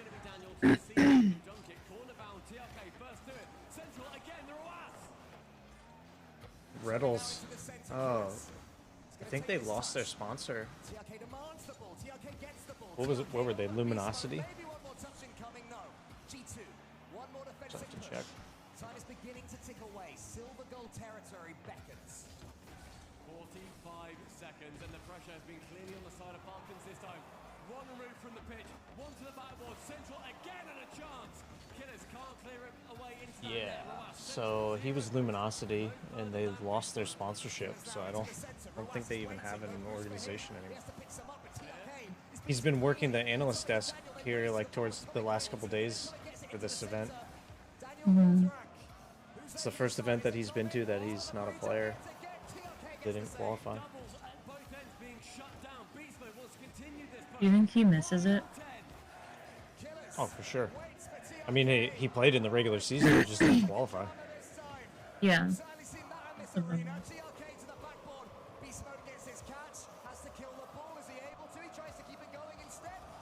0-second goal for G2. Oh. Laniel. Laniel. G2's scary. You cannot let them have the ball in the air at 0 seconds.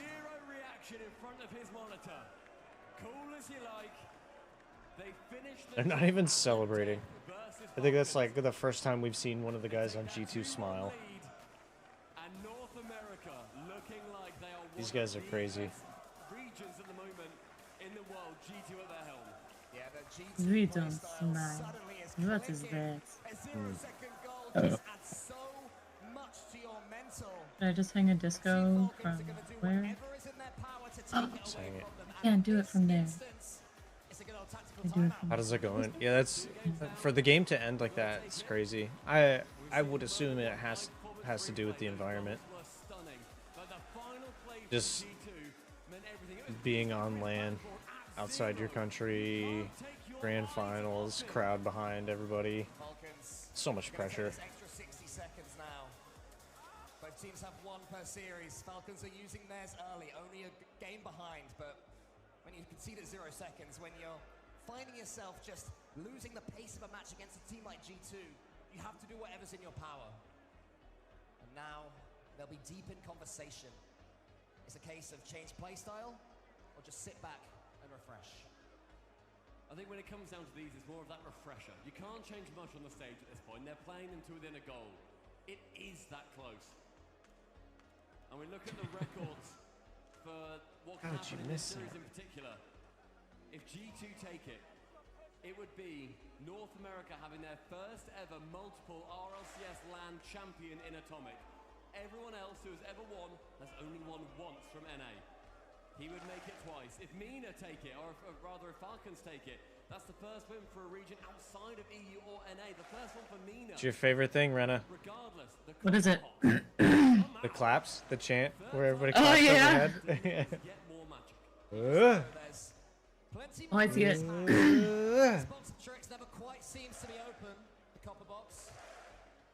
And Team Falcons, they'll be trying to squeeze. You gotta be careful in the stadium there, though. You don't want to hit everybody else in the head. They all put their arms out front instead of to the side. Yeah, smart. Another region-toppling performance. We head to the Coliseum, Stumpy. G2 2-1 to the good. Safi, one of the greatest coaches in this game for a reason. Gonna keep his boys on the true and narrow. Over on the Falcons side, TRK has been in this exciting seat. The other crazy thing for me to think about is, like, I understand that coaches don't even need to play the game, but like G2, their coach was like a mediocre pro. He really didn't do any. Like he He played and he made it to the level, but is like, you know his name because of coaching, not because of playing. Oh, okay, I got you. Gets it as far as Killers. Just lost well towards Ruas. Falcons trying to get something going, but they're struggling to really get continuous attacks. This first 45 has seen that aggression from G2 continuing. Killers leaving that one, let Ruas in instead. TRK is up to try and clear it onto that backboard. No way past Daniel though, who again gets it round towards the midfield. Air dribble. Killers actually going for the bumper. TRK doesn't either trust it or doesn't know that was going to happen. TRK had her foregoing on the ball. That's the first, of course, the first touch there, but Oh, did it gave well. that away. To give himself something clean. I like that if you're a G2 fan, at least. Still trying to force the issue, still trying to make those statements against G2. TRK, Ruas behind him. The pass is good, but there's no boost. All he can do is pump it forwards and hope there's a big striker up top to nod it home. Not on this occasion. And Daniel can flip reset away. That composure I want from Falcons. It comes down to just, I think, relatively routine touches, but with the pace of this game, they come at you in 0.1 seconds, and you're asking a lot, but if you want to win a major, you've got to do a lot. Daniel forwards, TRK just tackles him so quickly though. Ruas is waiting, hoping to come in, but Beast Mode just charges down against him. Killers up against Beast Mode yet again. Beast Mode did so much there with so little boost, allowing Atomic in. G2 suddenly put on the afterburners. Beast Mode coming in, sideways, wants to find Daniel, isn't quite able to on that This one's occasion. crazy. It doesn't matter because there's Beast Mode. Atomic will have a turn. It's one G2 attack after another right now. Team Falcons, all they can do is defend. He's bumping, he's grinding, he's stealing boost, he's going off the ceiling. Yeah. Bumping all the uglies.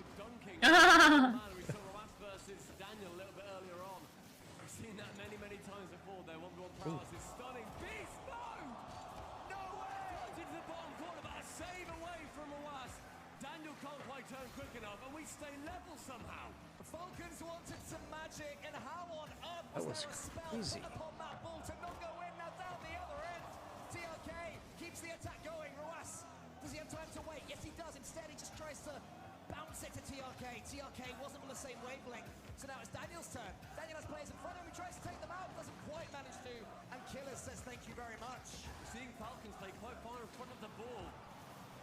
Ruas playing so far in front of the ball, he can remove Daniel towards his own goal. He's trying to get physical and get these guys out of the game.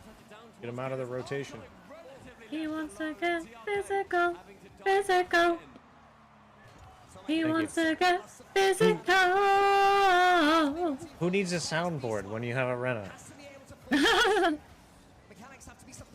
Nothing. I don't need to make clips of sounds or anything. Touch every time Falcons come forwards. G2 find a way to slow them right down, get an attack of their own, but don't quite get the angle. Ruas, they're deciding just to stay set on his own goal line. It works out that time, but I do not back it every time. Minute 20, onto the ceiling, Beast Mode intercepts. His reads have been incredible. Ruas here, wants to go over the top of G2, gets past them instead.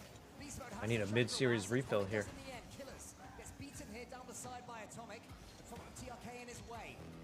Get out of my way, he says. Can't quite manage to do TRK this time.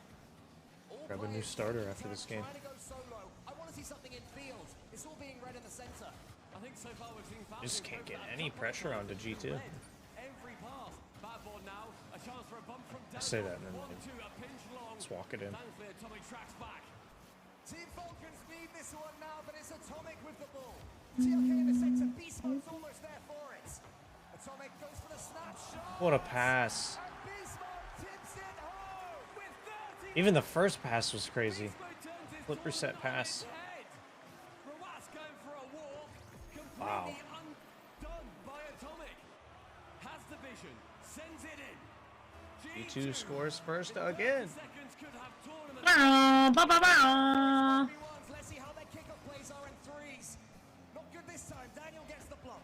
TRK, Killers to his side. Falcons need something and they need it now. They've used their tactical timeout. The series is getting away Nice from them pass. unless they can change that now. Daniel backboard. Oh, but that can't go there. 6 seconds. Atomic sends it on. Any distance they can get is great. 6, 5, 4, 3, 2, 1. Alright, G2's got 3 games. G2 We're almost there. I'm stepping away. I need a refill. See you in real life. Is will not be spending their time out in this moment. doing work. Championship point for the North Americans who have hopped the pond to snatch the trophy away from anybody who dares stand in their way. The greatest, potentially, all-US squad to ever do it. It is. Unlocking it in. This is the best US squad we have Hey, ever seen. what's up to R7BK? What's up, I sent them R7BK? puppy pictures for Discord. Oh yeah. Yeah, you checked those out, right? I thought so. Aw. I always look at puppy pictures. The mental game. I was going to go for the cider, but yeah, the mental game as well. No, nice. I looked at you and sort of shrugged like, the mental game? I beg to differ. Is that what you meant? Tell you what, let's assume I meant that and carry on talking about that. I said I beg to differ. Your mental at this point is going to need you to stay firm, you need to stay strong, because if you're on championship point, you think, okay, we have a buffer. They have a 3-game buffer before they lose it. 2 to take us to 7. I hear They need you. to make sure I'm being that they silly. don't tilt from here. They have won domestically multiple times. They've got to grand finals. They could never cross the line. Yeah, I got you. And against the Falcons, they may well be able to shock all of their non-believers and take home the trophy. There is some hope in the air still for Team Cool. Falcons. So I think I can expand this a little bit. Last time we had a Game 7 in Let this be the walkway here. and the land before that, we all know what happened there. Game 7 just seems to... Okay, see you in Discord. Atomic drops the nuclear bomb. Falcons' hopes potentially shattered. Oh, I missed a goal. Oh no. G2 continue to push. Falcons continue to have no answer. The kick G2 scored in the first 20 seconds. G2 stride yet again. Ruas pulls it towards Beast Mode. TRK is there. Here's Killers. Yeah. Beast Mode can sense the trophy's almost theirs. It's so close now. Daniel tones it down. Killers there in the center. TRK tries to take out Atomic. Can't quite do it. Wouldn't have mattered anyway because Beast Mode was there. Beast Mode 1v3. He's scored these so many times so far. He's crazy. It takes 2 to stop him on that chance. Atomic now into the sky. Forward to boost. Can't clear it around the side of Roas. Instead, Beast Mode comes back in for a second bite. No touchdown. And everybody on Falcons stretching. Ruas now gets it forwards. Team Falcons doing their best. Beast Mode tees up TRK. And there's Ruas. It's Oh, what a save. yet again. Still can't force it home. Wow. Thriller on the goal line. Minute 10 elapsed. Killers now. Chance to get it around the side of Atomic is not able to. Daniel right wing on the wall. Bumped away from it. Still makes contact somehow. Now Roas versus the back two. Killers trying to rotate. Doesn't quite know when to come in. It's a little bit awkward, but G2 stay firm. TRK is up there. The Beast Mode beats him to it. Ruas gets a touch to the side. Can he follow it up? Not on this occasion. But Atomic misses on purpose to tee up Daniel. Killers gets it to the side. Team Falcons, though, they need this ball in orange territory. Just over 3 minutes in G2 with this 1-goal lead. Bumped it off here. Roas. That's open at the back. Freebie for Daniel. So close now to the finish line. Edge, huge bump. Get out my way. Wow. Ruas says Beast Mode. Daniel has the open net. And even the open net is not enough to stop G2. Beast Mode hits them with the left, right. Good night. Yeah. And we're still over that 3-minute mark, and Falcons' chances slipped by with Even the second. open net G2 isn't got enough their to stop 2-goal them. lead earlier on. They scored at We all know how hard it is to hit the open net. Yet the casters still remind us every time. For G2. Now in the best of 7, now in the grand final, where heroes are made. They are donning their capes and taking it for themselves. Beast Mode, he got locked here. Oh, here he goes again, man. Jeez. This guy's just nuts. Approaching that half-time mark. Right-hand side, he has boost stolen from underneath him by Beast Mode. Opportunity for Killers to get it central. TRK waits, turns. He's gotta be the most frustrating player in the world to play against. Yeah. He's just always there, always doing stuff, but like normally the people that play like that are like they play that type of style because they're not quite mechanically good as everybody else. Okay. And like you know, you can kind of open up the game for the guys that are. But he's like just as mechanically good, and he does those mechanical plays in the annoying plays, which just, like, I know everybody talks about Daniel and Atomic for like how good mechanically they are, but they don't have to set up the play. Like, it's already there. It's basically a freebie goal by the time they get the ball. Yeah. Trying to get ahead of beast mode. Beast mode is just too quick. 100-meter sprinter there on the pitch. TRK, Atomic in front of him. The touch is heavy though. Everything is looking heavy for Team Falcons. Two still needed for Falcons to try and bring this back just to a chance for them in game number 6. But Beastmode on a solo mission to keep them down. A slow bounce towards the goal line. TRK has composure. No boost for Falcons. How do they get this one away? How do they answer this question? How do they solve this puzzle? Ruas maybe gets a piece. Daniel over the top. No, not quite. Daniel, another block. G2 now the finish line in sight. It's shot down. Beast mode again. A double. Guy's crazy. Landon is totally getting the MVP at Landon. They're up 3-0. Minute left. Dang. Yeah. They gotta really blow this and not win it here. Beast mode has been That's ridiculous this entire event. G2 are loving this. It's turning into a victory lap. Cold play after cold play from him. He'll keep on going. G2 will keep on pressing till the end. Team Falcons won't get anything easy. No defenders to come up against. Killers goes to the side. Team Falcons need something. Something, anything to bring them to that game 6. Send long from Ruas. Who's there? Atomic first. Ruas into the center. Killers wants this. There's a miss. It's that. Oh, that hurts real bad if you're Falcons. G2's defense, couple of post bounces, shooting wide. Falcons unable to get anything. Oh, there's another one. Almost. No, it's going to be saved. 10 seconds left. No, it's probably not. 10 seconds. It's not possible. Here it is. Even the dogs are celebrating. Even the dogs is excited. G2 wins. Bow, Pretty bow, bow, easy. bow. Daniel.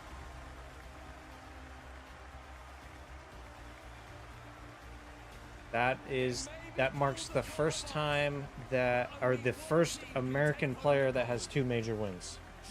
Wow, that's impressive. Yep.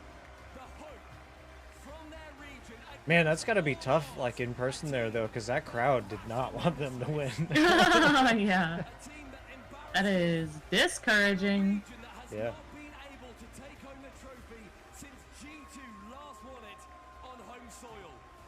They crossed the pond and they've crossed London off their list. G2, need we say any more? Let's see if they know how to pick up a trophy.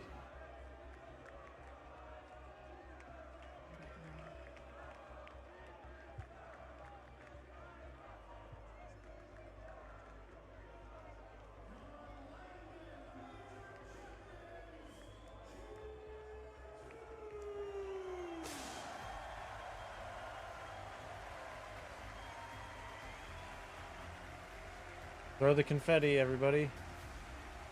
Yeah, confetti. Yeah.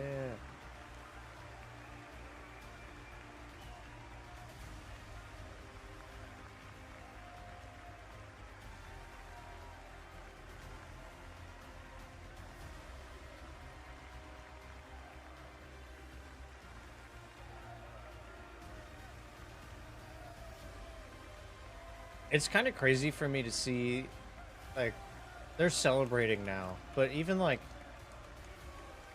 Daniel's, like, barely smiling. He's, like, 16 years old, and he's just won so much that, like, it's not even exciting to him anymore.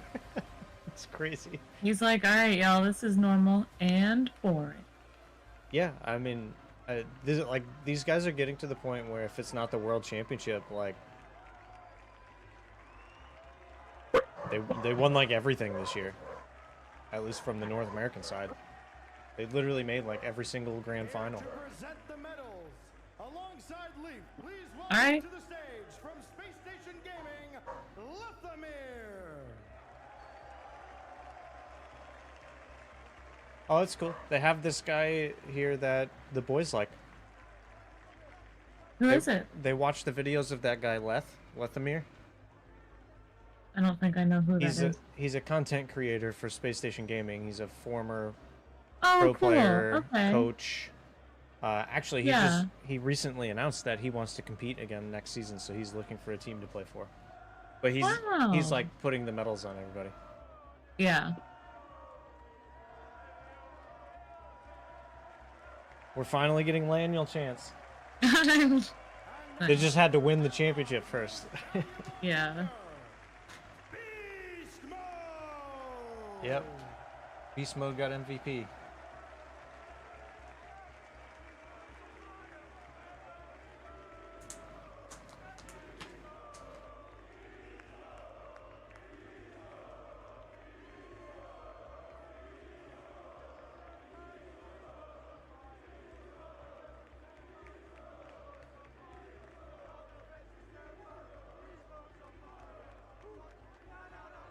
I don't think you guys should stop now.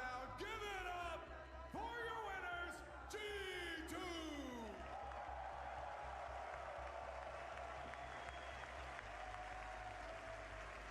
This guy comes down for a treat. He gets his treat, and now he's searching around all over under my desk in case I dropped anything else. What else you got for me, Dad? Stinky shoes and a treadmill. A sweaty mouse pad that I use when I walk on the treadmill. Walk me through the emotions you felt through that series and what you're feeling right now at this moment, because you looked shocked. I was pretty nervous heading into that series because they destroyed us last time. But I was also confident just because my team is amazing.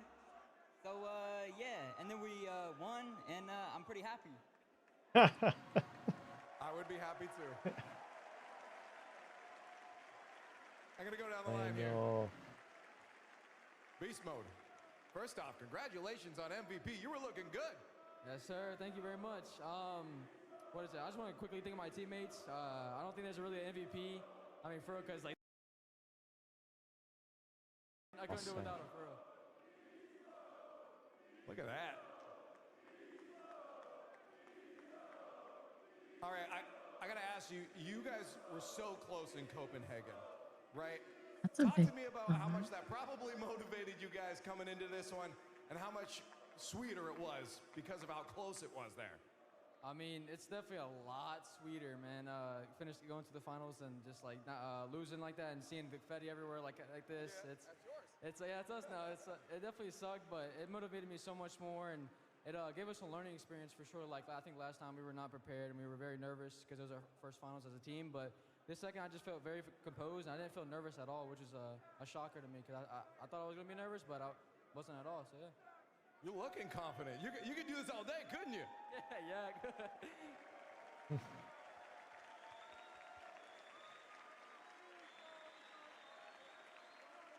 All right, Atomic. There's a couple things we got to go over here. First off, you guys just became the first true All-USA team to win. How does that feel with that on your back?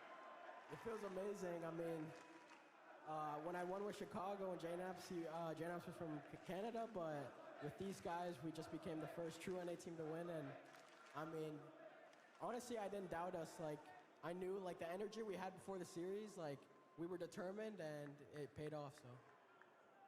It definitely did pay off. And for yourself here, I believe the first two-time North American LAN winner in it yourself. Were you aware of this?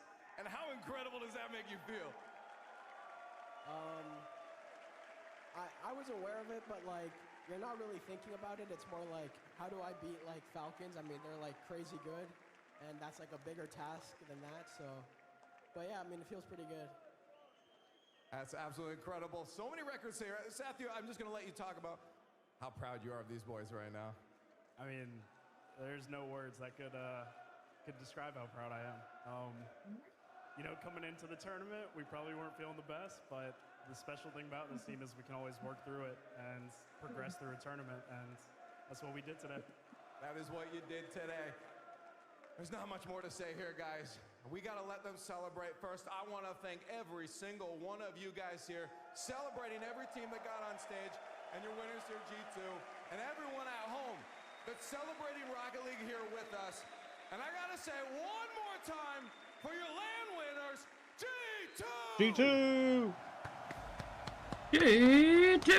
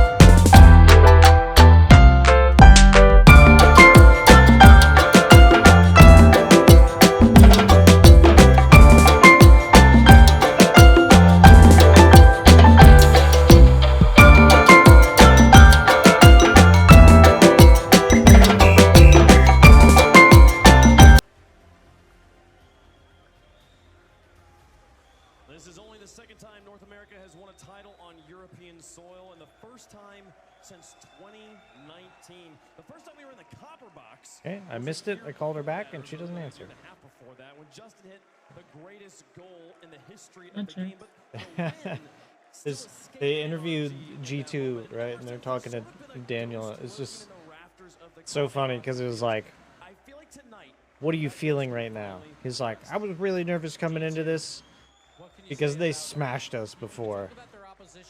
And then we won, and now I'm happy. It's like, okay, cool. Cool story, bro. That's a 16-year-old boy putting his emotions to words there. Where they lost there, they got that experience to use it here to catapult them to the best in the world. Best in the world indeed, no questions about that. All of them were answered. A couple of doubters around the world, a couple of doubters even in their own region, but they got the job done right here, and it was comfortable. It was comfortable against Furia. Furia ended up bringing them the 6, but felt like G2 was kind of tossing, especially in Game 4. And in this series, Y'all are having a good time today. I mean, they just been dominating everybody, but it feels like G2, they had the answers. Those are the review. It was the film study, and honestly, it was because they played one time before, and G2 got slapped so bad. I think that woke them up, and I think that's why they're coming out as LANDON 3.0 champions, Hurt. I could not agree more. I think, you know, a lot of the times I kept referring to Falcons being in this flow state. G2 has been in a Fun tag. since the You're beginning it. of the season, and I feel like it has just become such a normalcy for them to perform at that level. And I think, like you guys made mention to in Copenhagen, having that experience, and then coming into this, we heard Beast Mode say it, they hadn't felt more comfortable. They could have done it all day. They could have gone again and repeated it time and time over and over. I feel like it's almost like there's a way that when I think about a flow state, there's a little bit of like you find yourself in it, right? You're doing a thing and you suddenly realize like, oh, I've achieved this ability where I'm able to suddenly play the game better than I thought I would. And there's a little bit of like you lose some agency there, and I feel like it's almost doesn't speak well of how incredible, how monumental what G2 is doing here is to call it a flow state because of how much effort it takes every day for an entire year to wake up and make it to a grand finals every single event. I absolutely agree. I think when it comes to a team like G2, you actually can't call it flow state anymore. It is just consistency. They are that good of a team. They have a plan that works against whoever shows up against them. And my goodness, I mean, I'm sorry for rooting against you. You were rooting against him? Well, okay, I do have to say, I talked to Gibbs during the match, and there was this one funny story, and I don't know if the guy is still in the building. There was a little mini meet and greet I was having earlier, and this guy comes up to me and he goes, Herc, who do you have winning the finals? And we the didn't most get anything. confident, just out-of-pocket thing I had said, I was like, oh, G2 are winning 4-1. And then it happened, and I looked at Gibbs, and I was like, my goodness, what have I done? You doubted yourself. You can't doubt G2. But the hunger of G2, I really think that's what it is. that Copenhagen major final, like Beast Mode said, there's no worse feeling than you see confetti falling down and the other team hoisting the trophy right in front of you, like 3 feet in front of you. Beast Mode took that to heart. Now, obviously, we know their practice regimen. They practice harder probably than anyone, and it really showed here throughout this tournament. Every single time they went up against an opponent, the opponent looked at their worst, except for that one Swiss match versus Falcons. But that's what G2 does. They game plan for their opponents, make them look terrible. Yeah, it was. Speaking of, we can talk about the Falcons a little bit here because the match we saw from them earlier still. Gibbs, I mean, where does that rank in terms of best matches of Rocket? It's kind of funny. I knew that his birthday was today, but like, I didn't make the distinction that like, it was today, like that they would be celebrating, I guess. Just kind of a misplay on defense. It's a play he Can normally I just remove one? Yeah. And it was a short series too, but it's just because there's so many emotions going around. But it just felt like they never could get on the right page for the Falcons. Right here. Somebody needs to challenge Beast Mode. He carried it all the way from his own backboard, basically into the Falcons' lower third. When that happens, when you give a player like that much time, Oh yeah, I got you. Asking to be put in trouble. And in this game, it was just I honestly just wanted to say bye, like, exaggerate. Kept going. And bye-bye. that Falcons ever got comfortable. Bye-bye now. And that's good G2, but also all right. you want to see Falcons, you want to see them playing. Beast Mode's insane. See a lot of these highlights. Roas, 0 boost. He had 0 boost most of this time, and when we talk about the Falcons, it's all about speed, it's all about pace. You can't have pace if you don't have boost. Yeah. So G2 was doing a great job trying to... So this was a really good sign going into the World Championship, though, because G2 has been so good that they really haven't had much of a challenge. And they lost the last major. They lost to these guys earlier this week, like got destroyed. And it was enough motivation for them to like pretty quickly make adaptations. So that's like a pretty good sign. Yeah, this good. G2 team is not messing around, and honestly, they're playing some of the best rocket we've ever seen, and we're enjoying it very much. Let's roof it up. And you got to talk about experience again. Like, if that's G2 on the other side, maybe they can flip that. But the Falcons, obviously, TRK's been here before, but that was 2 years ago. The Twins, this is their first time in a final, so it's very hard to bounce back from that. I also, Herc, you mentioned you predicted G2 winning 4-1 there, and I think they've lost 4-1 in finals so many times. It's got to feel good to them to finally be on the winning side of a 4-1 scoreline. I feel for them. I mean, I got to talk to Sathu, you know, leading throughout the whole season. After moving to Dallas and hearing so many stories from so many players about, you know, what the behind the scenes look like, the motivation and the work ethic to escape that 1-4 loss was just so heavy. I could not be prouder and happier for them. They look amazing. They sit on top of the leaderboard here, having secured 40 points. You can see kind of where everybody else landed at the end of Copenhagen, or London Majors. That was a while ago. Here we are, folks. An incredible finish.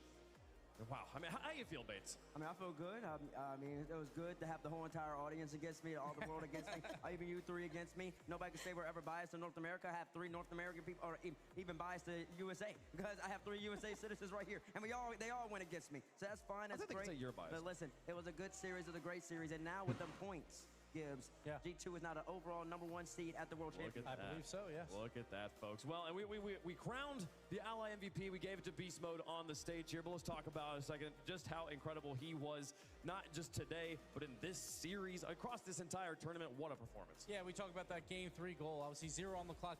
Beast Mode carries it from his own side of the field, but Beast Mode, we talked about it, how he carried G2 into the final day. I do feel like Daniel and Atomic played exceptionally well throughout today to get them the title, but Beast Mode, you got to put him up there as best in the world, because when he's got the ball, it's electric every single time. Exactly, and he talked about it. He says, my team is not just me, and I can agree with that to an extent, because G2, they have truly a perfect roster. Daniel Mechanical sits back in the back line. He's going to hold down the defense. Atomic's going to get Beast the ball, and Beast Mode is kind of just allowed to free roam and do his thing, be a shooter. But, of course, you got to be better than just a shooter. You got to be able to make the shots. And he did that the whole entire weekend. He's been doing it the whole entire season. That's why, in my estimation, if you're doing MVPs for the year, he's going to be one of them. But I will say this. He's one of the best in the game, if not to be the best right now. Gibbs, We'll talk about that in a second. I got a question I want to ask, but I'm going to save it for a little bit later in the show here. As we're wrapping up the day. We do got a few other awards to give out. Bates, you're going to love this, I think it's about time. You're going to love this. I had Show it to nightmares it. about this. Look at There him ya up at the have it. top, all by himself. Mr. Tyler Bates, 32 predictions out of 40. You only missed 8 the What is that, entire 80%? tournament. Quick maths? Yes, and you do beat Chat, you beat Gibbs, you beat Jorby. Herc, you're up there, the top 5. Well done. One day. One Yep. day. And I picked my champion from the get-go. But you can kind of tell the like NA bias versus EU bias. Obviously, EU no finalists. Yeah, some of us Was are I rooting EU for bias down here all the way? Give me my medal, Well, except for you, Wade. Gibbs, Oh, why's my hold medal on. broken? Yeah. Hold on. I will Don't present get you your greedy. medal. Don't get greedy. Yeah, don't you worry. Okay, well, that is one of the awards to be given out. There's also, I'm so curious to see where it does leaf jump off the leaderboard so here. close, So close. Stumpy takes home the fantasy Come draft on, man. winner. I Trying to almost convert caught up there. to the top 8. Almost. Unlucky. what You know what? else? I'm low-key really proud of my team. I had first pick and then 35 and 36. All right, yeah, Had to wait a while. Shout out to my boy Zen with the Zen parry. was an excellent pick. You know, honestly, I- for first pick, round 1. I had that first pick. I said I gotta have one person that's gonna carry me throughout the entire event. And you beat Direct. And honestly, you know, Honestly, Direct that is makes the me feel numbers smarter guy. than anything. I feel like Direct is the benchmark. If you're above Yeah. Direct, you did an excellent All right, job. you did So, great. so I'm right below it there, almost there. Oh, There thank you go, sir. Bates. Thank you, This sir. is for you. This Does it is fit your around my medal. neck? It doesn't. Congratulations. It's- I don't think it's it a little fits. small. Don't worry, I'll I'm going to put it have on my arm cold like this. sweats about this moment for 3 months Thank you. until the World Championship. Stumpy wants some Hate attention it. in A the back. troll He wants medal. the The medal thing too. doesn't even Stumpy. fit over his head.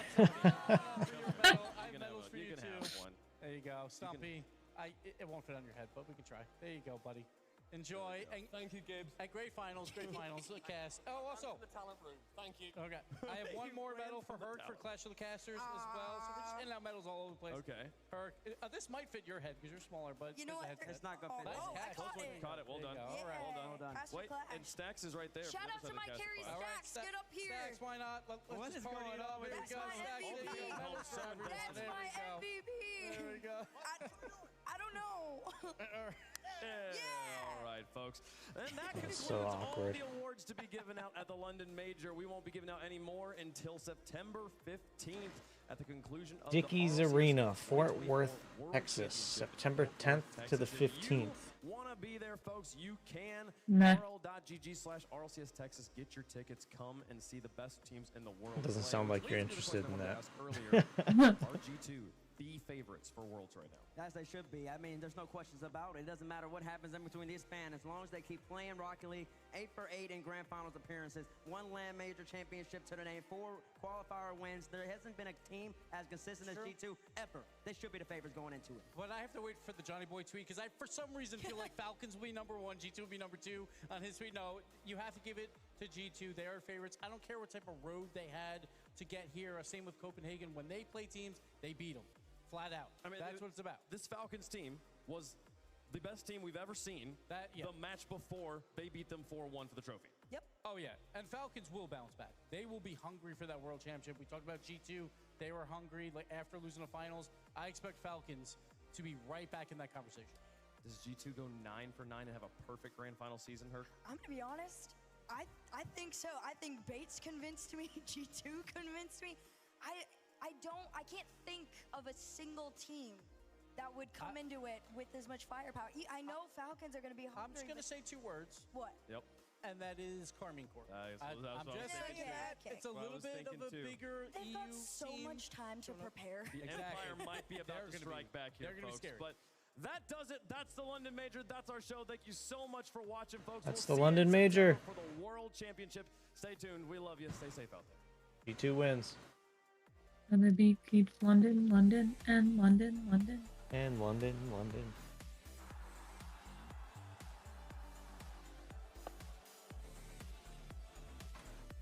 Alright guys, well, thanks for watching, thanks for hanging out. I hope everybody had a good time.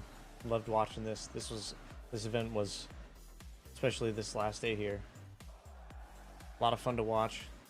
A lot of fun to just have you guys here and see everything happen. Hopefully we can make it to one of these events sometime. But I'm gonna take a break for a little bit.